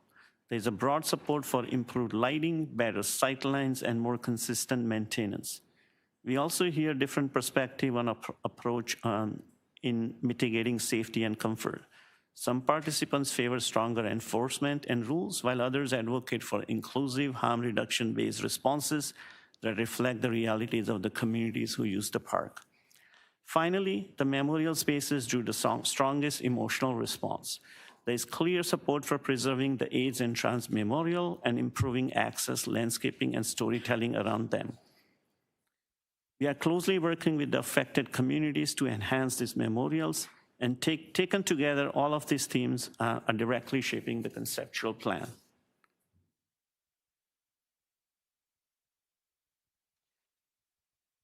The park has experienced ongoing health and safety challenges that have intensified since the pandemic, including a rise in opioid-related incidents.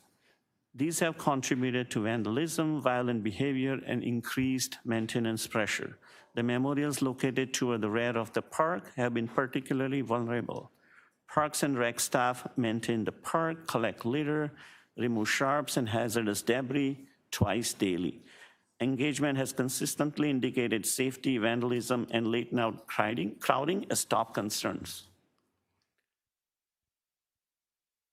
The slide provides conceptual design on where we are. 4 key priorities are identified. Improving comfort and safety, enhancing accessibility, increasing animation and activity, and balancing commemoration with celebration. Concretely, that means upgrading the playground, splash pad, off-leash area with a small extension for the off-leash for separate, smaller dogs.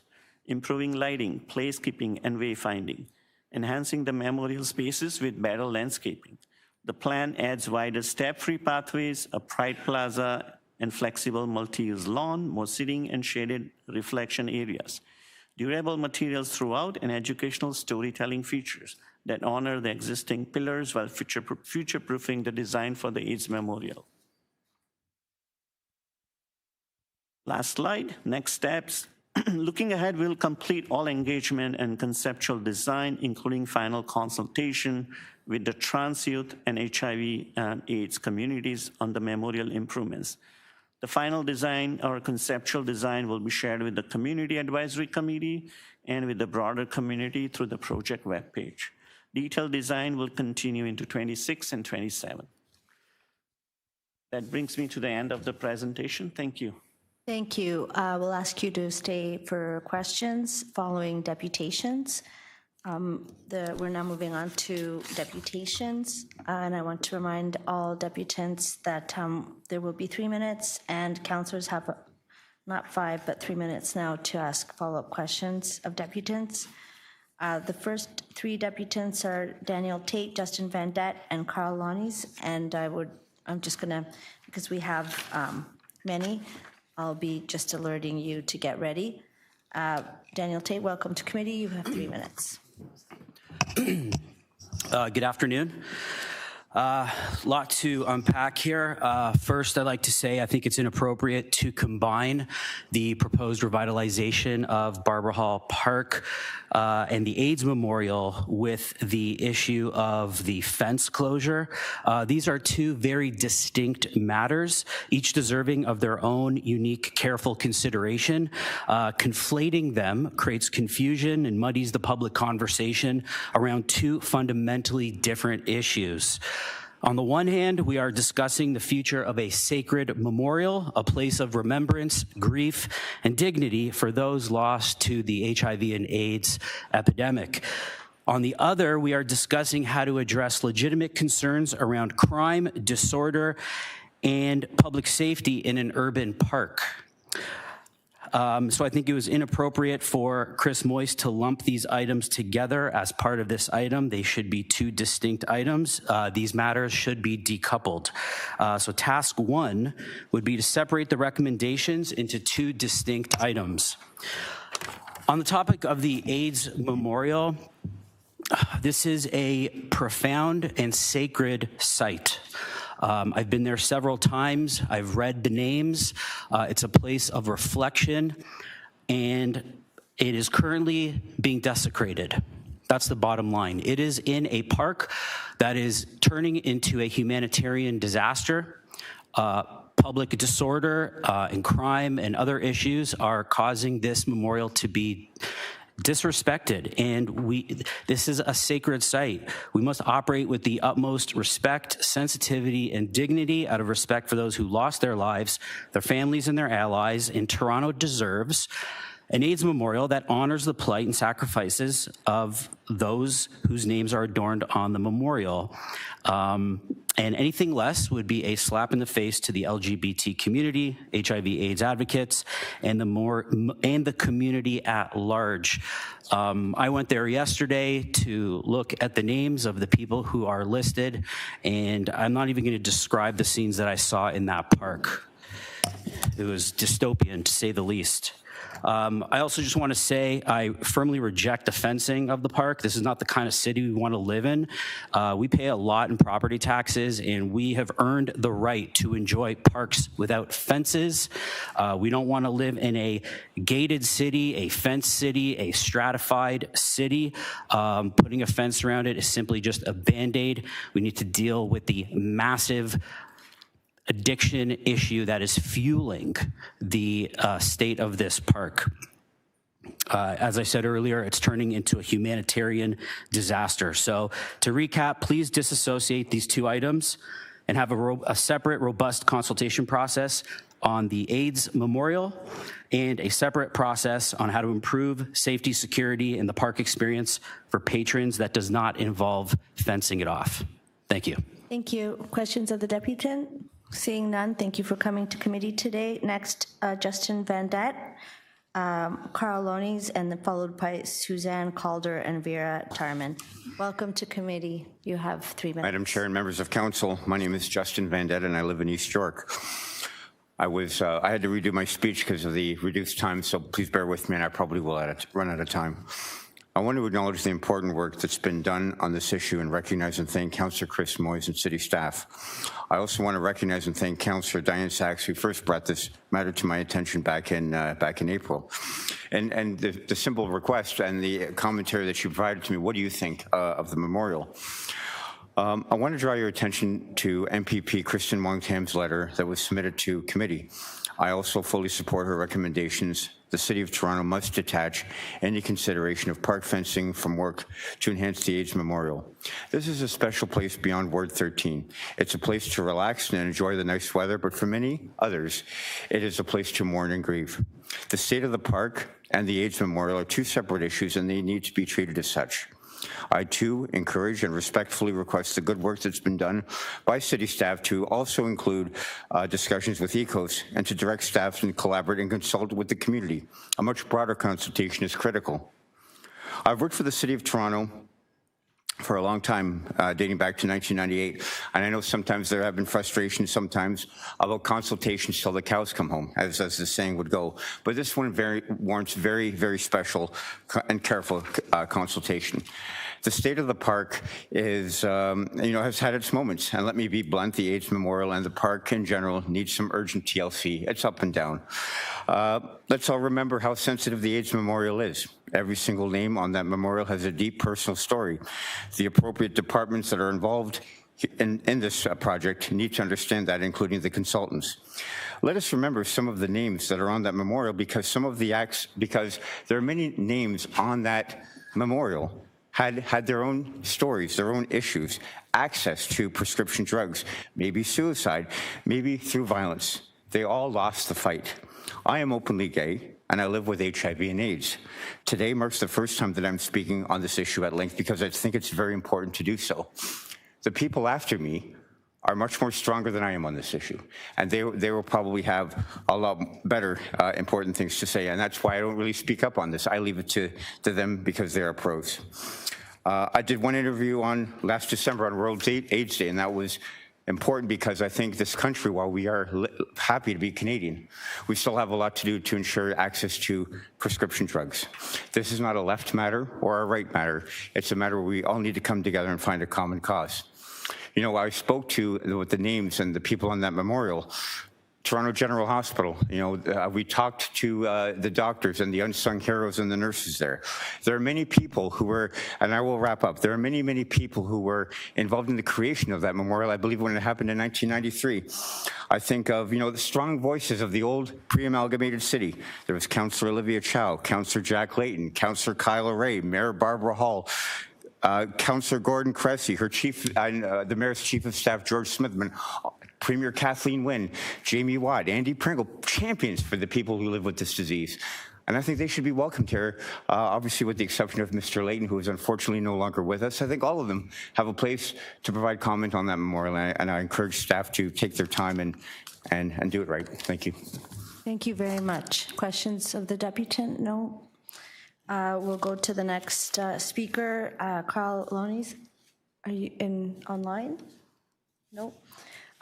Suzanne Calder, followed by Vera Tarman. Is Suzanne Calder online? Yeah.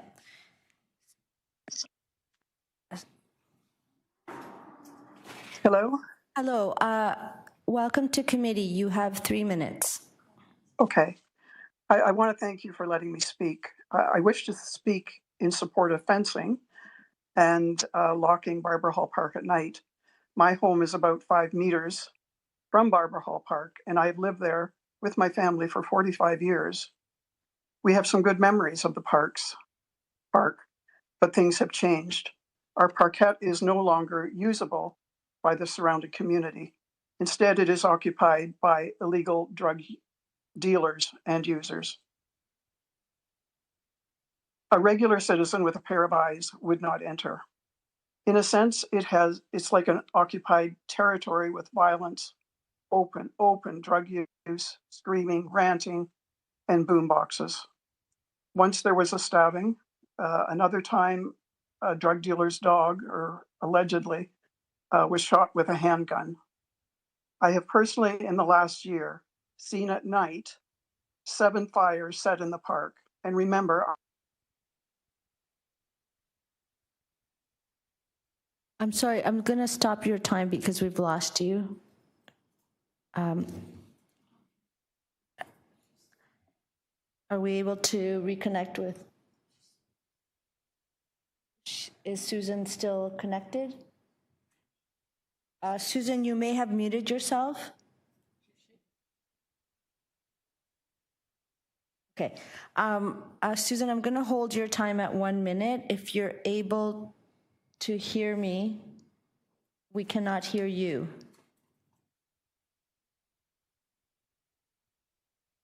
Okay, you're unmuted.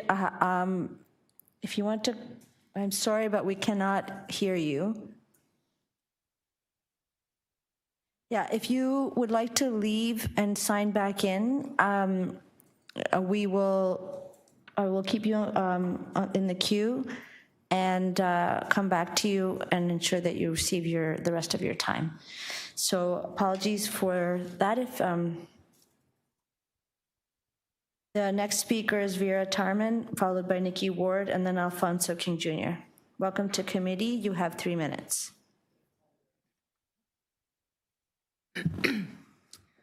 Hello, can you hear me? Please press the button and make sure that it's lit up green on the microphone. Okay. Hi, my name is Dr. Vera Tarman. I'm an addictions physician and also a homeowner at 24 Monteith Street.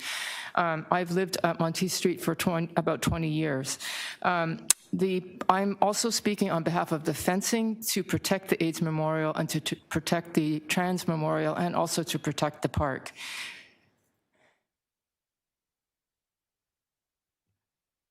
The park has the AIDS Memorial. I have many patients that are on that AIDS Memorial. I have many friends on that AIDS Memorial. When I see people who are there now dealing drugs, defecating behind the memorial, it breaks my heart. I want to see that protected. When I see the Trans Memorial, I don't want to go on about that. I'm very moved to speak to protect it. I have patients who come to see me who are accosted by drug dealers. They're coming to see me for their addiction problem, and they're accosted by drug dealers. The reason why I'm proposing the fence is because I think that that is a simple maneuver. Of course, there are many other maneuvers, but this is an immediate response that will, first of all, stop people from living in the park and drawing the dealers, because they're the vulnerable, and the dealers come and that's where their market is. If they're not there, the dealers aren't there. Most of the danger that happens is at night, as we heard from Arlene. We've heard women. I don't even need to tell you what I think is happening. We've heard shootings, we've heard knifings, all happening in the middle of the night. If there is a fence, that will stop that activity and will considerably diminish the activity. We have a little fence that was from the park to 24 Monteith. That simple act made a huge difference to our street, and I think a big fence will make a big difference to the park. You can look in New York, you can look in London, England, and you can see beautiful fenced parks. Like, this is not about fencing or gating the city. This is about gating precious spots, the same way that we would gate a cemetery, because it is hallowed ground, and I would like to see it back. So I thank you very much for allowing me to speak. I really appreciate the actions that have already happened, and I just end by my ask, which is that we continue to focus on having a fencing to support the park. Thank you. Thank you. Are there any questions of the deputant? Seeing none, we'll move on to Nikki Ward. Alfonso King Jr. and Olivia Oriat, please prepare to speak next. Welcome to committee. You have 3 minutes. My name is Nikki Ward, N-I-C-K-I-W-A-R-D. I live in Ward 13. I'm a member of the trans community, was one of the co-founders of the Trans Memorial, and I thank other deputants for mentioning it, because sometimes we do get left out.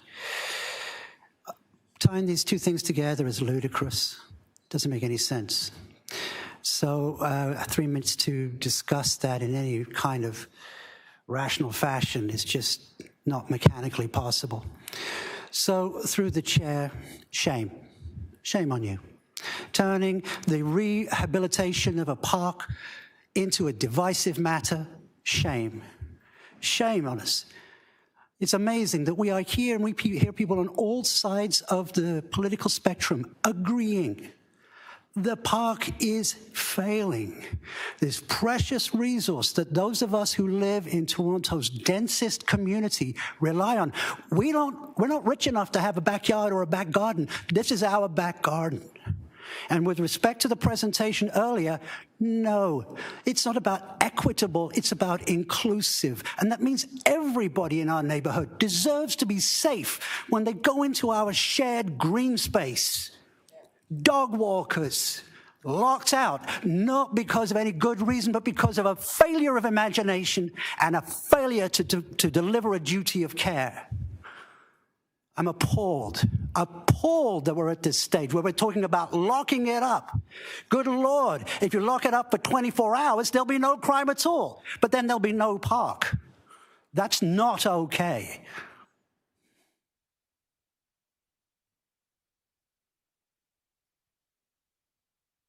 Trans Memorial, I can't even speak about it.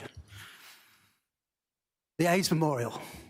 Trans Memorial was founded because our names weren't on that memorial, because we died so damn fast. The people in our area deserve to use that space, all of us, dog walkers.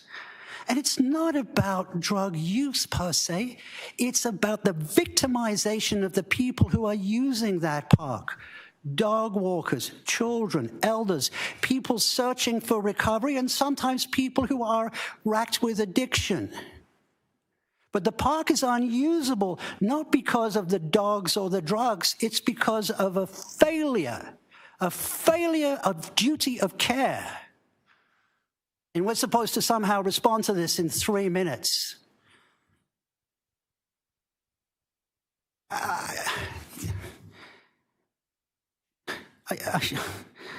I'm exasperated, like so many people in our neighborhood. We've run out of things to say. We've run out of solutions. And the solution appears to be to lock it up so nobody gets to use it. Shame. Thank you. Are there any questions of the deputant? Seeing none.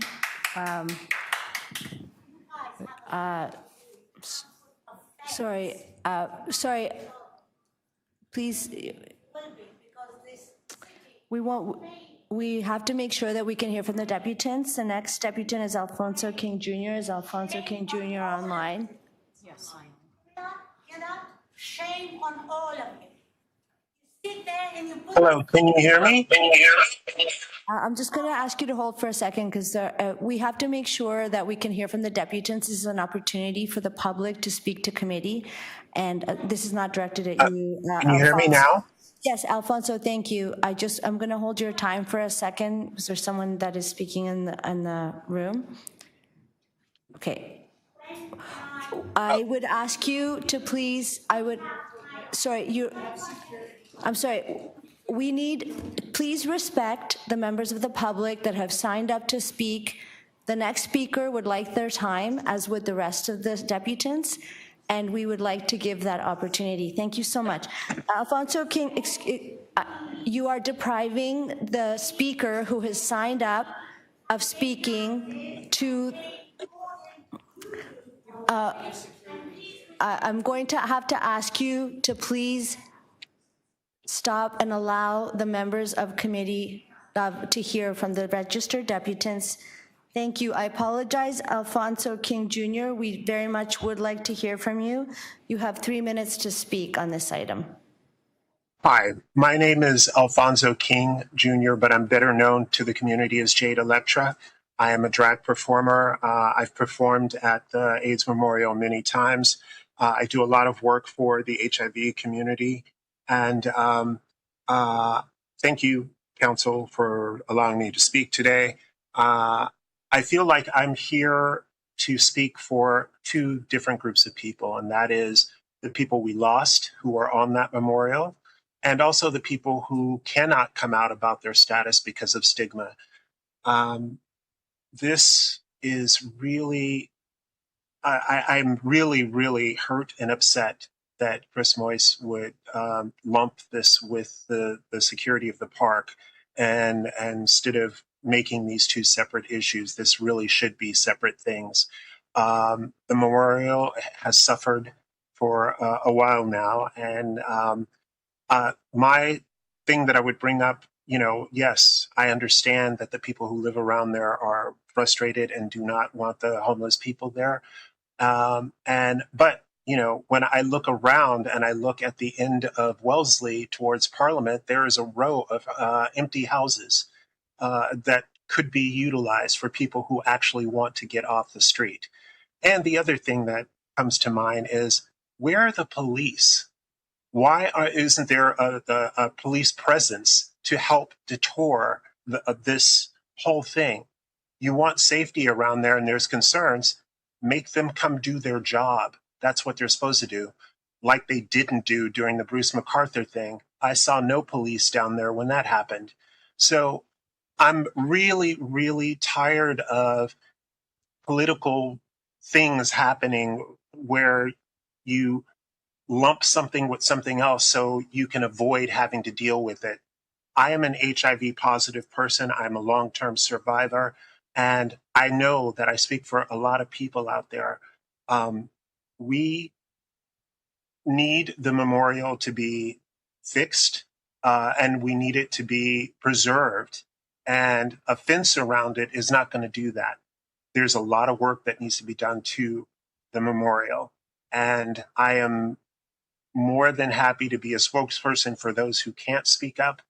I'm tired of trying to contact the mayor's office or trying to contact wherever to get my voice heard. I've waited a while to be able to speak to you today. I've even done television interviews on this matter, and I think that that's, from what I understand, is what actually got the attention of the council, because your underlings were undermining what the public was doing. Listen to our voice. We are speaking directly to you. This is what we would like done. And contacting, I'm sorry, I've gone over. I yield my time. Thank you. Thank you very much. Are there any questions of the deputant? Yes, Councillor Moyes. The deputant hasn't finished his remarks. We allow him to continue. Okay, Councillor Moyes, I'd like to ask you to finish your remarks, Alfonso King Jr. I was just going to say the underlings, like Daniel Fusca, who was questioning people about if they really signed the petition. I'm going to stop your time for a second. This isn't an opportunity to call city staff by name. They're in the execution of their duties. If you'd like to say that staff did not do their job according to your satisfaction, we don't really open up the opportunity. We have to respect that our staff are doing their jobs. So please continue, but please don't name any staff names. Okay. Well, your staff was questioning people and organizations about their if they actually signed the petition. I don't think that was right or legal. It shouldn't be. The people who came forth and the organizations who came forth really had a stake in this and really wanted their voices heard. So to be contacted, like I was contacted, to be asked about, was I coerced into signing the petition? That was wrong. So, your staff has been undermining what the public would like done. And I'm sick of it. And I wanted someone to know. So I'm sorry that I named someone, but that is what was going on. And that is the reason why it was important that I did that interview on television. Thank you, and we've made a note of that. I appreciate you being here. And the next speaker is Olivia Oriat online. And while we bring up Olivia, has Suzanne Calder returned? No, okay. Olivia Oriat?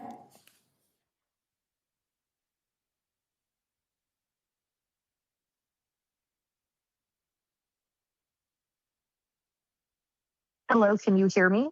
We can. You have 3 minutes. Welcome to committee. Thank you very much, Councillor. My name is Olivia Oriat. I am a resident of Toronto Centre and specifically the Church Wellesley Village. And I'm proud to say, as of last October, a homeowner in the Church Wellesley Village. I've lived in the village since the day I moved to Toronto, and I intend to stay here for many years to come. This is for many reasons, but first and foremost, it's because I believe in the village. I was not born and raised in Toronto, but like many other queer young people across the country, the Church Wellesley Village was a vision that called to me, a promise of belonging, hope, and a queer future. I've lived in many parts of Canada, but from the moment I first set foot here, I knew that the village would be my home. The village is a central part of our community story and our country's story, and we cannot tell that story without honoring those who were lost to AIDS. The AIDS Memorial in Barbara Hall Park should be regarded as a sacred place in our national geography, a place where we are called to reflect upon the lives cut brutally short by this epidemic and ask ourselves how we can honor their legacy, carry their stories forward, and do better. I believe that the AIDS Memorial's Echoes Project proposal is a critical way that Toronto can do all three of these things. I join with people and organizations representing people living with HIV and with my neighbors in asking the committee to recognize the AIDS Memorial as a civic memorial of national significance. To direct park staff to continue working with the community to integrate Echoes into the final design for the AIDS Memorial at Barbara Hall Park. To delete recommendation 1 from EC 2912 so that the AIDS Memorial is no longer tied to the proposed fencing or nighttime closure of Barbara Hall Park, and reject the proposed fencing of Barbara Hall Park. This problem has been created by attaching the AIDS Memorial to the widely opposed fence proposal, using a memorial and thousands of lives lost as political cover for parks enclosure and enforcement. Rather than having a conversation about the future of the park, we are having a conversation about access to the memories of people who were lost.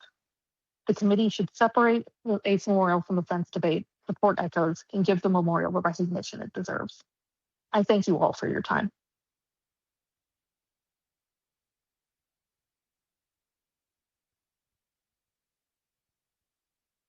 Thank you for your deputation. Are there any questions of the deputant? No. Thank you. The next speaker is Julian Morello.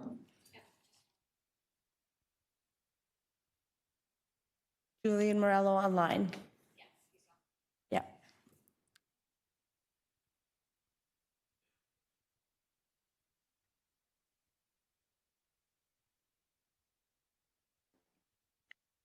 Hello. Hi, welcome to committee. You have 3 minutes. Hi, thank you so much.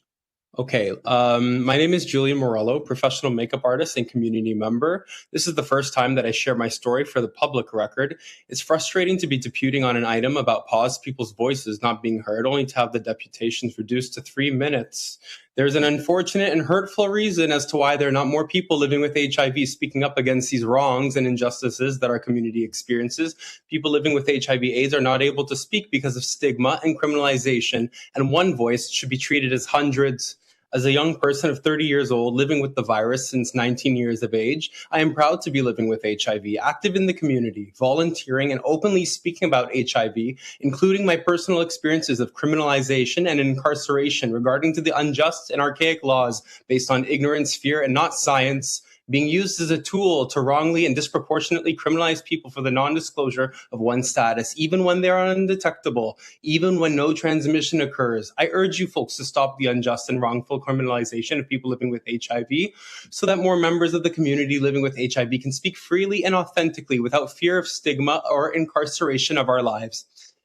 It is truly sad that we are even at this point because of community engagement staff letting the community down.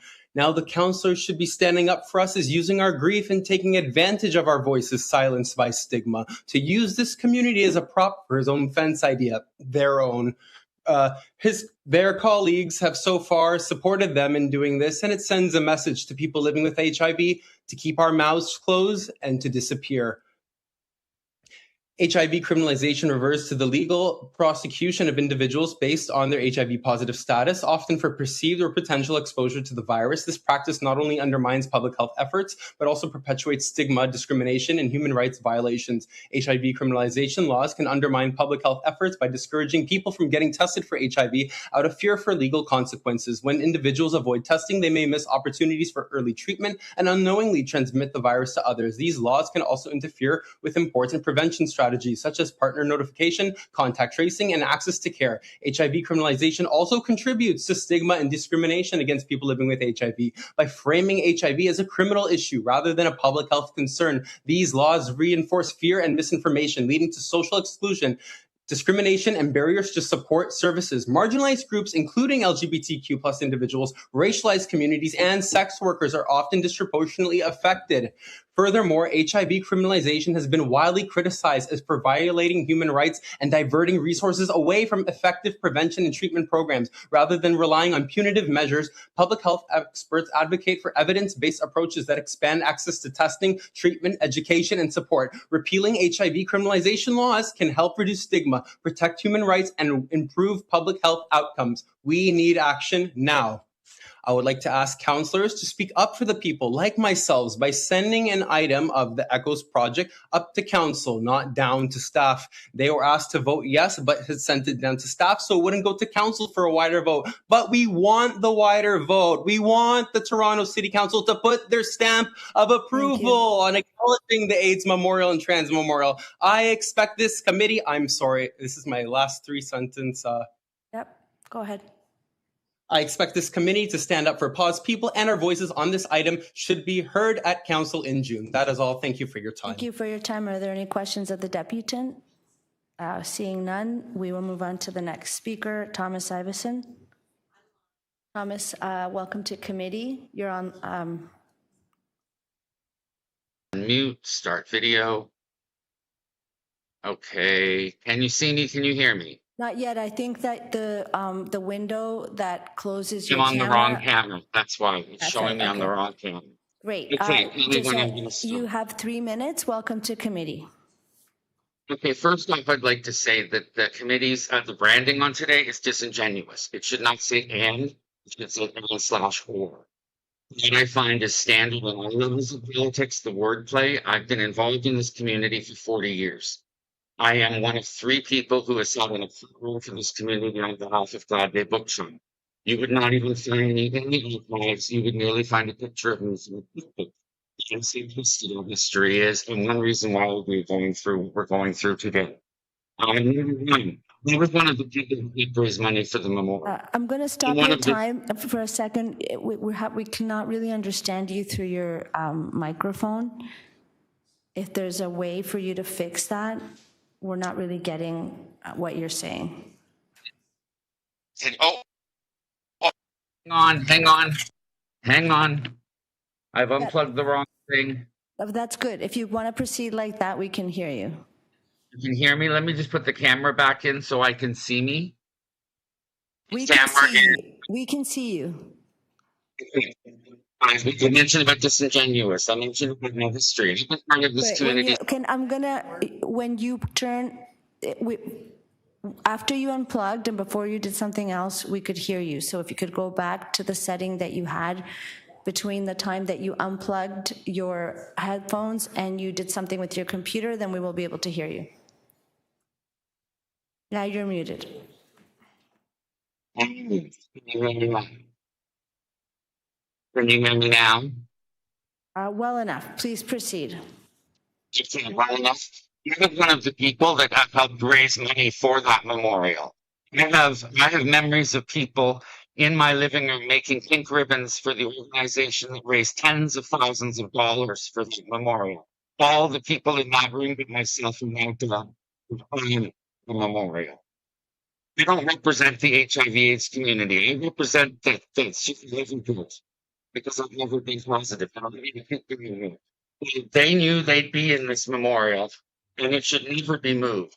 The ECHOS program literally follows through on what the original idea of the AIDS Memorial was when it was built, when we raised money for it in the 1990s. Another lesson from the AIDS epidemic is the same stigma kill. The people in that park that were addicted, members very much so of the 2S LGBTQ community. I myself am a recovering addict. I have been a sex worker. I have also been a manager on trial. I have seen this community as a someone and as a no one. And I am consistently shocked at how BIA and agency seem to overrule community consistently. I go back to a time when there was no agency controlling us. We were community built, community funded. In fact, my belief is that the AIDS Memorial was given the land for it by the city, but I digress. I noticed that the homeowners are the ones that say, no, no, no. Don't hear them screaming about why after 22 years of BIA, agency control, the strip keeps going down, but they keep doing the same thing over and over again.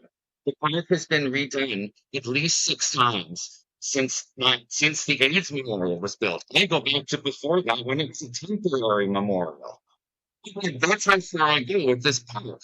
And I watched it done over and over and over. And each time there's less and less grass, but you keep calling it green space. I should go into the memorial for my annual vigil of my own personal, because the 519 park closes the park for Pride for their own personal green space fundraising. He was told that I'm not supposed to go to the memorial on Pride because the pay homage to my dead friends.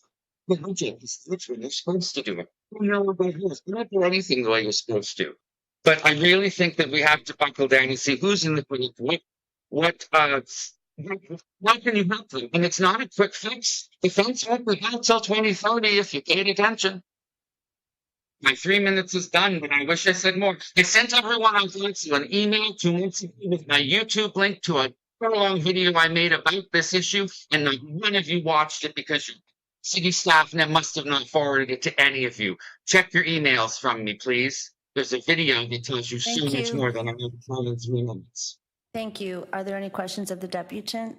Seeing none, we're going to go back to Suzanne Calder, who has rejoined, and I want to make sure that she has her last 2 minutes. So, Suzanne, welcome back to committee. Oh, thank you.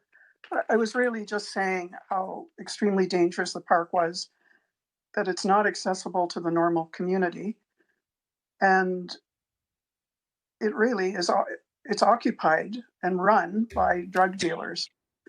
I support fencing and locking the park at night because that is a municipal law from midnight to 5:30 in the morning. All Toronto parks are to be closed. Thank you. Is that? I just had one more thing to say. Yes, really please fast. go ahead. You have another minute and a half. Okay. It's just that parks in other Canadian cities are locked. International parks are locked at night. It's not abnormal. It's not something bad. It's something to preserve the park and help the community. It's not going to solve all the problems. We need the police. We need so many things. But at least that for 5.5 hours, the park could be taken out of the hands of the drug dealers. I thank you so much for listening to me. Thank you. Thank you for returning to committee. Are there any questions of the deputant? Seeing none, we're going to go back to the rest of the list. The next speaker is Travis Myers. Thank you. Travis Myers, welcome to committee. Hello, can you hear me? We can. You have 3 minutes. Okay, and just to note, I will likely go slightly over because I will get very emotional partway through this. I'm certain of it. But first off, I wanted to say I'm aware that members tend to defer to the local councillor on an item marked with a specific ward. I would like to stress the fact that HIV is not a ward-based issue. It is not restricted to Ward 13, and the local councillor is not the arbiter of AIDS or trans issues in Toronto. The AIDS Memorial is a place for people across the city and this province, and it's a de facto national monument. Councillor Moy is looking to close off access to this sacred space as an offense not only to the 2,950 names listed on here, but to the tens of thousands of people lost to AIDS across Canada and 65,000 people living with HIV and the millions of people in this country with a personal connection to this disease. The people named on those plaques suffered too many indignities in their lives. Locking up their memorial instead of fixing this space is an indignity in death. This is a gravesite for people who were disowned by their families, cut off from their chosen families, and whose true names and identities are recorded nowhere else. As a resident of Ward 13, someone who lives 1 block from the park, I'm a homeowner, I'm a dog owner, I'm a taxpayer, and I keep being told that this fence is being proposed for my benefit. Tell me, how is a fence that locks me out of a gravesite for my community supposed to benefit me. The problems in this park began when city staff gave up. At the outset of the AIDS epidemic, our institutions turned their back on the people who were sick, leaving them to die. Now in 2026, we can see that the city of Toronto has turned its back on the memorial intended to honor them, leaving it to wither and rot. It's the banality of negligence, ignorance, and a dereliction of duty. When the process for revitalizing Barbara Hall Park began, city staff, I believe this is a common thread to some of the other ones as well, but city staff pushed forward proposals that treated the AIDS Memorial with as much dignity and reverence as a broken swing set. The engagement staff did not adequately reach out to AIDS service organizations and people living with HIV, not on the scale of the memorial's importance. I believe there was a fundamental misunderstanding of the memorial from the Parks Community Engagement team. But there is a silver lining here. Just like the systems of care that sprung up in the 80s and 90s, when people in charge weren't listening, the community rallied together once again to create and support the ECHOS framework, to restore this memorial, expand it, and calm this space through programming, planting, sightlines, art, and more. Thousands of people, emailed their support directly to the mayor's office. Over 60 Canadian HIV, AIDS, and queer organizations all came together to endorse this proposal. And for those of you who are unfamiliar with the sector, this does not happen. This doesn't happen. Nobody comes together unified like this over anything. That is how badly the city screwed this up. And Councillor Moyes, you clearly saw that implementing the ECHOS plan to restore and expand the AIDS Memorial is the best course of action. And that's why you bolted your plan for a fence onto it. What you fail to understand is that these two ideas are diametrically opposed. ECHOS calls for care, education, and belonging, creating and preserving a living, breathing, vibrant space. Your fence represents the exact opposite of those qualities and will create more tension and conflict in the surrounding neighborhood when it pushes troubled individuals out of the park and into the Church-Wellesley intersection onto Monteith Street, like we heard from someone else. This will not end well. And this is also going to lock a community out of a space where we come in order to grieve our dead. As you can see from the countless formal letters of support from organizations and community members, ECHOS is what the people of this ward want. But in order for it to work, city staff and the local councillor need to stop giving up on this space. There is no clearer example of giving up on the memorial than blockading it. To the councillors on committee today, I am asking that you please decouple the community's ECHOS proposal from Councillor Moyes' fencing proposal. Just two more sentences. Yeah, I've given you a minute and a half extra, and that's not fair to the other deputants. I apologize for not noticing that. I was given 5 minutes at the outset, and Councillor Mantes appears to be on another call right now. I will just restate, please endorse ECHOS and please decouple the fence from it. Happy Pride Month. Don't lock us out.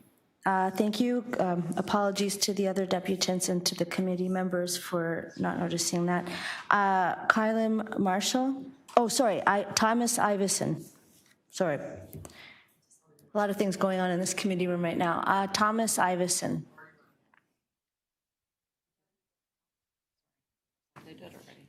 Oh, the clerk is leading me astray. No, I know.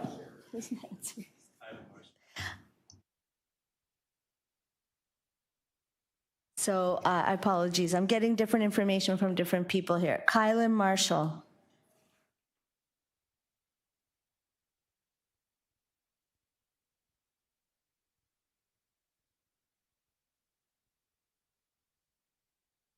Kylan Marshall. Okay. Tanaka Chirombo. Oh, is online. Tanaka Chirombo. Hello, you can hear me? We can. You have 3 minutes. All right. Thank you so much to the council for giving me the opportunity to speak and contribute to the discussion. My main concern is we're not actually trying to address the issue at hand, because the issue at hand is how the city is failing to control the people who are using, who are doing transactions in a park that's supposed to be a place where you can walk in and just look at the pillars. Remember people who were there before us, people living with HIV who fought a great fight, and they pave a good history of where we are and where we should be. And fencing it will be more like we're actually creating bad memories. If you're a person living with HIV, you would know that we've been highly discriminated in our communities, and putting a fence around it is like you're putting the same stamp again, like you're just bunching everyone together again. But when the park is open like that, it creates a sense of belonging, and that we are also like everyone else, and looking into it to say it should be timed, like it's open at this hour, closed at this hour. There are people who are doing different types of things. Some people might want to come in late at night, like because during the daytime they're working, and you can't really control to say they should come at a very specific time. So not fencing it, leaving it like that is a better measure, because now everyone will have access to it. And then also ensuring that it's preserved, doing some great work on it, ensuring that the pillars are clean, and then also making sure that we allocate more space to add some more names. Like as of this year, I've submitted my mom's name, and I expect to see it when we do the World AIDS Day Memorial. And fencing it would be a huge burden to me, because I knock off very late, and at times I would want to just go to the park and just reflect and celebrate the other people who fought well for us to be at the stage where we are. So the big issue is the city handling the drug exchange problems and ensuring there's a lot of police enforcing to remove the people out, than actually caging HIV. The only HIV memorial that's in Toronto, and looking at our friends in Vancouver, they have a very beautiful AIDS memorial, and they're doing an amazing work by putting police. There's no one in that AIDS memorial, and it's preserved and it's respected. Thank you so much. Thank you for coming to committee. Are there any questions of the deputant? Seeing none. Adrian Betts. Adrian is online.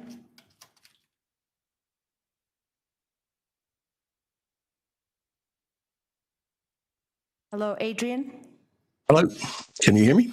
We can. You have 3 minutes. Welcome to committee.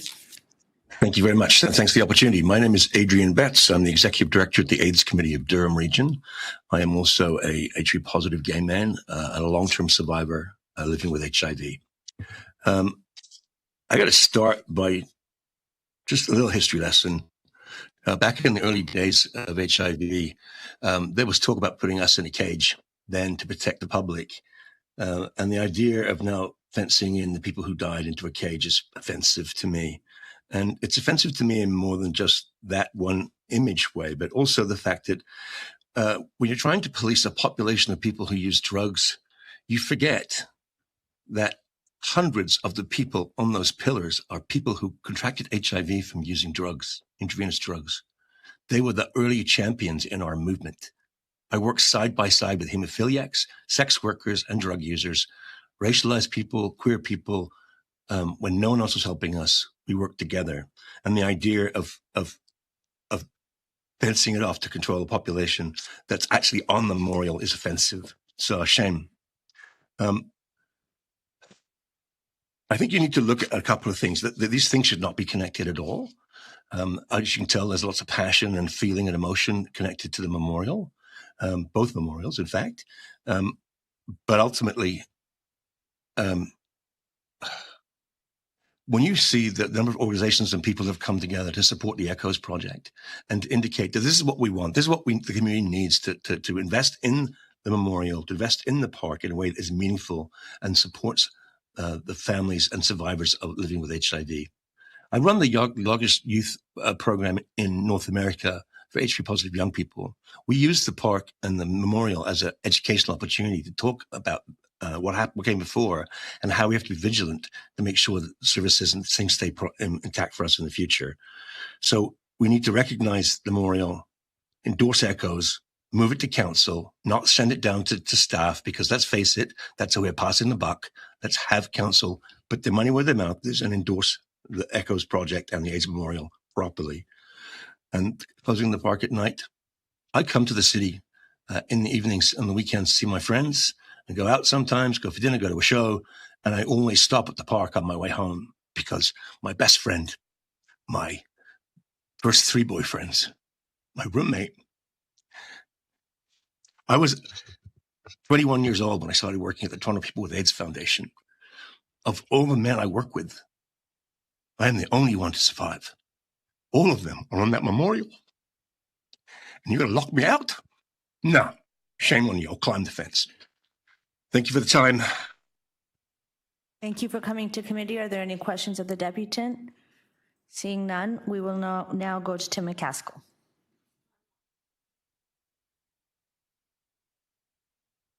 Tim? Tim McCaskill? I will add Tim to the list of people that we could come back to if they are available. Eric Cashmore.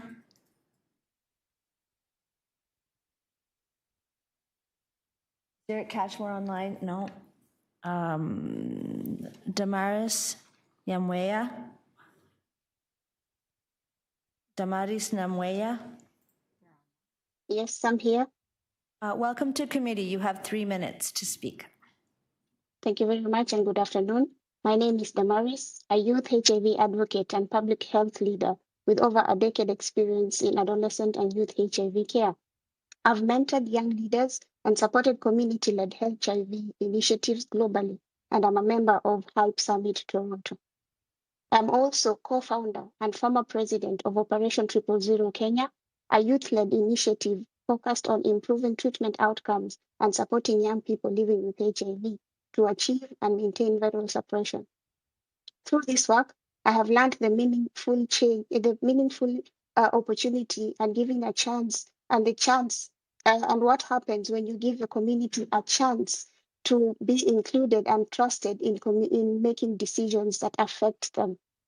It is difficult to understand why this motion is taking place, especially being a newcomer who chose Canada because of its reputation for human rights, public health leadership, and the HIV response. Sorry about the background noise. I find that the AIDS memorial reflects this leadership, which is more than just a monument, a public commitment to remembrance, education, dignity, and accountability. A reminder of lives we have lost as a community that organize in the faces of neglect and the ongoing work of confronting stigma and discrimination. I am concerned that any considerations of restrictions, fencing, or efforts to tie the future of this memorial to broader debates about park access risks undermines these values, especially at a time when stigma, discrimination, and criminalization continues to limit those who cannot speak up, and when they speak up, their voices are often not heard. We should be strengthening the visibility and independence of this space rather than shutting it off and closing it and caging it, because we need to honor the communities of those affected with HIV. I respectfully urge the committee to recognize the AIDS Memorial as a civic memorial of national significance, support ECHOs as a community-led vision of its future, and ensure that its recognition remains independent, and give people living with HIV, those who died, the dignity they deserve, and create a separate motion and send it up to council so that the whole city will endorse this and not leave it to staff who want to silence us. Thank you. Thank you. Are there any questions of the deputant? Seeing none, we'll go to the next speaker, Thomas Dobroni.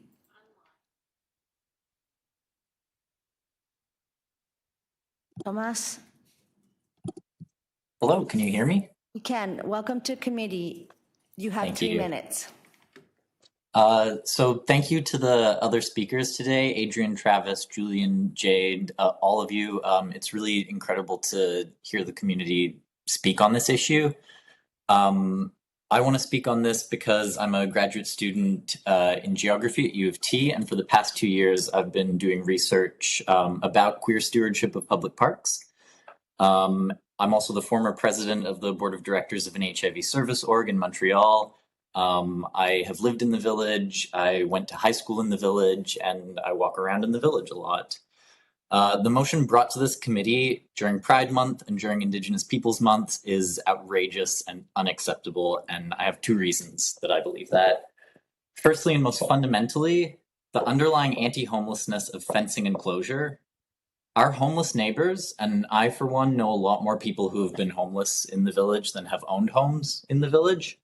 Our homeless neighbors are disproportionately living with HIV, are disproportionately Indigenous, and are disproportionately 2S LGBTQ+. This motion comes during a housing crisis and a related crisis of queer and trans space. There's an existential lack of low barrier spaces for queer and trans people to gather in this city. Under these circumstances, closing and fencing the parks is cruel and counterproductive. It's about a year now since a brutal eviction of an encampment in Barber Hall Park, and in that year we haven't seen long-term solutions that respect human rights. All we get is cruel and counterproductive from this city. Secondly, it's enormously disrespectful to the dead, to our loved ones, to their memories, and to those of us remembering them, to combine the issues of fencing and closure with the Echoes Project. This is not what the chorus of voices advocating for Echoes has put forward, and it is shameful to link the memories of friends, family, and ancestors, including so many radical activists without whom no pride. It is shameful to link their memory to anti-homeless, anti-drug user, carceral colonial enclosure. I sincerely hope, given all the powerful words that people before me have said, that this committee, and I've been hoping to see my ward's own Councillor Bravo step up on this, respect what ASOs are saying and show some respect to people lost to AIDS and to people living with HIV. Split the motions, yes to Echoes, and an unequivocal no to fencing and closure of the park. Thank you. Actually, since I have a bit more time, I would like to say that I think Councillor Mantis owes the whole room, and particularly Jade Electra, an apology for clearly being on another call and grinning on camera while a member of our community spoke about Bruce MacArthur. I think that's entirely unacceptable. Thank you for coming to committee. Are there any questions of the deputant? Seeing none, thank you for coming. Galo Ginocchio is next.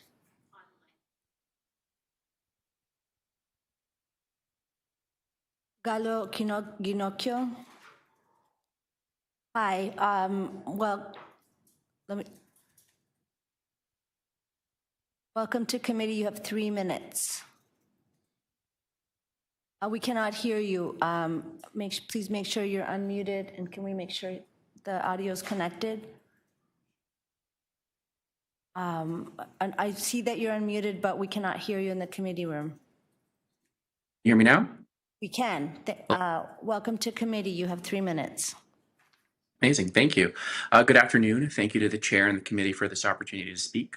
My name is Gal Ginocchio. I work in emergency shelter program evaluation and community-led crisis response. My research focuses on acquired brain injuries among people experiencing homelessness and the needs of sexually and gender diverse communities. I'm speaking as a lifelong Toronto resident who was born and raised here and a 2S LGBTQIA+ community member. I'm speaking today to I want to begin by echoing what I've heard today from the majority of other deputants that Recommendation 2 should be considered separately and decoupled immediately. I strongly recommend this decoupling as they address distinct issues requiring different forms of evidence and consultation. First, I strongly support the advancing of Echoes to City Council. People affected by HIV and AIDS and/or trans and gender diverse communities and their voices should be centered in this moment and should be included by and focused on by our elected representatives. Barber Hall Park is a place of remembrance for communities affected by HIV, loss, violence, social exclusion, and many other inequities. It is also a civic space where histories of stigma and resilience are made visible in the public realm. Echoes was developed through sustained community engagement and has received support from HIV organizations across Ontario and Canada. For that reason, continued review is not sufficient. It should move to council immediately and incorporate its key elements into the final design of Barbara Hall Park, ensuring that HIV and trans memorial elements remain accessible to the public without fences. My second concern is around recommendation 2 and the proposal for the nighttime closures. It's important to consider that people most affected by this proposal are often least represented in conventional consultation processes. Acquired brain injuries are highly prevalent amongst people experiencing homelessness. These injuries can result from violence, including gender-based and intimate partner violence, which disproportionately affect to us LGBTQIA+ people. Falls, strangulation, other overdose-related oxygen deprivation, and significantly alter memory, communication, impulse control, and behavior in ways that are often misinterpreted as non-compliance or disengagement. Similarly, some people living with HIV-related neurocognitive impairment may also face barriers to participating in standard engagement processes. Without deliberate and accessible outreach, their perspectives are unlikely to be adequately represented. A nighttime closure does not address brain injury, addiction, poverty, homelessness, and the service gaps that bring people into public spaces. It is more likely to displace people than resolve those underlying conditions and root causes. I'm also concerned that restricting access to the park that contains memorial elements risks undermining its intent as a space of remembrance for communities that have experienced stigma, illness, and loss.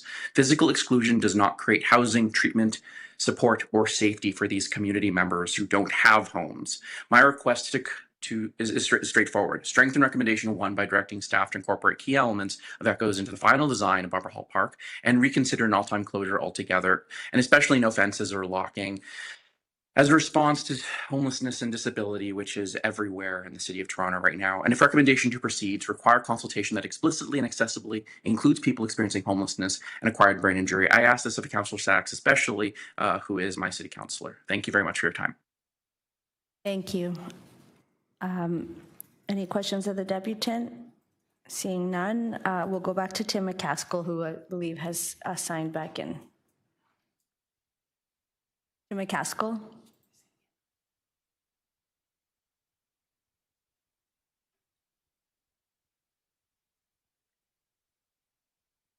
Tim McCaskill?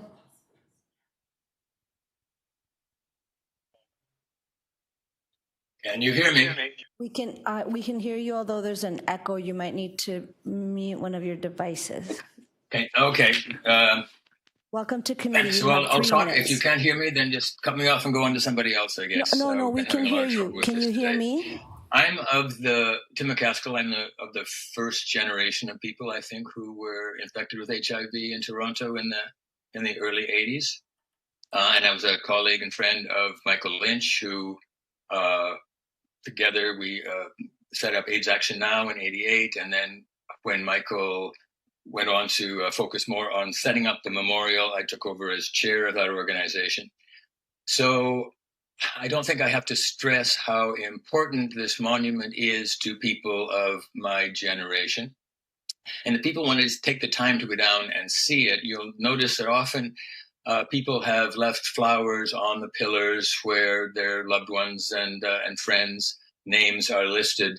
So it's a living monument in our community, especially for people of my generation. Now, a couple of weeks ago, I actually spoke at a retreat for youth living with AIDS and HIV, a very different demographic than the one that I was involved in, but very eager to know and understand the history that took us to where we are today. And so I was very happy when I heard that the city was attempting to revitalize the monument.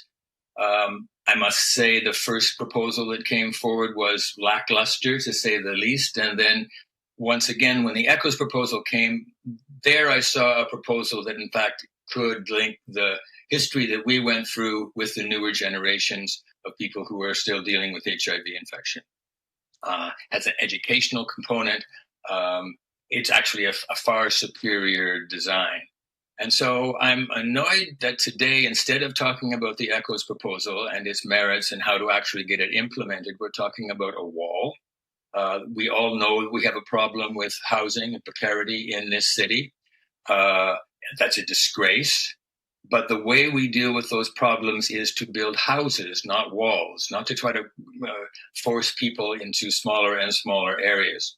And so I would really urge this committee to, if you want to talk about walls, talk about that in a separate item. But we need to move forward with the ECHO's proposal, get it implemented, and produce a memorial that is something that we can all be proud of and that is open for all. Thank you very much. Thank you for coming to committee. Are there any questions of the deputant? Seeing none. Okay, we're going to now go to Ower Alexander Oberto from Latinos Positivos. Not online. Okay, I'm going to do a last call for the people that I called before but weren't available. Kyla Marshall. Carl Lones.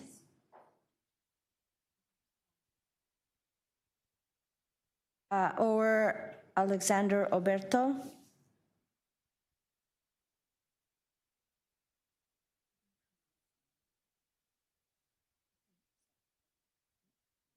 Okay, we have someone we only see their phone number and we just are trying to figure out whether they're one of the deputants. If a phone number ending in 91, we are now unmuting you so we can understand. It's not. Hello. It is not me. It's not me. I'm just listening because this is something I care about. Okay, thank but you very honestly, much. since you're talking to me, I wouldn't mind to make a comment. So I'm sorry, procedurally, we're not able to. We just wanted to make sure that we knew whether you're registered because we are at time. So thank you for your attention to this, but we're happy to that you're listening. So last call, Ower Alexander Oberto. Okay. So now we go to questions of staff. Would you like to? Okay. Councillor Moyes. Thank you. I had a series of questions, but I'm just going to ask a few here today. Have you considered 24-hour security for Barbara Hall Park?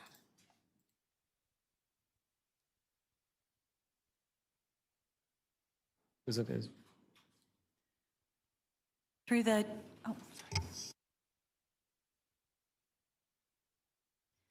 through the chair, I'm going to refer that question to our partners in social development who did a pilot program to that effect.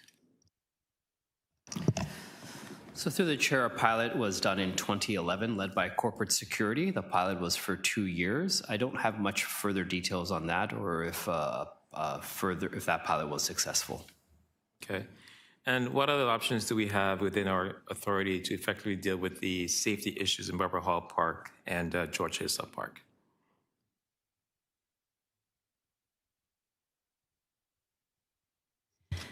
Through the chair, from a parks perspective, I can say that obviously a park is a piece of land. It can't deal with the complex social issues that we heard described to us today, but what we can do is design for safety to the greatest extent possible, which looks like things like lighting, adequate sight lines, and various other design principles.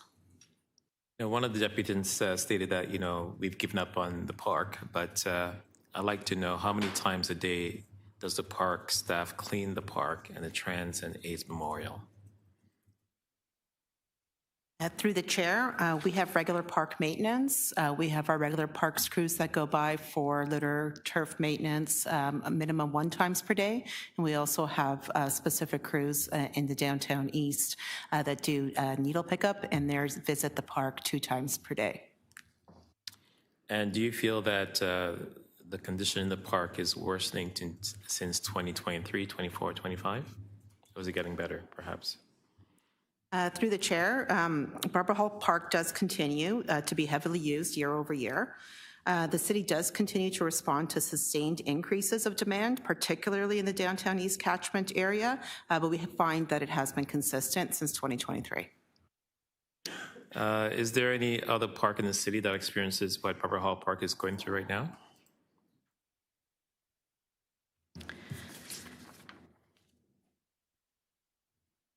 I would say that there are challenging circumstances in parks across the city.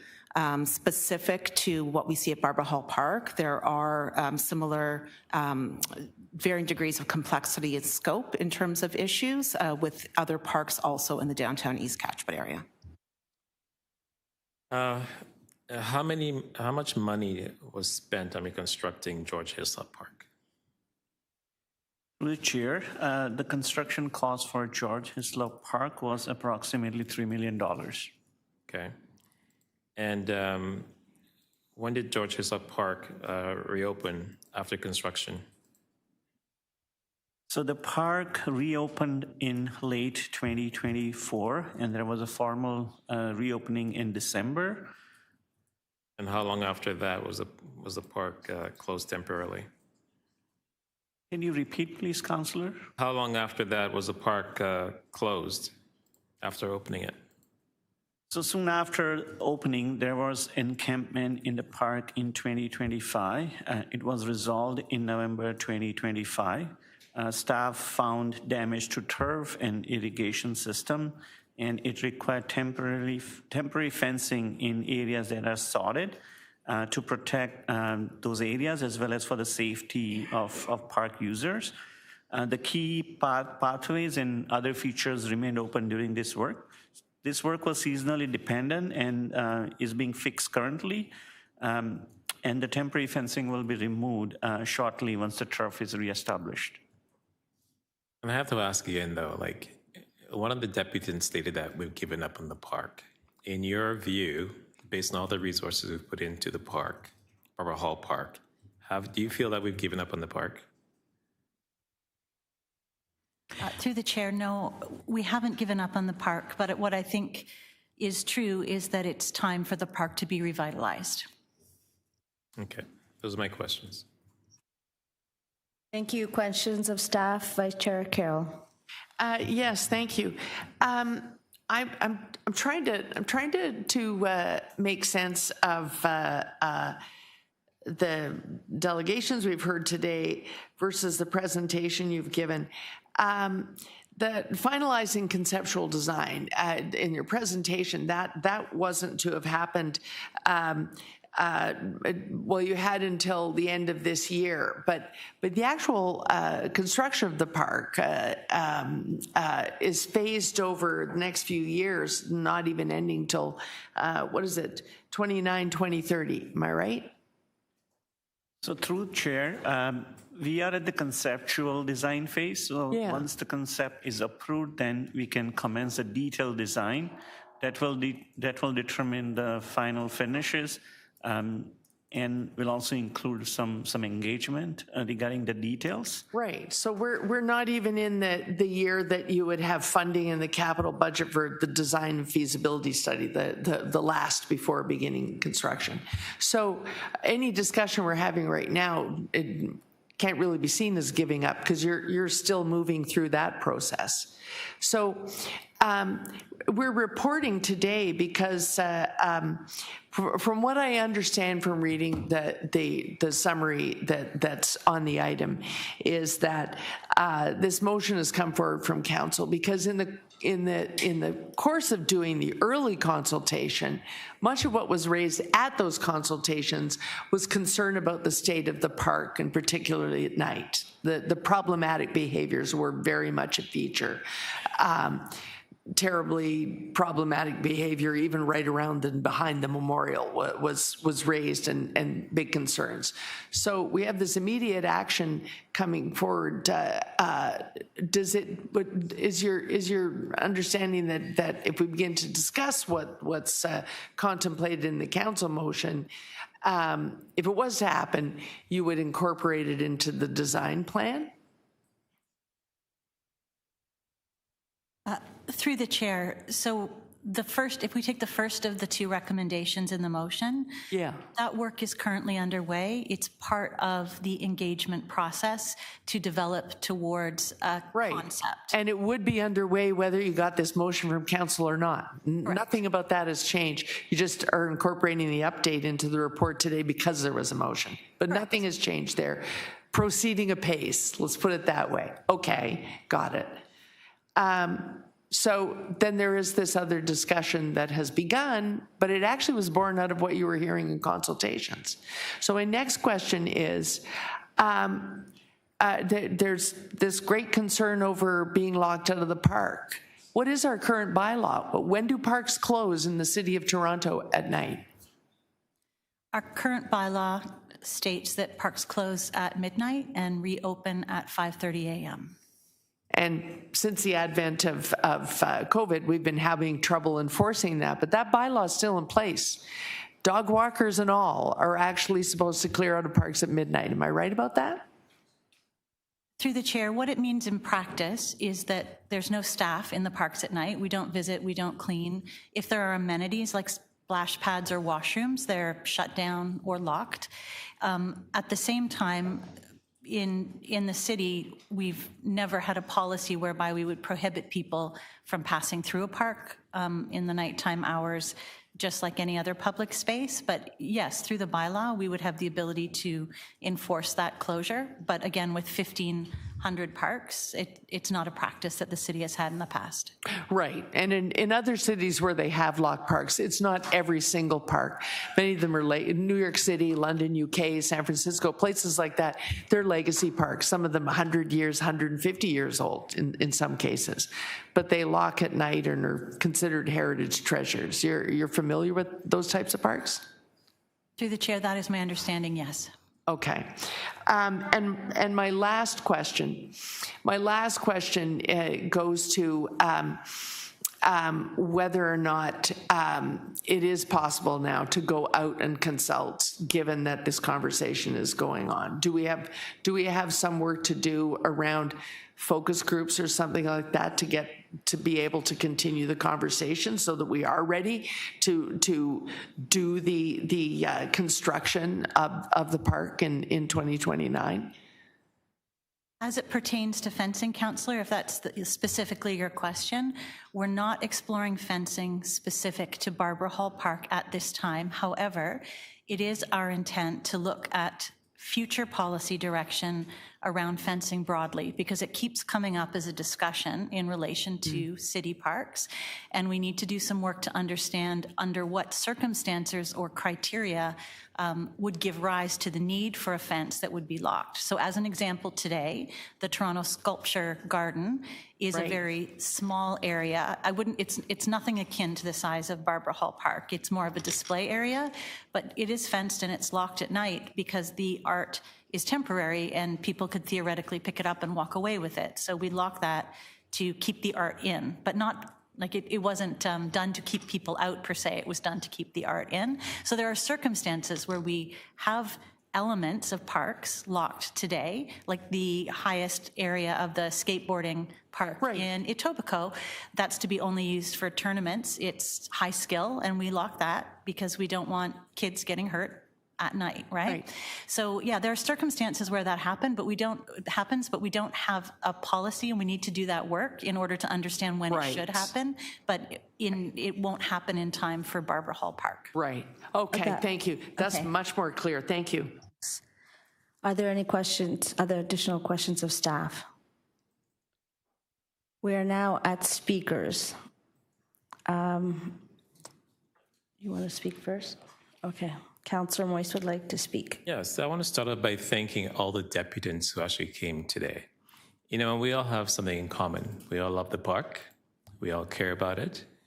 We respect the AIDS and Trans Memorial, and we want to preserve it.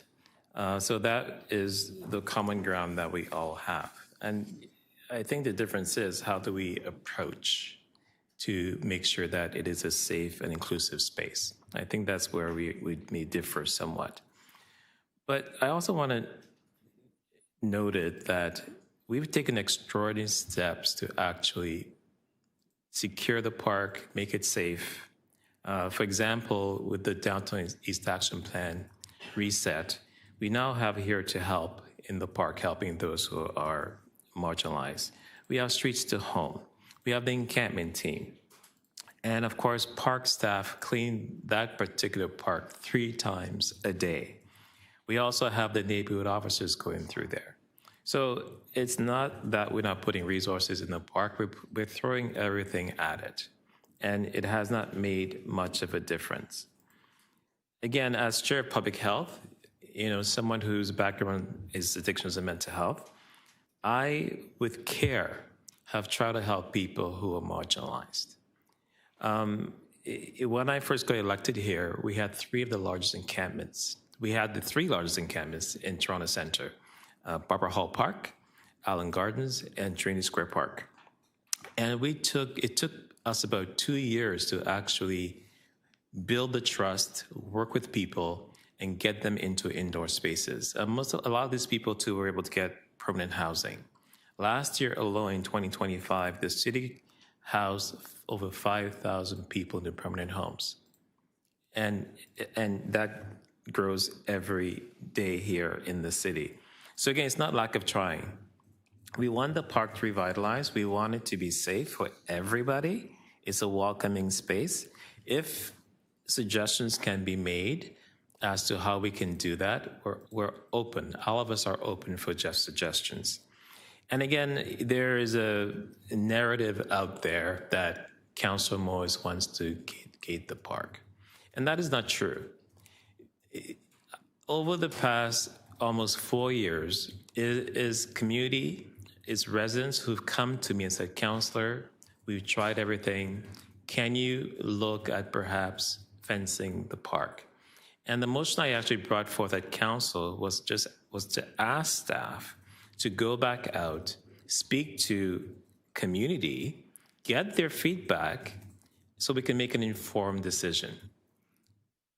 And that really was the spirit of the motion, to continue to get feedback from community.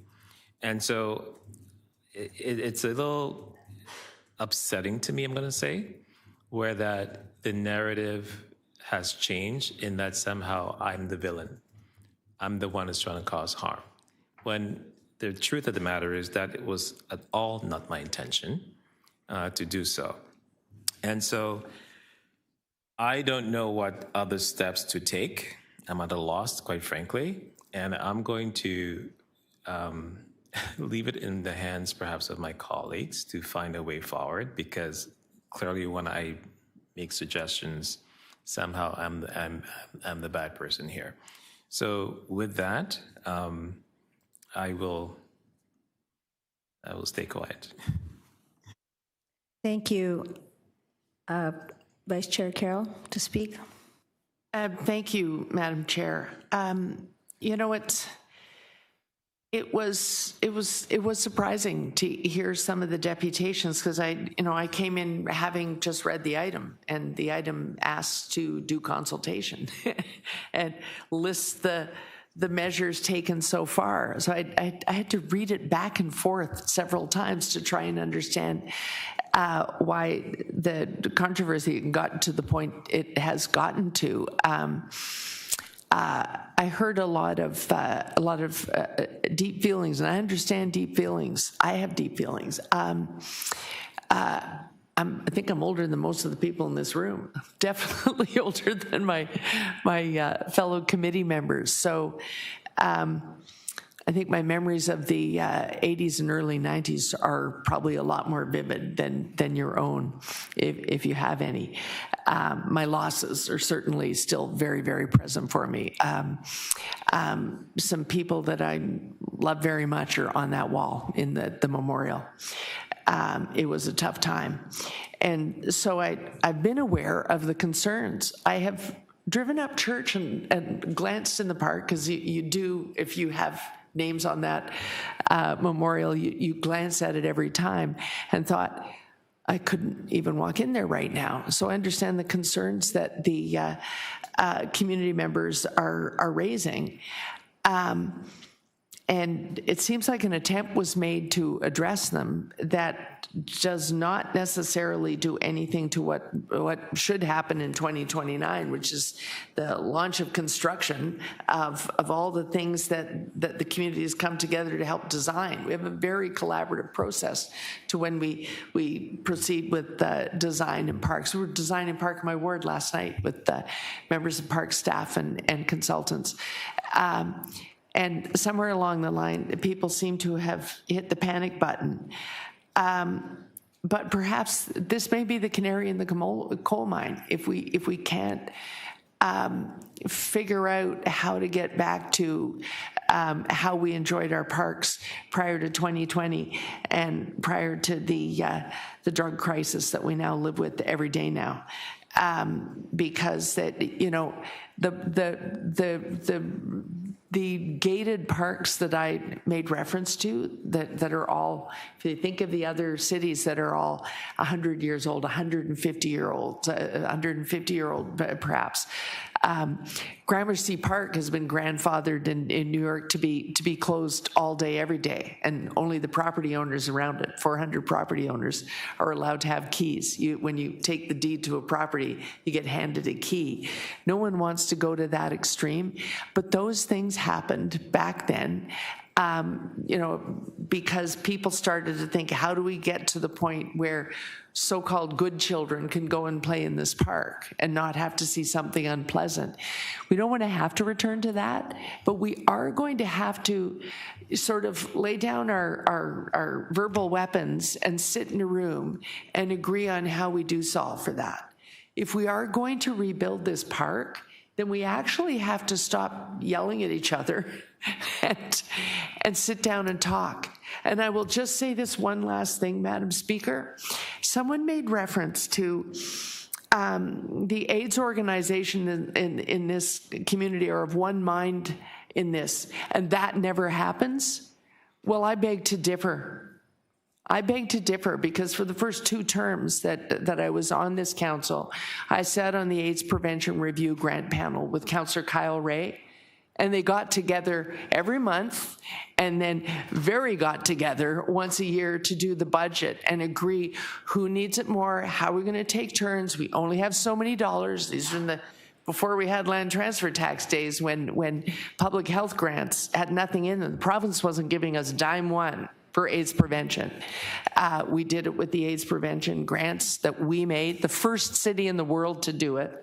And it was those organizations always working together that made it work. And so I think if we come together, and they did it with their local councillor of the very same ward, Councillor Ray. So I think if we all stop yelling at each other in pretty short order, we actually could work a solution out for this park. And if it's not to be a fence, we really have to figure out how we're going to deal with the parks that have become nocturnally very, very problematic for the people who live around them. Those are my comments, Madam Chair. Are there any other speakers? Okay, I'll speak now, and I have a motion.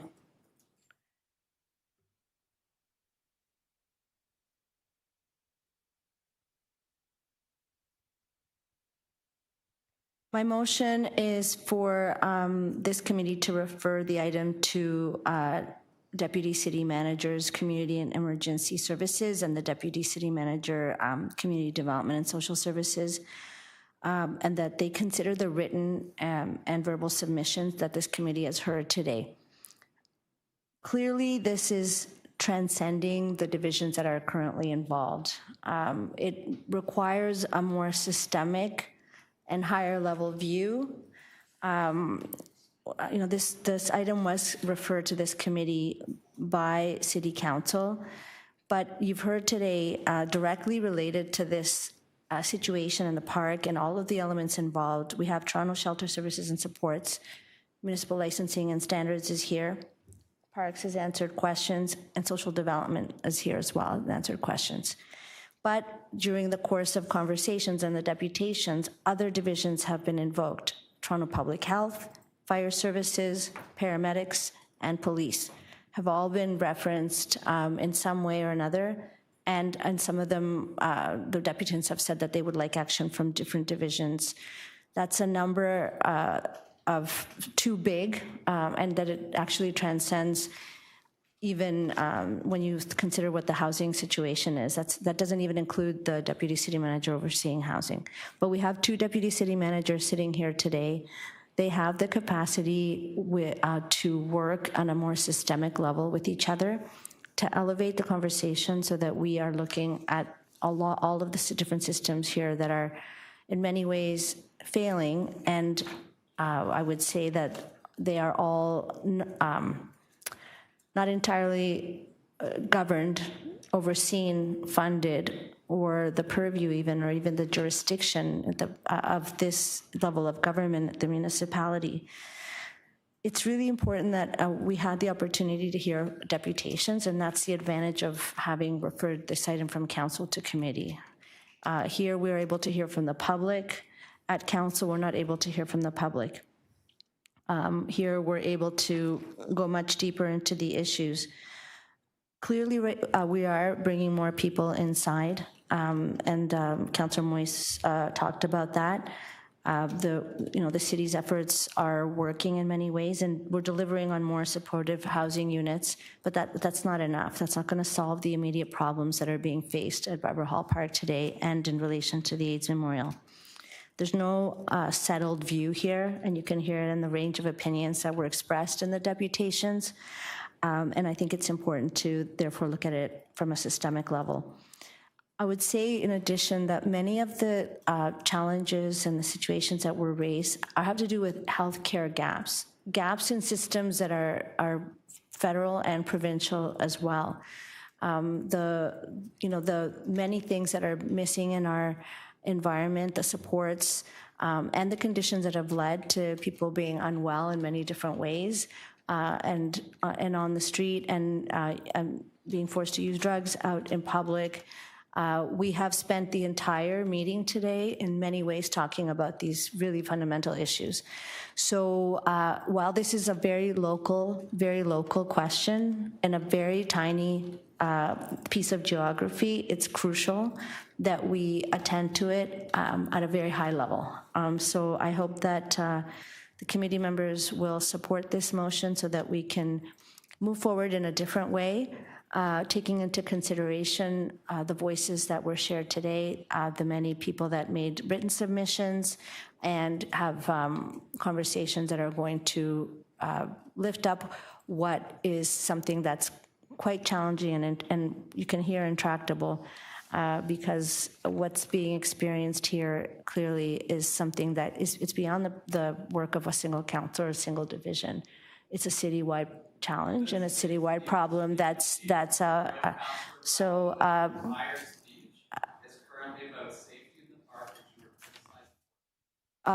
you. I'm sorry, we listen to people all day. It's our turn. On the motion. It's our turn. On the motion. Can we put the motion back up?